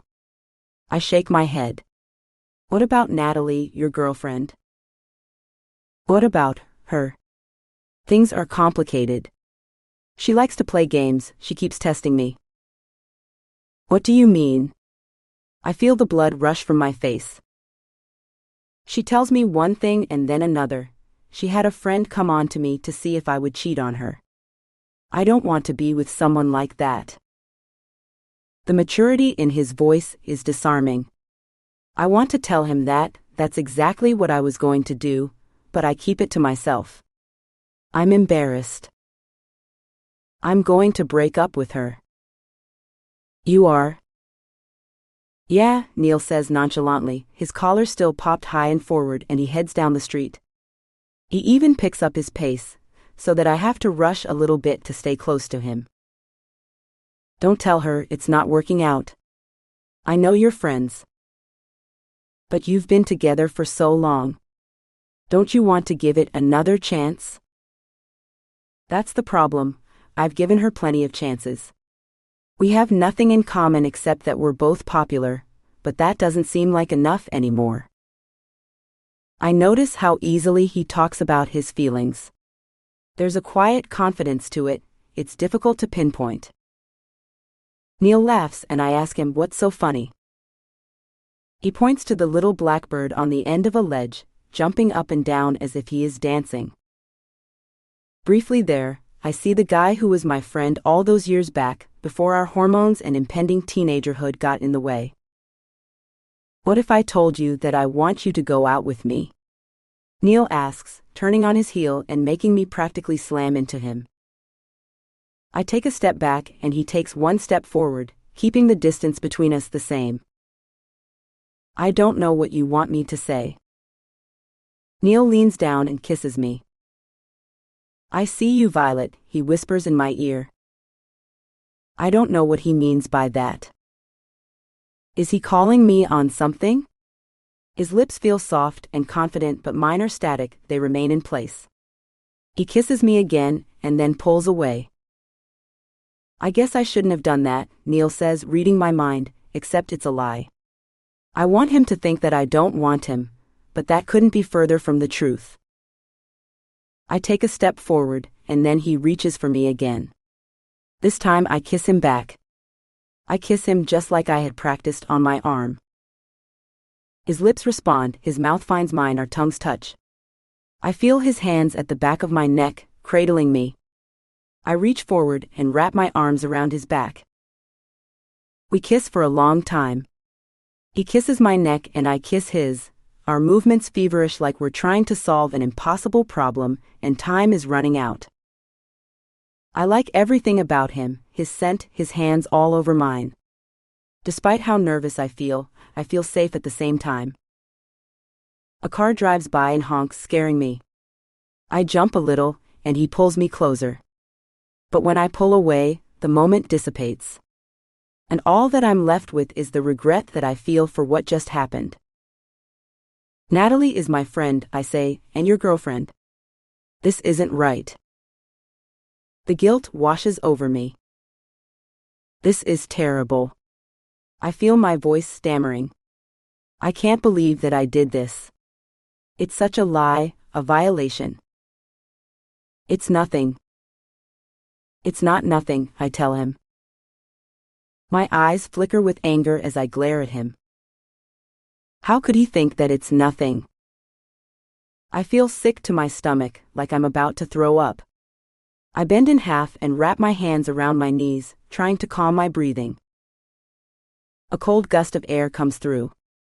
Neil gets down next to me, putting his hand around my shoulder. I want to shrug it off, but it feels good. I shouldn't have let that happen, I say, leaning my head on one arm and looking up at him. He leans over and kisses the tip of my nose. I pull away. Natalie and I are friends, she trusted me.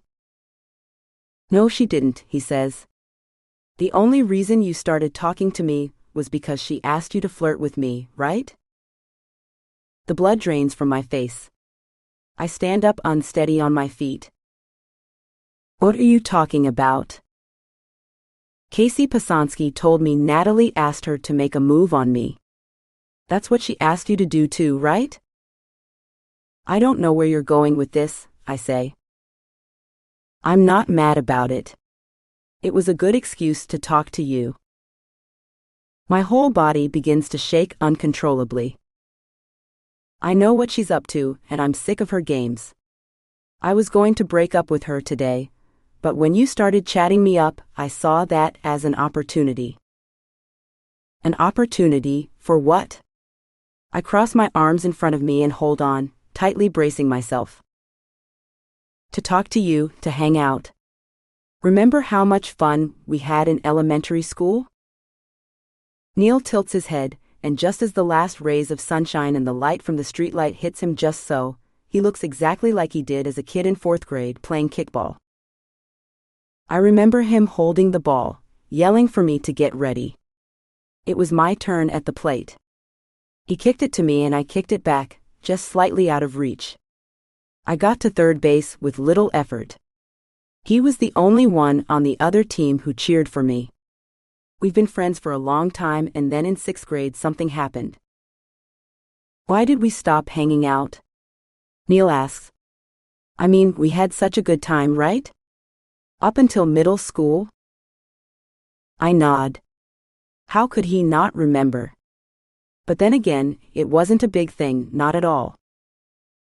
Nothing happened, I say, leaning on the railing in front of the condominiums. I look out at the melted snow up above, dark and white and gray patches. Not at all bucolic or beautiful, the way the mountain towns are generally portrayed.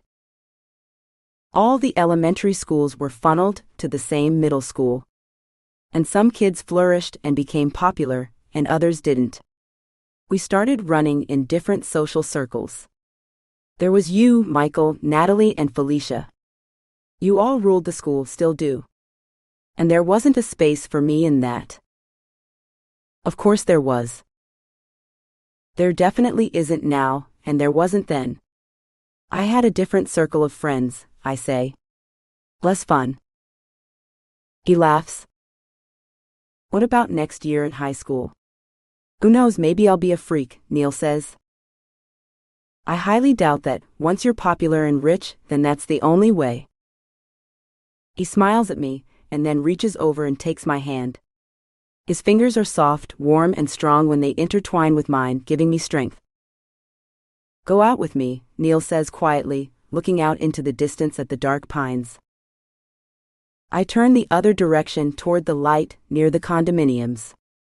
And just as I pull away from him, he pulls me close. I find myself in his arms and he kisses me again. Go out with me, he says in between the kisses. The confidence is alluring, impossible to deny. It comes from some deep place that I doubt that I would ever be able to access in myself. Is it money? Is it attractiveness? Is it just everyone is worshipping at your feet for so long that it gives you that strong, cocky feeling? That's just impossible to resist. I wanted you to be there when you took those pictures with us and the videos in the basement. I was the one who told Natalie to invite you.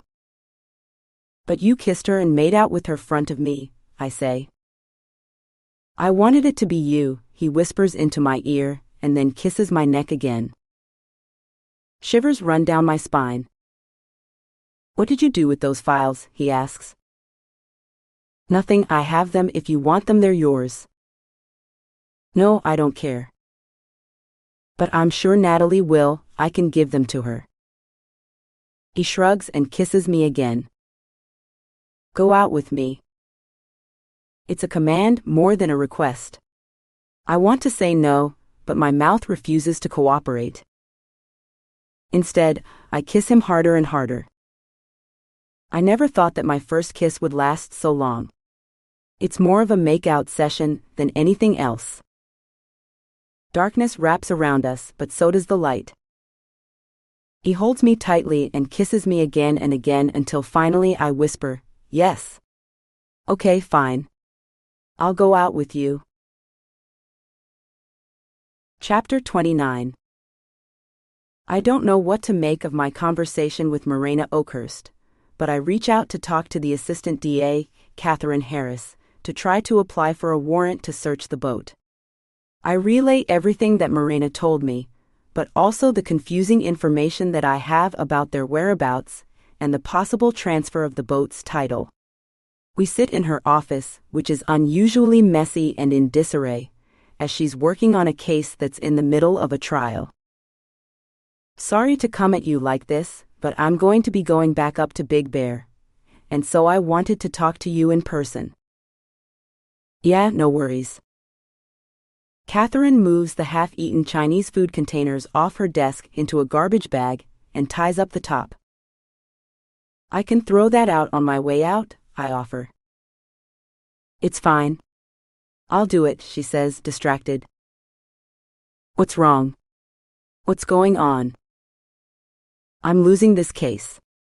This is going to be the first one in a while, and no one's going to be happy. What do you mean? I ask. I don't know what's going to happen exactly, but it doesn't look good. The defense attorney's too charming, and I just feel like the jury doesn't really care for me. Does it matter that much when there's strong evidence? You'd be surprised. I don't quite understand. I tilt my head, so she explains further. The evidence isn't quite as strong as I had hoped. We don't have a body, and so we have to convince the jury that this woman is actually dead. But who knows? The defense attorney's job is to put doubt in their minds, and he's killing it. He even brought out some witnesses from Montana and Wyoming that swear on the Bible and the Constitution and everything else that they saw her in person at 2 different bars. Could that be true? No. Her husband killed her and buried her somewhere in the desert. Of course, I can't prove this just by a preponderance of evidence, life insurance, that kind of thing. But in cases like this, it often comes down to how likable the defense attorney is and how unlikable I am. I wouldn't say you're unlikable. A lot of people like strong women, but there's also a big group of the population that doesn't. I tried to pick the jury as best I could in my favor, but you just never know how people are going to actually feel, despite what they say on the questionnaire. What about the victim? I ask. The victim traveled a lot for work, didn't want to have children, not exactly the type of missing person that the jury would care a lot about. The lawyer says that she could have run off with a boyfriend. Who's to say that they won't believe her? Well, you and the evidence, right? I say. Yeah. I guess. Listen, can we go to a bar? I just need a drink right now, but no more than one. If I ask you for another, you've got to make me go home, okay? I have court early tomorrow. Yes, of course. We head over to the Red Rooster, a popular hangout not too far away from the station. It's actually popular with a variety of other office workers in the building, not cops, and I appreciate that. I haven't gone out like this with Catherine before, but we've shared a few moments, talked about our private struggles with the same ex, Thomas Abrams, and I'd be lying if I didn't say that I somewhat enjoy spending time with her. Unlike Sydney, I don't feel like I owe her very much. There isn't this history between us. It's like meeting a new friend that you have something in common with. I ask her more about her case, but she waves her hand as she orders herself a lavender martini, and I ask for a mint julep. Mint julep, she asks, laughing. Well, I saw it on the menu and I thought, why not? Haven't had something so whimsical in a while.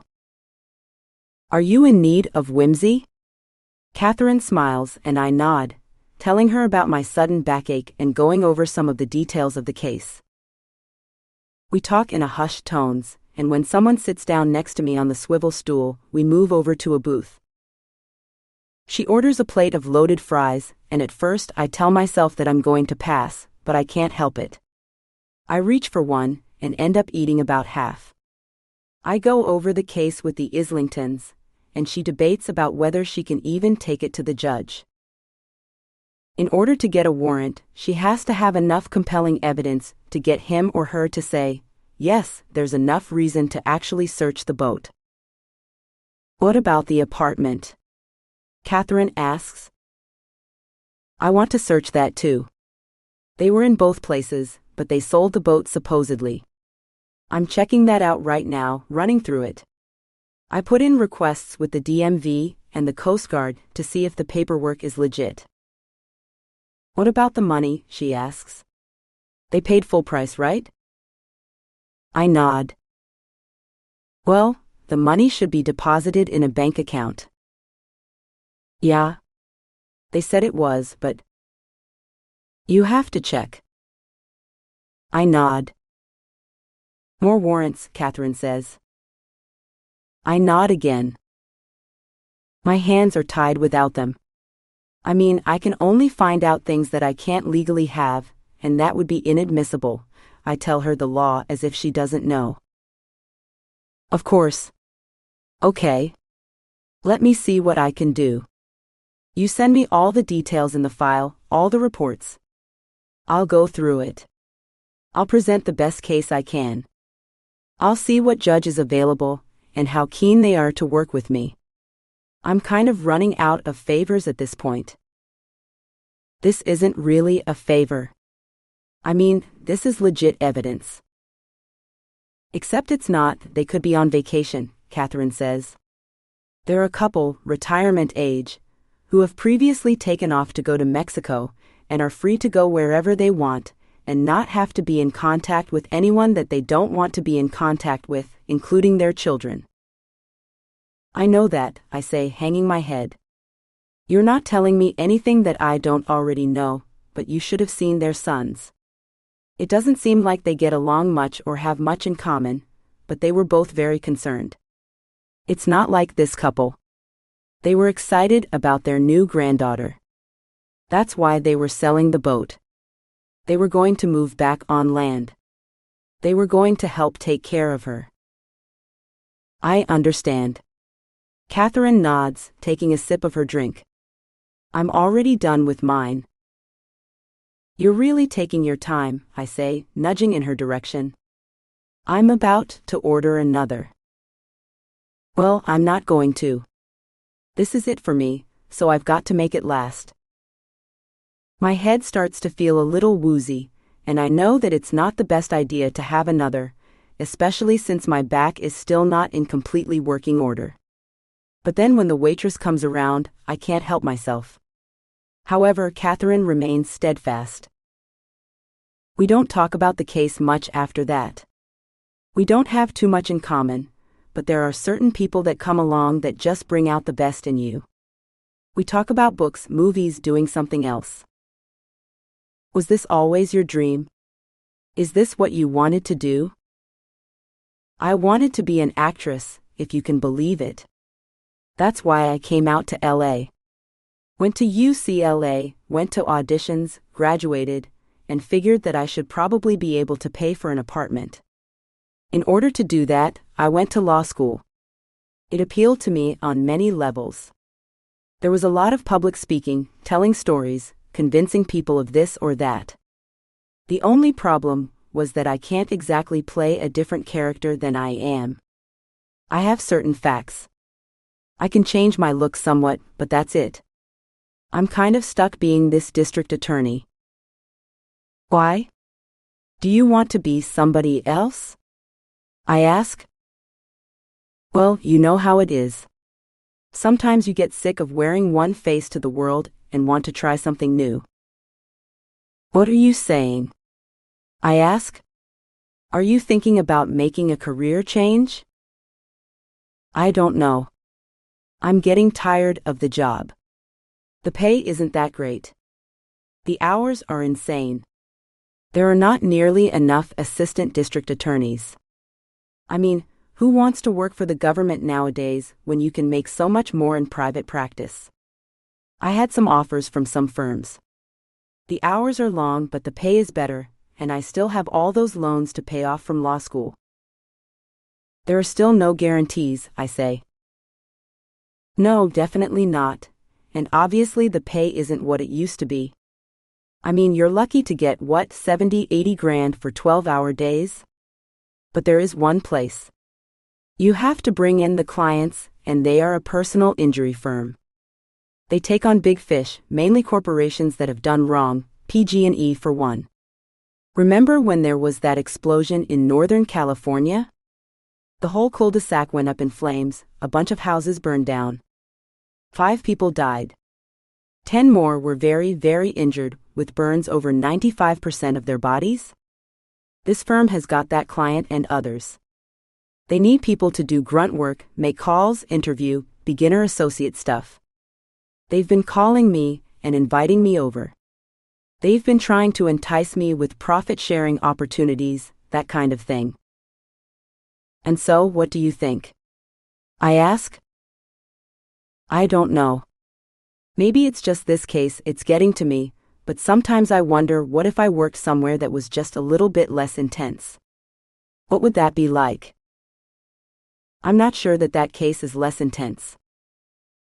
Yeah, but most personal injury lawsuits get settled. You know, you push it hard enough, the company settles, whatever amount. Neither side is fully satisfied, but no one has the expense of court. Of course, if I never go to court, I wonder if I'd miss it. Right now, it's just this pressure to get results. You can't ever lose a case. I mean, that's why 90% of the cases don't even go to trial, because people think they're going to lose. Yeah.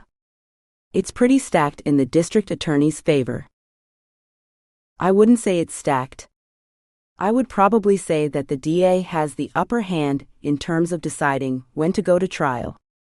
A lot of cases are just not taken to trial because you really only have one shot at it. Double jeopardy and all. You can't try someone for the same crime twice, so you try to go when you really think you have a case. I think I might have taken this one to trial too early. I mean, we kind of assumed that the body won't be found, but what if it could be? What then? What if we lose this case and this guy goes free?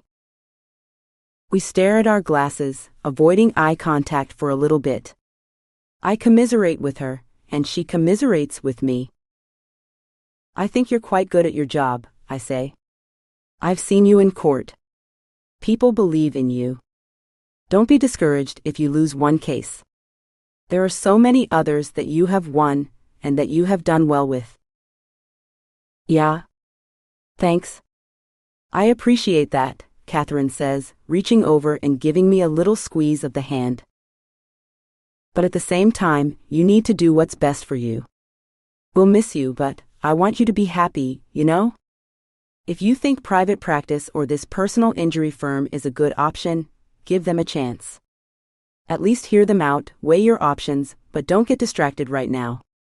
Finish this case, finish this trial, and then look at the whole situation with fresh eyes. Thanks. I will. Catherine nods.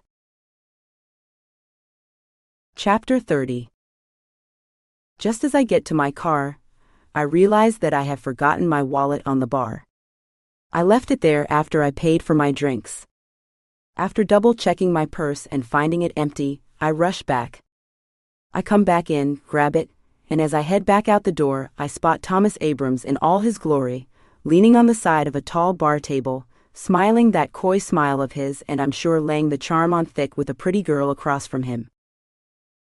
I see him out of the corner of my eye and sneak out, but he waves to me, calling my name. I ignore him, but he reaches for me, touching my forearm to get my attention. "Hey," I say, flipping around. "Kaitlyn, this is Anis," he says.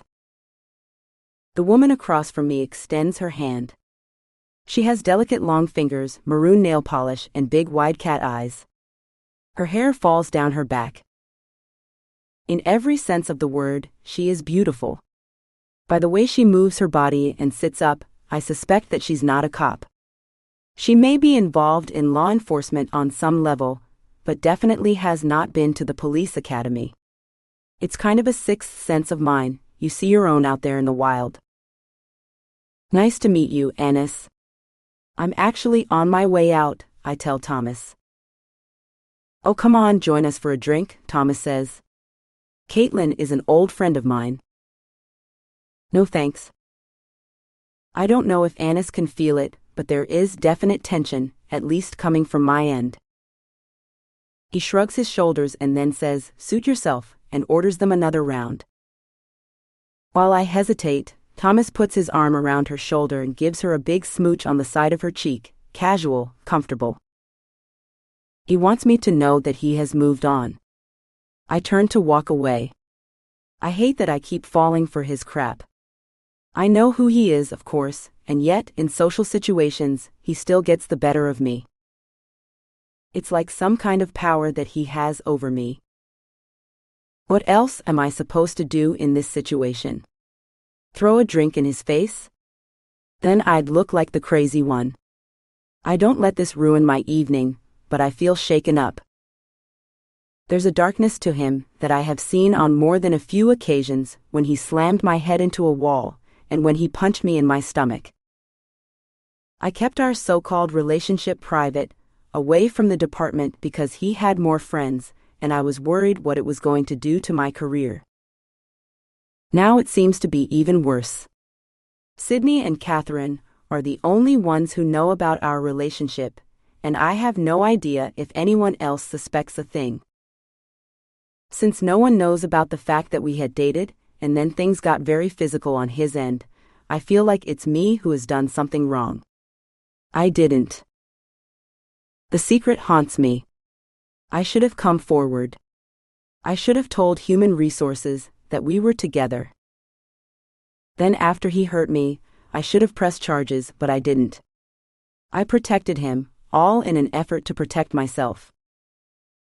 But the truth is that I have no idea how it would have turned out. They could have taken my side, they could have sanctioned him. There could have been an investigation. Now it's all too late. If I were to bring it up, it's like, well, it happened in the past and you've worked with him all this time, why didn't you say anything? But the truth is that in the moment, it's difficult to say anything. You're locked into this feeling of horror and hatred for yourself. I just wanted it to end. It happened a few times, and that's a few times too many. As a woman, I feel like a fool, but as a cop, I feel like an idiot. How many times have I gone to domestic violence house calls and told those women to press charges, to put their partners in jail? I didn't let it get that bad, and luckily, he didn't push it any further.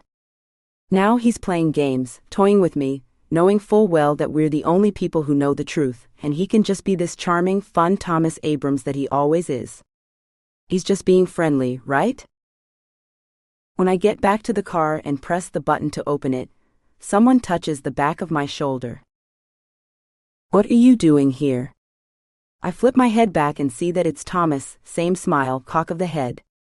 I can't tell if he's being friendly or toying with me more. "So what do you think of Anis?" he asks, holding his arms across his chest. "I don't know, what am I supposed to think about her?" "She's pretty cute, huh?"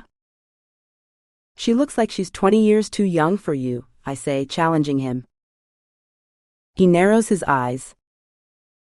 She's 22. I wouldn't say that's too young. Why? Because she's not 17.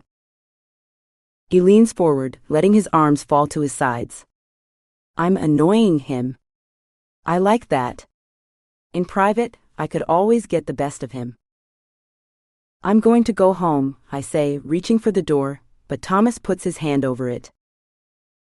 A gust of cold air brushes against my spine, and I brace myself, trying to keep the fear at bay. You have a problem with this? I ask, plastering a nonchalant expression on my face and regretting the fact that I don't have my weapon on me. I'm not supposed to, of course. This was just a friendly place to get a drink, but it would be helpful for protection if absolutely necessary. No, you can go, of course.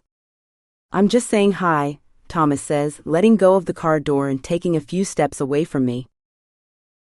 I don't wait for him to change his mind. I get in the car, and just as he leans over and knocks on the window to say something else, I start the engine and drive away. On the drive back home, I feel sick to my stomach. I remembered the way he stood, and I looked at him through the windshield with his arms apart like he had something else to say to me, and I wasn't willing to listen. I'm not. He's playing games. He wanted me to see him with Annis, the model actress who doesn't know anything about him and thinks that he's just a charming, friendly, older guy with a steady job who could offer her something positive. She's wrong. The reason he keeps coming around is that he wants control over me, and I hate to say it, but he has some. He's able to instill fear in me. When is this ever going to change? Not unless I leave the LAPD or he does, and neither is going to happen anytime soon. As soon as I get upstairs to my apartment and walk across the threshold, I let out a sigh of relief. I'm safe now. I know I have a long drive to Big Bear ahead of me, but for a few moments, everything is fine. I don't bother turning on the lights. I just make my way through the dark living room to the kitchen. Right by the couch, I walk into something unexpected, more like trip over it. It's a big box. Instead of falling forward, the top of my body collides with another one stacked on top. I land on the floor in a state of panic, and when I scramble to my feet and turn on the light and flip on the lamp on the dining table, I can't believe my eyes. There are boxes all over the living room floor. Each one is labeled in neat handwriting with words like clothes, kitchen, miscellaneous, books. What the heck is this? I say, looking around. It's like somebody moved into my apartment overnight. I look at the boxes closer, and the handwriting looks familiar. On the dining table, I find a piece of paper with the same handwriting with a letter from Luke. You said you wanted me to move in. Well, here I am. What do you think? I smile. We were just joking about it, and suddenly he's here. I turn on my phone to FaceTime him. He answers even though he's driving. It's pitch black in the car. I see pine trees swishing by him through the side window. So you just moved in? I ask. Just like that? Yeah, Luke says with a shrug and a warm smile. There are shadows all over his face, but they don't disguise the kindness in his eyes and the softness of his lips. This is crazy. I laugh, pointing the phone away from me at all of the boxes. My lease is running out. You said you wanted me to move in. I thought I'd give it a shot. Yeah, I know. It's a nice surprise. Is it? He asks. Are you sure? I nod. Actually, yes. After the evening I've had, especially, I can't wait to have you back here. Good. And have you pay half the rent, of course, I add. Of course. Luke laughs, taking a sip of his 72-ounce drink. I hear the ice rattling inside. It's iced tea, no doubt. You better take it easy with that, it's cold up there. I see the snow all around. I think I'm going to get out. I got a notification to put the chains on the tires. Now? Man, that's going to be a pain, I commiserate. Yep. Luke smiles. No big deal, part of the job, right? I'm not sure that a lot of FBI agents would agree with you. Ah, I like the snow. Breaks up all that summer. He laughs. I don't exactly agree with him, but on some occasions, snow can be a quite welcoming sight. Sorry I couldn't wait for you so we could go together, but I got called in. They found something. What? I ask. No, nothing big, but some results from the lab and I need to see the crime scene. Yes, of course. I nod. It has been a very long day. Are you going to drive up tonight? No, I can't. Early tomorrow morning, I say. I need to get some sleep. Let me know if you find anything else. I avoid using the word Violet or body. He knows what I mean. The thing about having a missing member of the family in your life is that you want there to be news. You want to be able to find the truth about what happened, but you also don't really want to find the body. For as long as she's missing, I don't have an answer. I can still hope that she's okay. Maybe she ran away, maybe she's been taken by someone, but at least she's not dead. On the other hand, the more time that passes, the more realistic it is that death is the answer. If I were an investigator looking at this case with fresh eyes, I would personally think there's very little hope of finding Violet alive, especially now that Natalie has been found dead. But what can I do? How could I not pray and hope of finding her alive? Happy, fine? How could I not want that for her? I spend the night in a restless sleep, waking up every few hours and regretting the fact that I haven't driven up to Big Bear already. Finally, around 5 a.m., I take a quick shower, pack a small bag with boots and a winter coat, and head up the mountain. Chapter 31. The roads are empty, and the drive is nothing but enjoyable. I stop by Starbucks in Highland right before I head up the hill, a tall cup of hot tea to keep me warm. I ask the barista to put it in my travel mug so it stays hot, in case I have to put chains on the car. Much to my surprise, I don't. A lot of the snow has been cleared out, and it has stopped falling. I drive all the way home to my mom's house with no obstacles whatsoever. I get there right at 8 and use my key to get in, and decide to make myself some breakfast, an omelet of eggs, cheese, and spinach to warm me up on this cold 30-degree day. The weather should settle into the 50s, but that's at midday. Now the sun has just started to peek over the lake. Mom comes out in her bathrobe, her oily hair plastered to her head, no makeup, eyebrows unprimed and unpolished. I rarely see her like this, and after a brief hello, she escapes to the shower to make herself over. 40 minutes later, she emerges as the mother that I know well. Her hair is poofed up.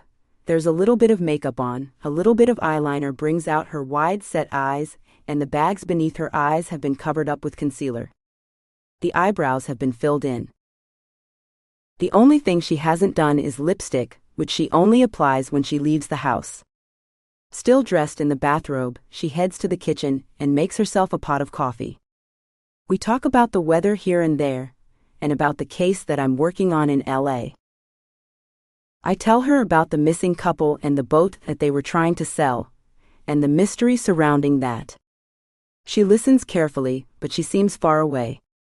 We're avoiding the topic of conversation that we really should be addressing. But it's just too hard to jump into it. She knows all about what I've found so far about Violet, besides the videos that she made, those I have kept to myself for now. Of course, she doesn't have any more answers than I do. Snow begins to fall outside, unexpected little flurries. They tumble around the pine trees, and instead of the sunlight that was streaming in before, now gray rays of light darken the small living room.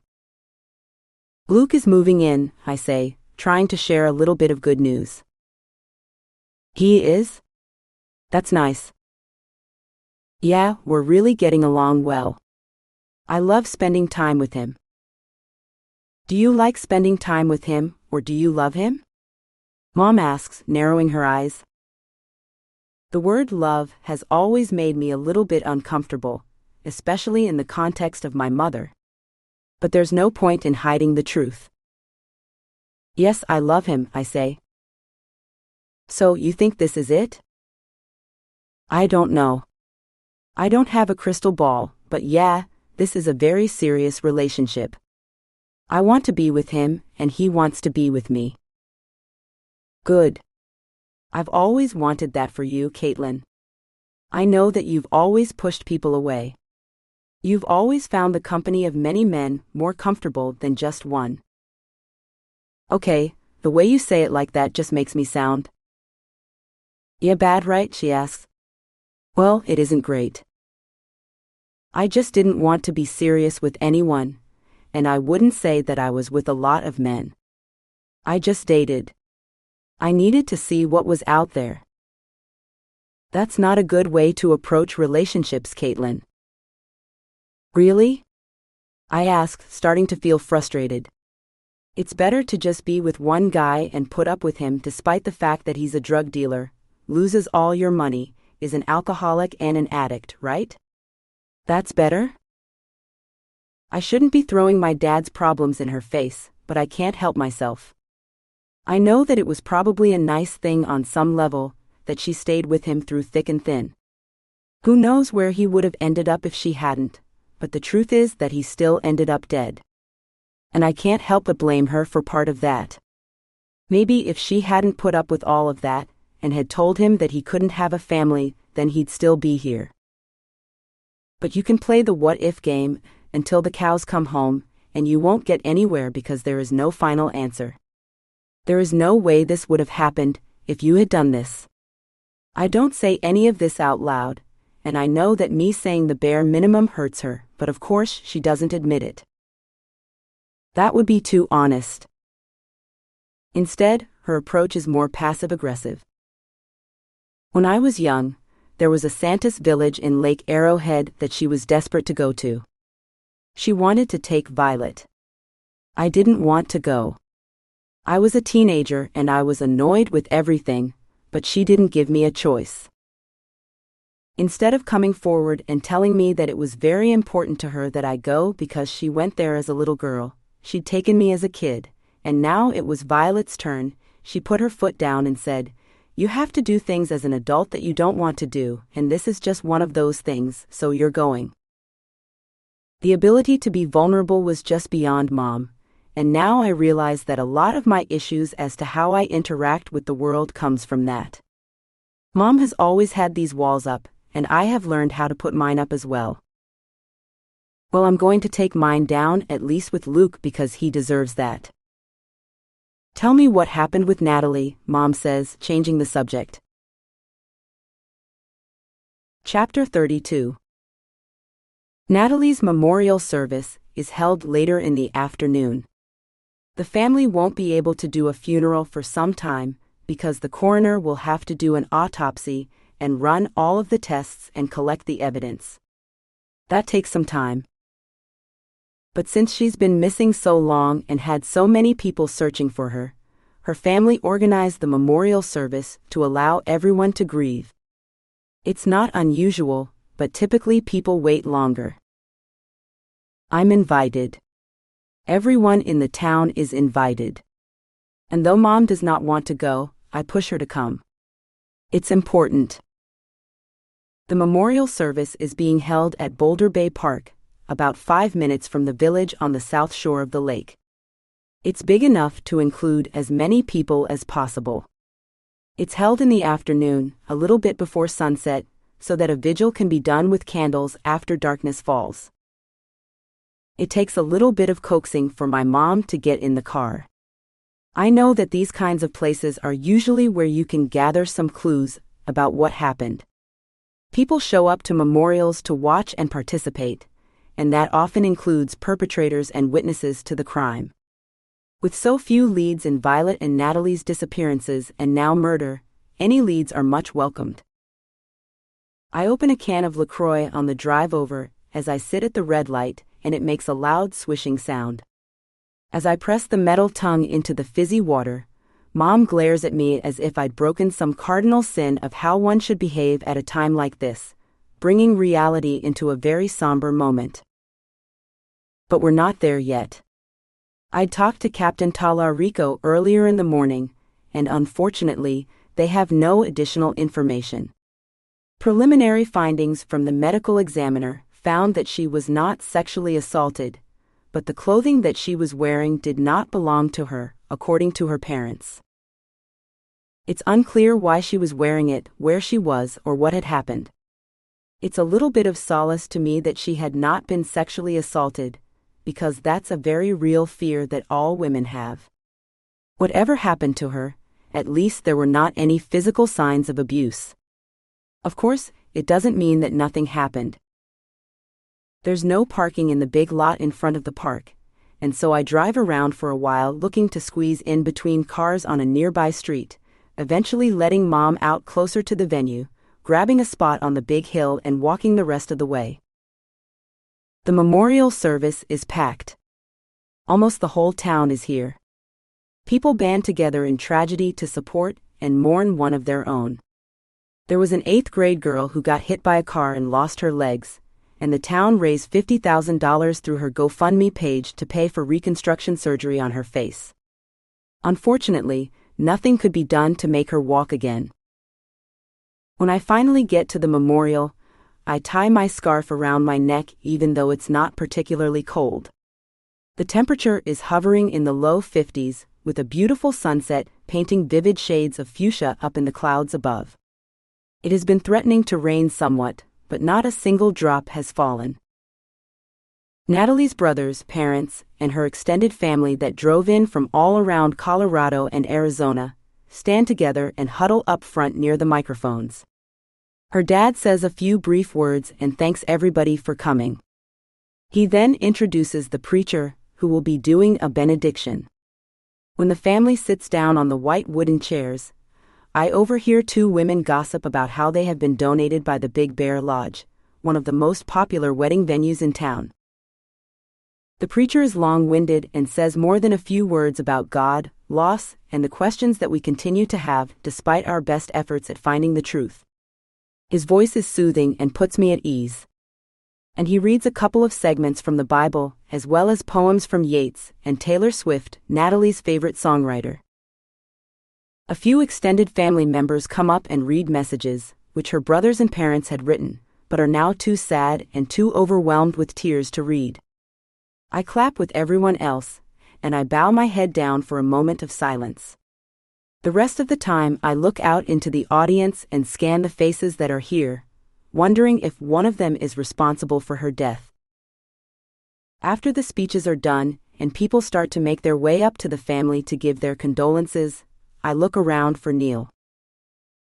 Not spotting him at first, I finally see him in the back, standing somewhat apart from his family, staring at the huge blown-up picture of Natalie in the front by the podium. It was taken right out here on the lake on a boat with pine trees and the warm water behind her, and she is full of life. Someone had been cropped out of that picture, where you see a little bit of a glimpse of hair to the side. Then I realize who it is. It's Neil himself. I had seen this exact image of the 2 of them in Natalie's room. It was tucked into the mirror on her dresser, along with ticket stubs and pictures cut out of magazines. "Hello, Neil." I approach him, extending my hand.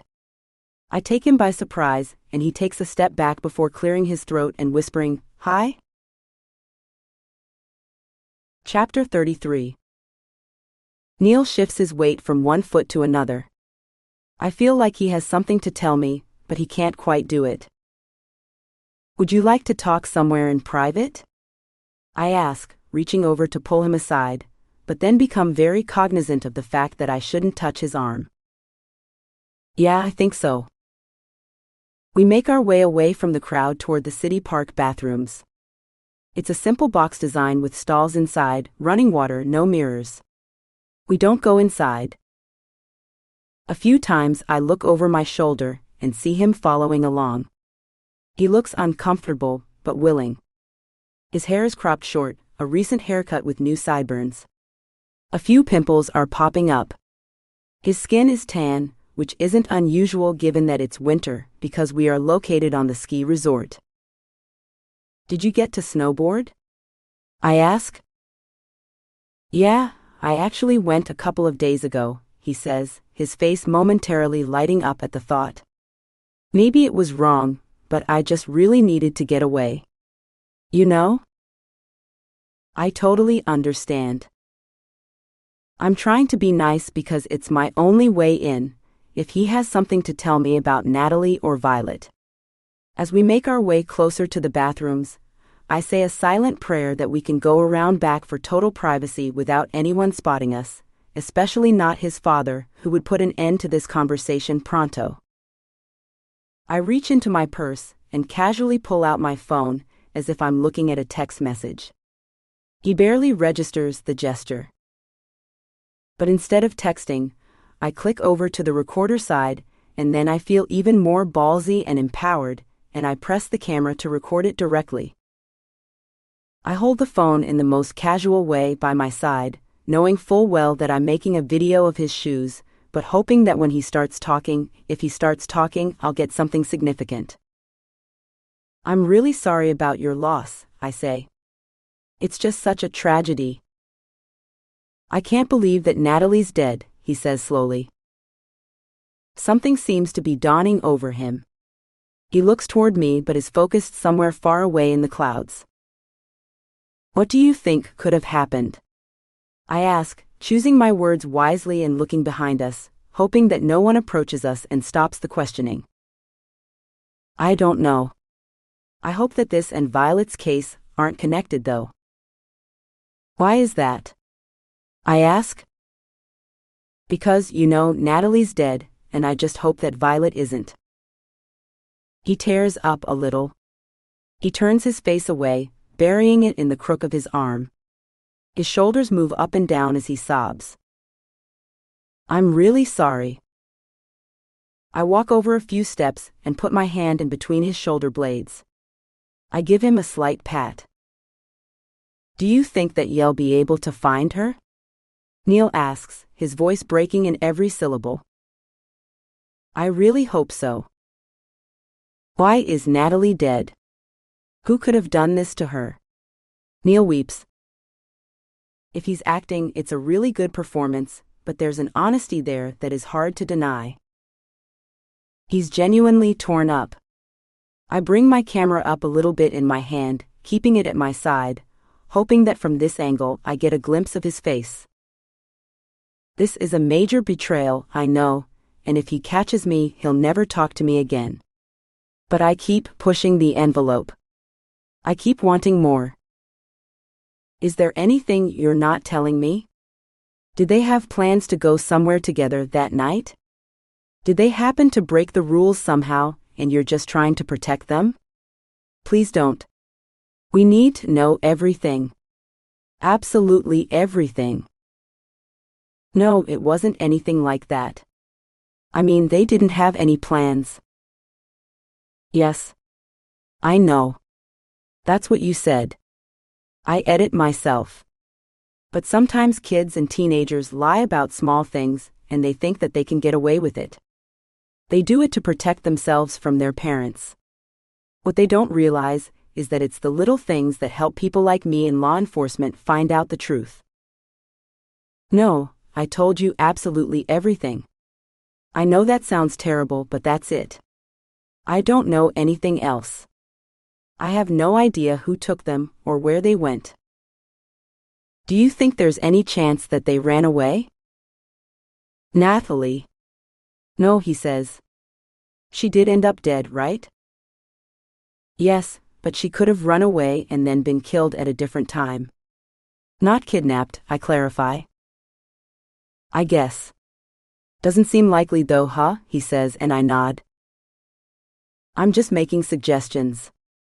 I want him to talk and want him to give me any clues to the disappearances that he might have, but he genuinely looks clueless. What about Violet? I ask. Any chance that she ran away from our mom? She talked about it. You'd know, right? I sigh. I don't know. Where would she go besides to come see you? The last time that she did that, she called me. I don't know why she wouldn't have this time, I say, realizing that I've said too much, but I'm willing to give him something in return for the truth that he has offered me. Neil stands, looking at me for a few moments. I open my mouth to say something else when Mrs. DeChill comes out of nowhere.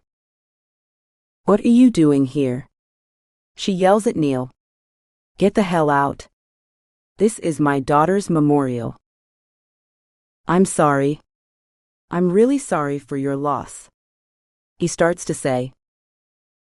When he opens his mouth again, she slaps him across his face. He grabs onto his face.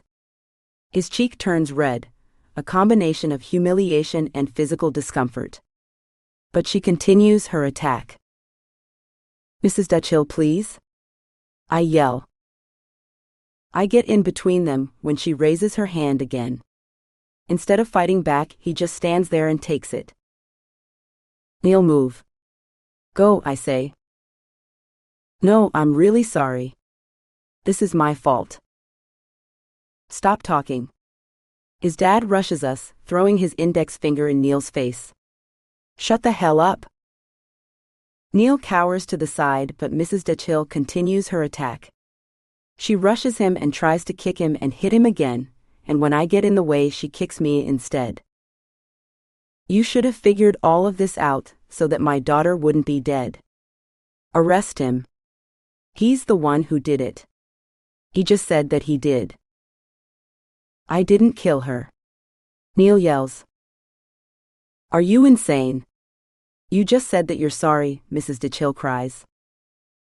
Yes, I am. Natalie was my girlfriend, and at one point I loved her. I'm sorry that she's dead, but I had nothing to do with her murder, and I had nothing to do with Violet's disappearance.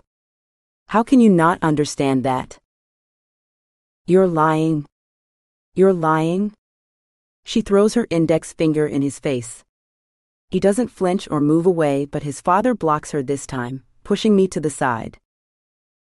My shoulder collides with the concrete wall. A few more people notice the commotion behind the bathrooms, and when they rush over, the situation turns into something of a brawl. Mr. DeChill yells at Mr. Goss, Neil's father, for threatening his wife. Her brothers join in and hurl curse words to everyone. The only deputy that's here besides me runs over and tries to put a stop to the arguing with just about as much success as I have had. After a few minutes, Luke shows up, glaring at me, upset that I am in this situation in the first place. He helps the deputy and the captain make peace. He pushes everyone aside, but then Mr. DeChill throws a punch at Mr. Goss, knocking him down to the ground. Neil snaps and charges him, pushing him to the ground, but his body is quickly covered with punches from Natalie's brothers. The commotion and the brawl and the fighting reaches peak levels, but a few more uniformed officers arrive from the sheriff's department and help us pull everyone apart. I was about to discharge my weapon to draw everyone's attention away from what they're doing, but I was wavering on whether that would do more harm than good. So far it is just fists. But with a gun within reach, it could have been much worse. To prove a point that something like this cannot happen in this town, Captain Talarico makes a show of putting everybody in individual police cars and taking them down to the station, including Mr. Goss, the district attorney who threw the first punch. I doubt that any charges will be pressed, but being in the back of a police car for people who have never been in one before can be quite a scary situation. Unfortunately, Captain Talarico takes Mr. and Mrs. DeChill in his car, and I see them ranting and raving at him from the back, which leaves me wondering whether he'll regret this decision. Chapter 34. When we get to the police station after the memorial, I'm there just to talk to Captain Talarico about Natalie's case, but he is preoccupied. Luke and I wait in the lobby. He doesn't have any more information than I do. Eventually, Captain Talarico gets off the phone and calls us in. What the heck was that? He asks. What are you talking about? I shrug. Why were you talking alone with Neil? You knew that was going to provoke a fight. I didn't do anything. He seemed like he wanted to say something, and so I wanted to hear it. Well, did he? No, I admit. What was he even doing there? I mean, he and his dad know how we feel about them now. They're the primary suspects. Are they? I ask, leaning over, my arms still crossed in front of my chest. I have no idea. This case has very few clues. We're just hoping that the crime technicians find something of use. Any preliminary results? I ask. No, not really. More questions than answers. What do you mean? Her body was found very clean, like she'd recently taken a shower. Like she hadn't been exposed to the elements this whole time. Not at all. Definitely not living on the streets or anything like that. She was wearing clothes that neither of her parents identified as hers. They fit well, expensive. What do you mean by expensive? Not Walmart. DKNY jeans, a shirt from some fancy boutique. They weren't dirty. How was she killed? No injuries spotted with a cursory check. They're doing an autopsy and a toxicology test. I swallow hard. This is unexpected. Her hair was washed clean just like everything else. It's like she got dressed that morning, put on makeup, dyed, was put in a bag and dropped at the side of the road. It's baffling. Before I'm able to reply, my phone rings. I look down at the screen, and I see that it's Catherine. I tell them that I have to take this call. We're not done talking about what happened with Neil, and I want to see that video you made, Captain Talarico says. My heart sinks. I saw you. I want to see what you recorded. Sure. I nod and answer the call. I'm calling with good news, she announces right away. We got the search warrant. The crew is headed down there right now to search the boat and the apartment at the same time. If there's any evidence there, I'll let you know. I have to be there. Well, it's happening. You want them to wait? No, absolutely not. I look down at my watch, trying to figure out how fast I can get back down. This commuting thing is really not working out great, is it? She makes a joke. 3-hour commute? Yeah, I would say not ideal. Okay. Well, let me know when you get here, she says and hangs up. I show Captain Talarico my phone and the recording that I made from start to finish. He watches it carefully and then just shrugs his shoulders as if to say, "What am I supposed to do with this?" It's just a bit of the conversation. It doesn't really tell us much one way or another, does it? I just can't tell if he had something to do with this, I say. He's our best bet, Captain says. I know, but he doesn't have a car. I mean, if he killed Violet, my voice gets parched when I say the word killed. Why would he kill Natalie too? Who says that Violet is dead? Captain challenges me. I mean, if he'd taken her or kidnapped her, or is keeping her somewhere, why would Natalie be dead now? I just don't see a 13-year-old accomplishing all of this himself, especially since he doesn't drive. What about his dad? If it was just Natalie missing, it's possible, I say. They had a very strained relationship, and his dad obviously could have helped him cover it up, but I just don't see how the two cases are related. And they have to be related, right? Luke says, speaking rhetorically. I mean, they disappeared under very similar circumstance. They're friends from school. It just doesn't make any sense. The three of us nod, thinking about it for a moment. When the phone starts to ring on the captain's desk, I excuse myself. I say that I'll be in touch, and Luke walks me out. I have to get back to LA. You just got here. I know it's ridiculous, but the search warrant's going out on the Islington's boat. I have to be there. I'll probably have to interview everyone again, try to get more details about what could have happened. Besides, we're still waiting on non-preliminary results from the autopsy and everything else, right? What about your mom? Luke asks. I'd left her at the memorial to fend for herself, but I'd left her the car and traveled here with Luke. I don't know. She'll just have to deal with it, I say. We share a moment standing together in the parking lot. I know that I'm avoiding talking about a lot of things that are important, and he's being patient, but this isn't the time. Poison? Do you think that really happened? Yes. I reach over and tuck a strand of hair behind his ear. This whole case has made me want to run somewhere to try to make sense of everything that's been going on. But the truth is that I can't, there's nowhere to go. On the drive down, I think about what could have happened to Natalie and Violet. Is it a possibility that this is an isolated incident? That she just happened to be taken by someone else after Violet ran away? This is the optimist in me, the ideal situation. Violet ran away and is out there angry with me and Mom, but safe. And Natalie? Something bad happened to her. She had gone somewhere and something happened, or she was kidnapped and something bad happened. There's a small chance that the two cases are not related, but at the same time, how could they not be? I make my living as a police officer, and I make connections between things that aren't right. There's an old saying that cops don't believe in coincidences. But at the same time, there are random things that happen in the world. We, as people, want to make sense of the randomness. We try to organize our thoughts, but it doesn't always fit.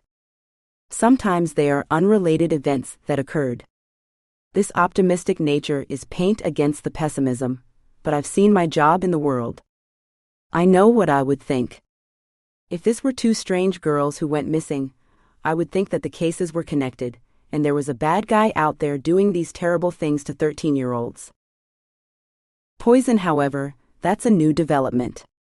Usually there is some aggression, violence that is enacted against little girls who go missing. The big bad wolf doesn't just want to poison Little Red Riding Hood, he wants to eat her, right? My drive back home is long and arduous. I hit all the traffic, and I put on an audiobook to keep my mind occupied. That's really the only thing you can do with really bad traffic, escape by being somewhere else.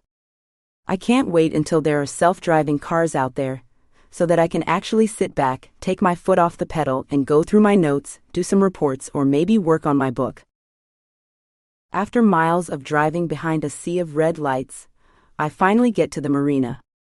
The tables and the crime scene tape are already set up. Since it's dark out, there are a ton of standing lights that have been set up in order to facilitate the evidence collection process. I meet with James Ware from the Sheriff's Department. Glad you were able to make it. Sorry about the traffic, James says without extending his hand forward, and I give him a professional nod. I changed into more professional attire at a gas station right before I got here. Slacks and a jacket, not the winter clothes that I had been wearing up in the mountains. Here, follow me and I'll show you through the crime scene. Crime scene? That's not official, right? Oh yes it is, James says with a smirk on his face. They found a ton of blood that someone tried to clean up. Chapter 35. I follow James down the length of the dock where first get dressed in protective gear, to make sure that none of my fibers get on anything and contaminate the crime scene. I get on the boat and see CSI hard at work, looking for fingerprints with little brushes. One nods in my direction, and James introduces me. We don't shake hands, but he takes me straight over to the wall. This is where the majority of the cleaned-up blood was found. Once we saw this light up like a Christmas tree, we knew that this whole thing was a crime scene, he says, shining the light to the wall. Big blotches of blue appear where it had been sprayed with luminol. They tried to clean it up and just did an okay job. It's not visible to the naked eye, but nowhere near good enough. They? I ask. Do you know that it's multiple people? No evidence points one way or another. I'm assuming if there were 2 people killed on this boat, and there was this much blood and blunt force trauma, there's probably more than one assailant. Won't know for a while, have a lot of evidence to collect. I suspect that there's a lot more blood over there, but we'll just have to see. A few hours later, I go with the deputy to take Marina Oakhurst in for more questioning. We decide to make the strategic choice to talk to Trish and Derek Carlson in the morning, after gathering some more evidence from the notary. There's a good possibility that in all likelihood, given the amount of blood that we found in the boat, the Islingtons are unfortunately deceased. More tests have to be run to see who the blood belongs to, but given the change in ownership of the boat, I suspect that they were killed in order to transfer the title in their name. The last people who saw them were the Carlsons. I rouse Marina out of bed, and she looks bewildered and terrified, leaving her husband to take care of her child. She's dressed in lounge pants and a sweatshirt, and that's exactly what she wears to the interrogation room. I need her to be scared, terrified of what could happen because I need her to talk. Tell me about how you saw them sign over the paperwork after they came back from the sea trial, I say, sitting down across from her and leaning forward for extra intimidation. At this point, I'm glad that I'd changed into my jacket rather than the more casual attire that I sometimes wear. Being an interrogator and being in this place, you have to play a role. It's not just good cop, bad cop. It's your whole look, your demeanor, the kind of person that you present to the person from whom you expect answers. A man who doesn't like women, for example, gets the cool girl vibe from me. I'm not like the others, I like sports, and I know how women can be. I spew misogynistic statements in order to make him a friend, make him believe that I understand where he's coming from, and that he can trust me with the information that he has. Marina Oakhurst, on the other hand, she looks terrified. Shaken. I don't think that she was part of what happened on the boat, but she's lying about doing her job as a notary, and that's what I want her to admit to. I expect her to put up a little bit of a fight, and she does. At first, she insists that she told me the truth, and that she doesn't know anything else. So, I bring out the pictures that I took with my phone of the crime scene. You see all the luminol there? That's blood that was cleaned up. Somebody was murdered here. 2 people in all likelihood, and you know what? You're responsible for that. I'm not responsible for anything, she gasps. You lied about your involvement, you're an accessory. You helped them cover up the crime. You told me that you saw the Islingtons sign over the boat, is that true? No, she says, hesitating. You didn't? Her shoulders begin to move up and down as she breaks down in tears. They paid me. I lost my job. Notary is all I do, and there's just not enough work. I'm having another baby, and I just don't know how we're going to afford all the hospital bills and the doctor visits and the formula and the diapers. How much did they pay you? I lean back, giving her some space to speak. I change my voice to a gentler approach. Now that I've gotten her to break, I need her to talk. I need her to feel comfortable. I need her to get all of this weight off her shoulders. They paid me $10,000, she says quietly. It was so much money. It would have paid off our credit card debts and set us up with a little nest egg. And all they wanted me to do was just say that I saw them sign the papers. They said that they just couldn't be there then, that everything was fine, that they were going to transfer the money. I know, it was so stupid of me. I shouldn't have done it, but they said that if I didn't do it then they'd get someone else. I nod. People will believe anything in order to allow themselves to do anything. Are they really dead? Morena asks in a whisper. There's a lot of blood there. We're still running tests. And am I an accessory? I don't know. It's up to the district attorney, but if you tell me everything and you cooperate, and you testify in court, I'll see what I can do. You'll help me? Morena asks. I nod. So what happened? You didn't see them come back from the sea trial?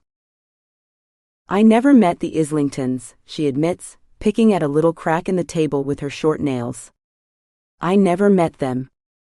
Trish and Derek brought me their signatures from their IDs, and they said that they were traveling so they couldn't be there in person. But they did the sea trial on their own and everything went well and they were buying the boat. And you didn't think that was suspicious? It was, and it was illegal, and that's why they were paying me the 10 grand. She begins to sob again. I tell her that it's okay, that I'm here for her because I want to keep her talking. So where did you sign? I ask. I met them at the Starbucks by the marina. They just pulled out the papers that they had signed and showed me their IDs. They said that they'd sent the money over. Derek said that they had it because he was an actor and he had all these savings in a trust fund. And you know, this is LA, people have a lot of money, people you don't suspect. So at the Starbucks? I say, keeping her on point. Yeah, at the Starbucks they signed everything over, and they showed me the paperwork along with the paperwork that the Islingtons signed. They showed me their IDs and they were a match. So I thought it's not a big deal, I can do this. And how did they pay you? In cash. They handed me the money right there and told me to forget their names. But the thing is that I couldn't forget. What do you mean? I ask. Well, I had to put their names into my notary ledger, otherwise I would be in trouble with the government. Wait a second, you actually wrote them in the ledger? I ask. Yes, right there, and they signed on the line. I told them that they had to do it. Otherwise, the transaction isn't complete. A smile spreads over my face. Oh my God, I can't believe that they were so stupid as to sign the ledger. It was a nail in their coffin. Do you happen to have it? Yes, back at home. Good. We'll need it for evidence. Is there anything else that you might have left out? Anything at all? No, that's it. Am I going to be okay? Morena looks up at me with her big doe eyes. I squeeze her hand to reassure her. Chapter 36. We don't wait to arrest Trish and Derek, but head to their home right away, arrest warrants in hand. We arrive without the lights on, knock on the door. It takes Karen, Trish's mom, a few minutes to answer, during which I impatiently knock. When she finally does respond, she says that she has no idea where they are. The deputies burst in past her, search the house, and the couple is gone. I curse under my breath, and then someone out back yells, "We got them going on Cherry." I follow the car into the street, and out of the corner of my eye, I see Karen's Corvette pull out of a parking lot somewhere in the distance. The only reason I even notice it is because it's such a recognizable car. A white 2002 Corvette tends to stand out. Lights blaring, I go first. Derek is driving, quickly getting on the freeway. It's empty this time of night, and I'm glad for that because he starts speeding up, eventually topping out at 110 miles per hour. I know it's him driving because at one point, Trish turns around and looks in her rearview mirror from the passenger seat. The streets are empty and we drive fast. Darkness wraps all around me, but my blood pressure continues to go up. Pull over, I say to myself over and over again, trying to get them to stop, but they don't. A sense of dread overwhelms me. If something bad is going to happen, I won't be able to stop it. He gets onto the 10 freeway heading east. I don't know if there is an actual destination in mind, or if they are just going to drive until they run out of gas. I hear the helicopter hovering over them with the spotlight. It comes closer and I see Trish pointing up, yelling something, throwing her arms in Derek's face. The situation is getting more and more intense, but the drive continues and we all follow. We talk on the secret channel on the radio. A PIT, pursuit intervention technique maneuver, is being planned. That's a pursuit tactic by which a pursuing car can force a fleeing car to turn sideways abruptly, causing the driver to lose control and come to a stop. Derek increases his speed, and the 2 police vehicles in front of me get ready for a pit position. We drive past billboard upon billboard, advertising marijuana and various strip clubs. I watch as one cop pulls alongside the fleeing vehicle so that a portion of the Corvette is aligned with him.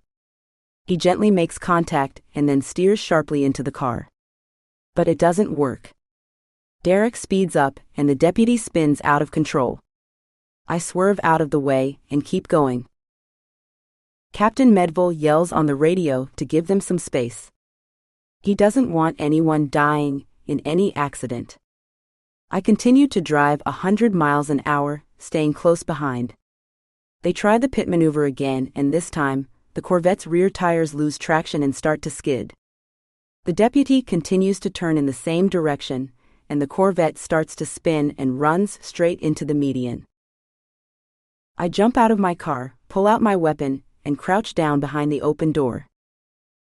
"Police, get out of the vehicle!" I yell. From my vantage point, I can see that Derek's body is slumped over the steering wheel. There's a big head wound, and he isn't moving. Trish yells something. I identify myself again, but I don't know if she can hear anything above her screams and with the windows closed. The door opens, and she starts to get out of the car. I tell everyone on the radio to stay put, and to not point any of their weapons at her.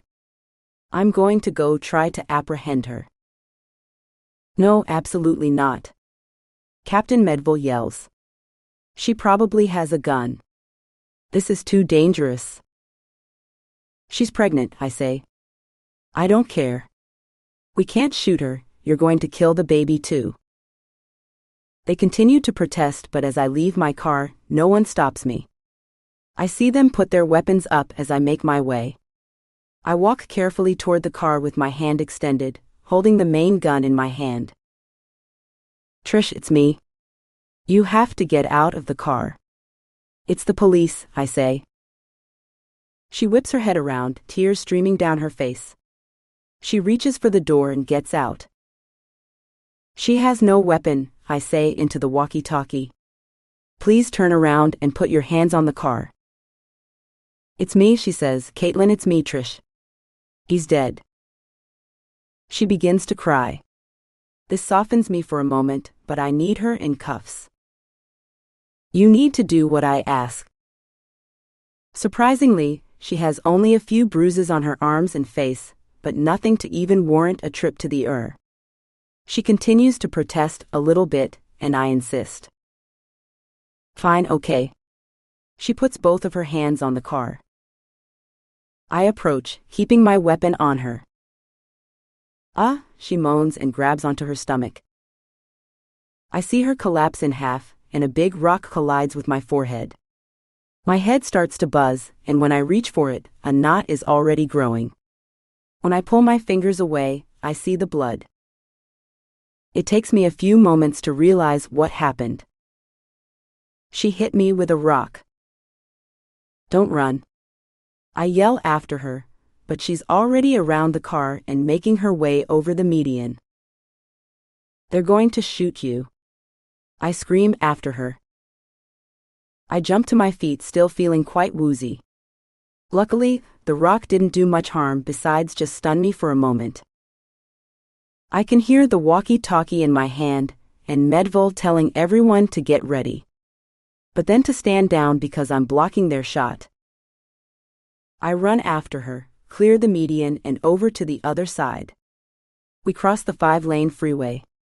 She's been hurt and she's hurt me, but I managed to catch up to her.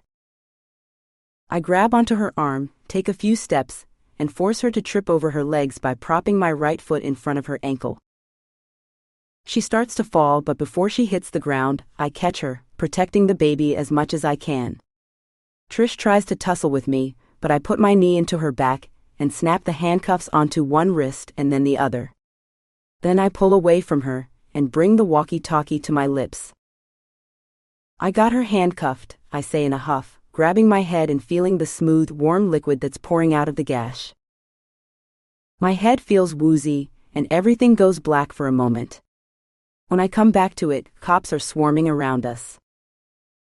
Uniformed officers are leaning over me, talking about me as if I'm not here. The sirens blast in the background, and I don't make out much distinction in the voices. And somewhere in the distance, I see her being placed in the back of a police car, tears streaming down her face once again. Chapter 37. After Derek is pronounced dead, and Trish gets checked out by the paramedics to make sure that she doesn't have any injuries, we bring her into the interrogation room for a talk. She looks alarmed, surprised, but not as shocked as you'd expect. In fact, there's a calmness in her demeanor. She cradles her arms around her baby and looks up at me with her big wide eyes with the expression on her face, like, "What? That was wrong?" I show her photos of the luminol, the cleaned-up blood spatter from the walls. "I don't know what you're talking about," she says. "Really? Because I know for a fact that you and Derek are responsible for the Islingtons' murders." "What murder?" "They're missing," she says with a casual shrug. "You took them out on the sea trial that day. You used your baby to make them feel comfortable. I mean, a pregnant woman wouldn't do anything bad, right? You took them out and you killed them. You tossed their bodies in the ocean." "Did you find those bodies?" Trish asks, raising one eyebrow. For a moment there, I see her true nature, the one that's bubbling under the surface, sinister, distant, without an inkling of emotion. Who is this woman? And how is she only 28 years old, and so horrid already? By all accounts, she had a nice childhood, nice parents, loving, supportive. So what happened? This is what I need to find out. "Why did you run?" I ask. "Because you were chasing me." "Why didn't you stop? Why didn't you talk to us?" "Because he knew you were dangerous. I talked plenty to you. I told you what I know, but Derek said that you suspected us. He said that you were going to make us pay for whatever happened to the Islingtons, because you had to get this case off your books." "We didn't have a case before," I say, taking a seat across from her and taking my time. She's the kind of person who needs to be talked to, someone who needs explanations, someone whose trust will take a while to build. I have time, but I want to get back home to Big Bear, to look for Violet, so I need her to open up. I talk to the notary, Morena Oakhurst. Remember her? The blood starts to drain from Trish's face. Her lips turn thin like one little line across her face as she purses them tightly. Finally, I see an inkling of emotion, fear. People can hide a lot of things, but fear is a hard one. Morena told me the truth. First time she lied. But when she saw the blood splatter, she admitted it all. She said that you paid her $10,000 in cash, in an envelope. You exchanged the money at the Starbucks, and she made a note that the Islingtons both signed in front of her, giving you the title of the boat. Why did you need the boat? I ask. She looks like she's been punched in the gut, but she gathers her composure, focusing her eyes on mine again. I don't know what you're talking about. Well, you said you did a sea trial and you bought the boat, right? Yes, that's right, she stumbles. I want to smile, but I don't want to alarm her. Yeah, we bought the boat from them. I don't know what happened to them after that. We came back and they were fine. And what about all this luminol and all this blood splatter all over the boat? I have no idea. Look, she leans over, her cries pleading for me to help. This was all Derek's idea. Okay. I didn't want to go with it, but he did not want to live with my parents anymore. We were having a baby, he said. We needed a place of our own. And he was obsessed with not paying taxes. Did he have money? He had a little bit of money. He works at a pizza place. We couldn't afford an apartment, so he came up with this idea of us having this money and using it to go on a sea trial, taking a boat, forcing them to sign the paperwork over to us. And what was the plan? I ask. Definitely not killing them. He never told me he was going to do that. So he's the one who killed them? Yes, that's what I'm trying to say. He did it all by himself. She's lying. I can feel it in every molecule inside of me, but she's also smart, and blaming all of this on her dead husband might actually work, especially with that sad face and that baby in her stomach. Tell me what happened, I insist, sitting back in my chair. She leans forward more. It was all his idea. We were going to take them out on the boat.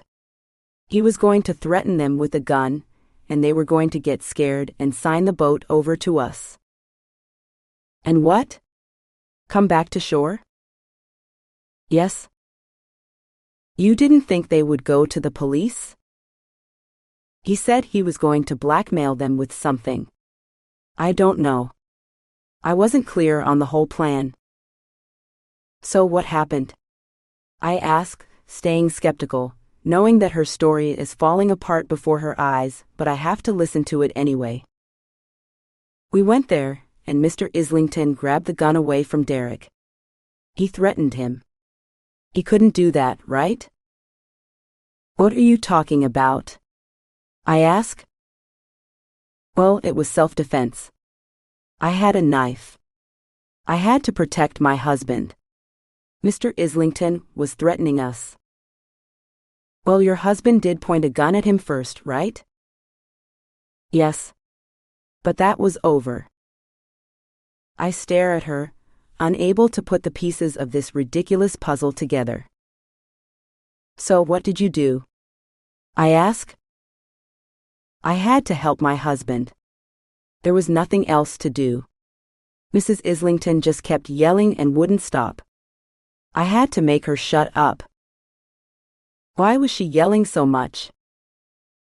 Cold sweat runs down my back. She narrows her eyes, and I see her digging her nails into her palm and then pressing hard on her eyeball, trying to make herself cry. I had to stab him. I had no choice. Trish buries her hands in her face and becomes hysterical. I try to calm her, but she just gets worse. The sounds are fake, but they're loud and powerful. Chapter 38. After Trish breaks down in tears, I give her some time to clear her head.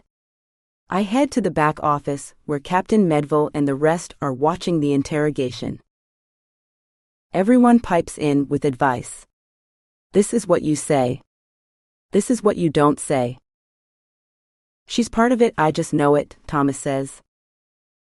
I hate to agree with him, but I can't help myself, Catherine says, tapping her fingers on the polished table. I turn to her. What do you think? She's using it as an excuse, Catherine answers.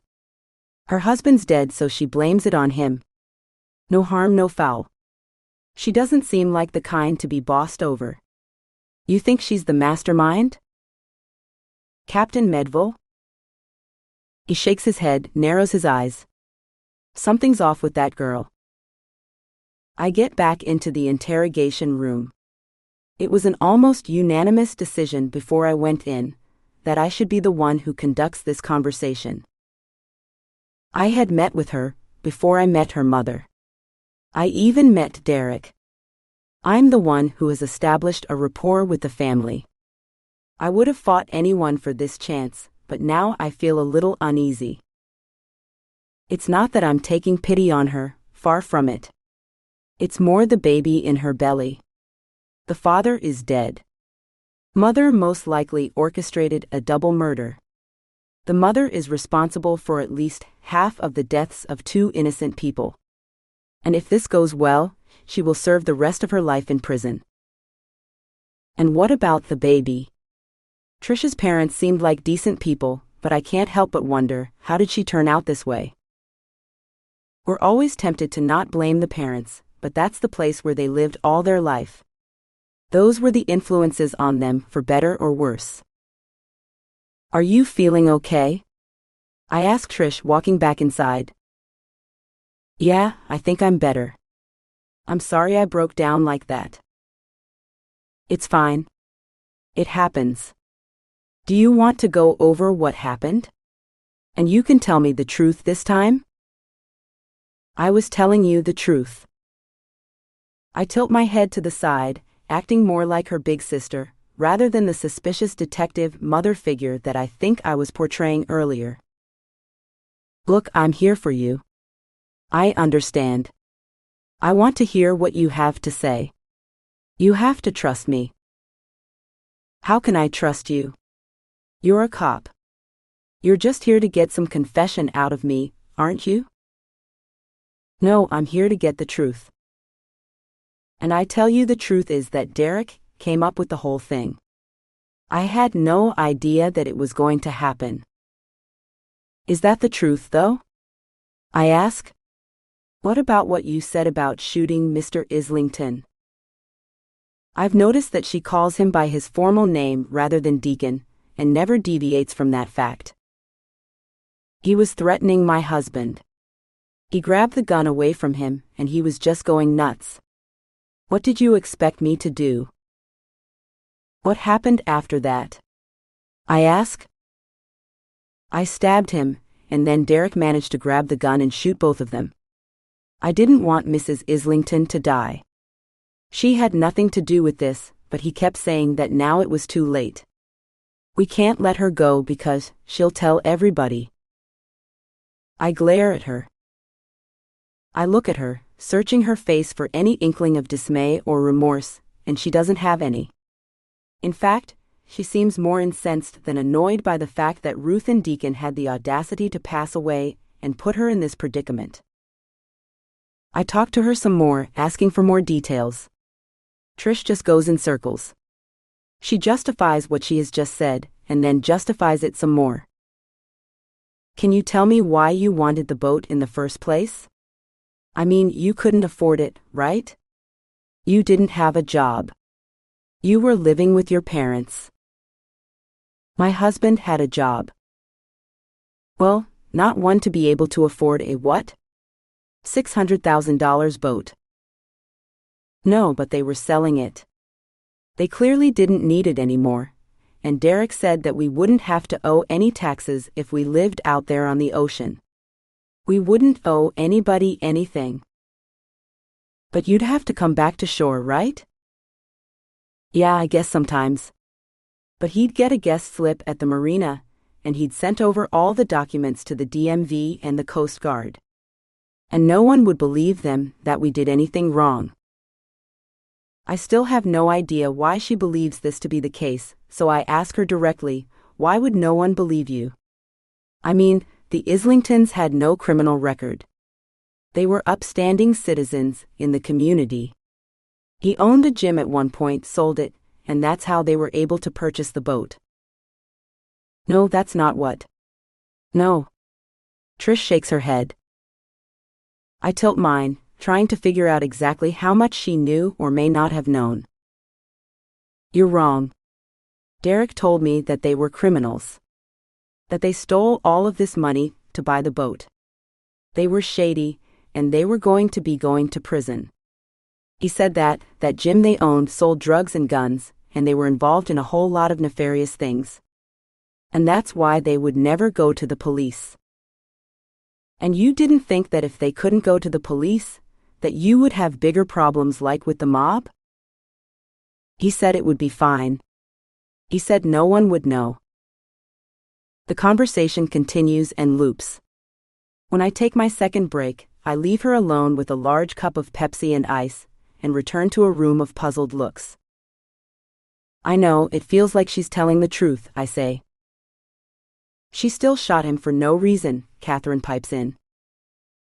This interrogation is not going to go as fast as I thought it would. I return to the room with Trish bent over the table, her hands propping up her head. She looks like a child, a 5-year-old. She asks if she can watch some TV. We go over the story again, and she starts to trip up. You guys did the sea trial, right? What happened? How did it actually begin? I ask. Well, we did the sea trial and then we were talking, and Mr. Islington said that he was not so sure that we had the money even though we showed him our bank statements. We insisted on it. But something changed. He threatened us. He said, "You think this is a joke? You think that we have time to waste?" Of course we didn't think it was a joke. This was a very serious matter. And that was when we gave each other the nod. The nod? No, I can't tell you this. This is bad, Trish whispers. You can tell me anything, I insist. It's going to be fine. You promise? It's my turn to reassure her. And I'm only slightly feeling bad for lying, but what other option do I have? She killed 2 people and I need justice. Derek and I agreed to give each other the nod when it was time. And if one of us didn't want to, then that was it. And so you both did? I ask, my heart thumping out of my chest. I thought that the records from the notary were bad enough. Yeah. We both exchange looks, Trish admits. And what? I ask. I don't know. I wanted to take it back, but it was too late. He just went along with it and started. And everything else happened just like you said before? She nods. I ask her to repeat herself. She does, then asks, "Can I go now? I mean, it's clear that I had nothing to do with this." Now, it's my turn to stare at her dumbfounded. I mean, my husband Derek was the one who was responsible, clearly, right? I don't feel so good, and I can't stay in here anymore without my phone. No, you can't go, I say, shaking my head. Absolutely not. What are you talking about? You said you would protect me. I said I would try to help you, and I will. But you're not. I am. I'm here for you, if you want to tell me anything else. Oh, shut up. I won't talk to you anymore. Okay? Go away. I need a lawyer. And with those magical words, I leave. Chapter 39. Ruth and Deacon's granddaughter was named Ruth Deacon in memory of her beloved grandparents, who never got to meet her, but so desperately wanted to. They had given up their dream retirement in order to spend time with their first grandchild, and the fact that they will never know her will haunt me forever. The blood that was found on the boat matched theirs, as well as Trish and Derek's. Their fingerprints were found all over the place. The murder weapon was found in Trish's neighbor's backyard after their dog, who was prone to digging up anything, found the treasure of a lifetime, a blood-soaked knife with Trish's fingerprints on it. The knife had been washed and buried on land, rather than dropped into the ocean. It was still a fluke, the highest unlikelihood that something like that would be found, but it was. And sometimes you get breaks like that in life. I attended Ruth and Deacon's memorial service and funeral. The first being held just a week after Trish's arrest. And the second, 6 months later after Ruth's body was found washed ashore, on one of the oil islands off the coast of Belmont Shore. These are oil derricks that can be seen from the beach, that the city had put palm trees on in order to beautify them to some degree. Her body had all of the wounds that Trish had confessed to, as well as a lot of signs of decomposition, after being in the water for so long. Trish had her baby in the LA County Jail, still awaiting trial, and the baby was given to her parents to raise. I hope this time, for all of our sakes, they do a better job than they did the first time around. The funeral is held in the morning, 10 a.m., and I show up a few minutes early in a black suit and black pumps that I'm not used to wearing. I give everybody my condolences, and I take a seat in the back to not draw attention from the family. Little Ruth, as everyone started to call her, is a beautiful little baby with plump cheeks and who looks strikingly like her grandfather, especially since he had the same thick neck and bald head to match. My phone vibrates against my thigh, and given that the funeral hasn't started yet, I slip out the back to talk to Luke. Unfortunately, despite the fact that I've been up to Big Bear a number of times, no new evidence has become available in either the murder of Natalie Ditchhill or my sister's disappearance. No one wants to admit this, but the case has gone cold. Even though Natalie's body was found, there were no fingerprints or DNA evidence. I can't make evidence appear out of nowhere, something that I have tried to explain to my mother a number of times. Mom has fallen into a dark hole, refusing to take my calls. She's probably drinking a lot more.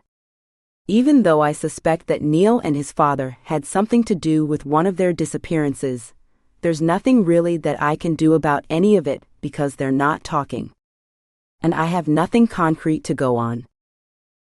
Luke calls to check in. He's in Kansas, after a long postponed trip to visit his mother for her shoulder surgery, which had gone well, but now requires a lot of recuperation at home. He's using almost all of his vacation days to be there, and is not putting any pressure on me to visit. We chat for a few minutes, and I tell him I have to go. The funeral is the last thing on my agenda. My bag is already packed and waiting for me in the car, along with a change of clothes. When I return to my seat, the funeral begins, but my phone goes off again. I take a quick peek at the screen and see that it's Captain Medville. No. I decide I've taken enough of these calls. This one will just have to go to voicemail. I need a break. Thank you for listening to Girl Taken, a Detective Kaitlyn Carr mystery. A novel by Kate Gable. Narrated by Madison Gilpin. Copyright 2022. The end.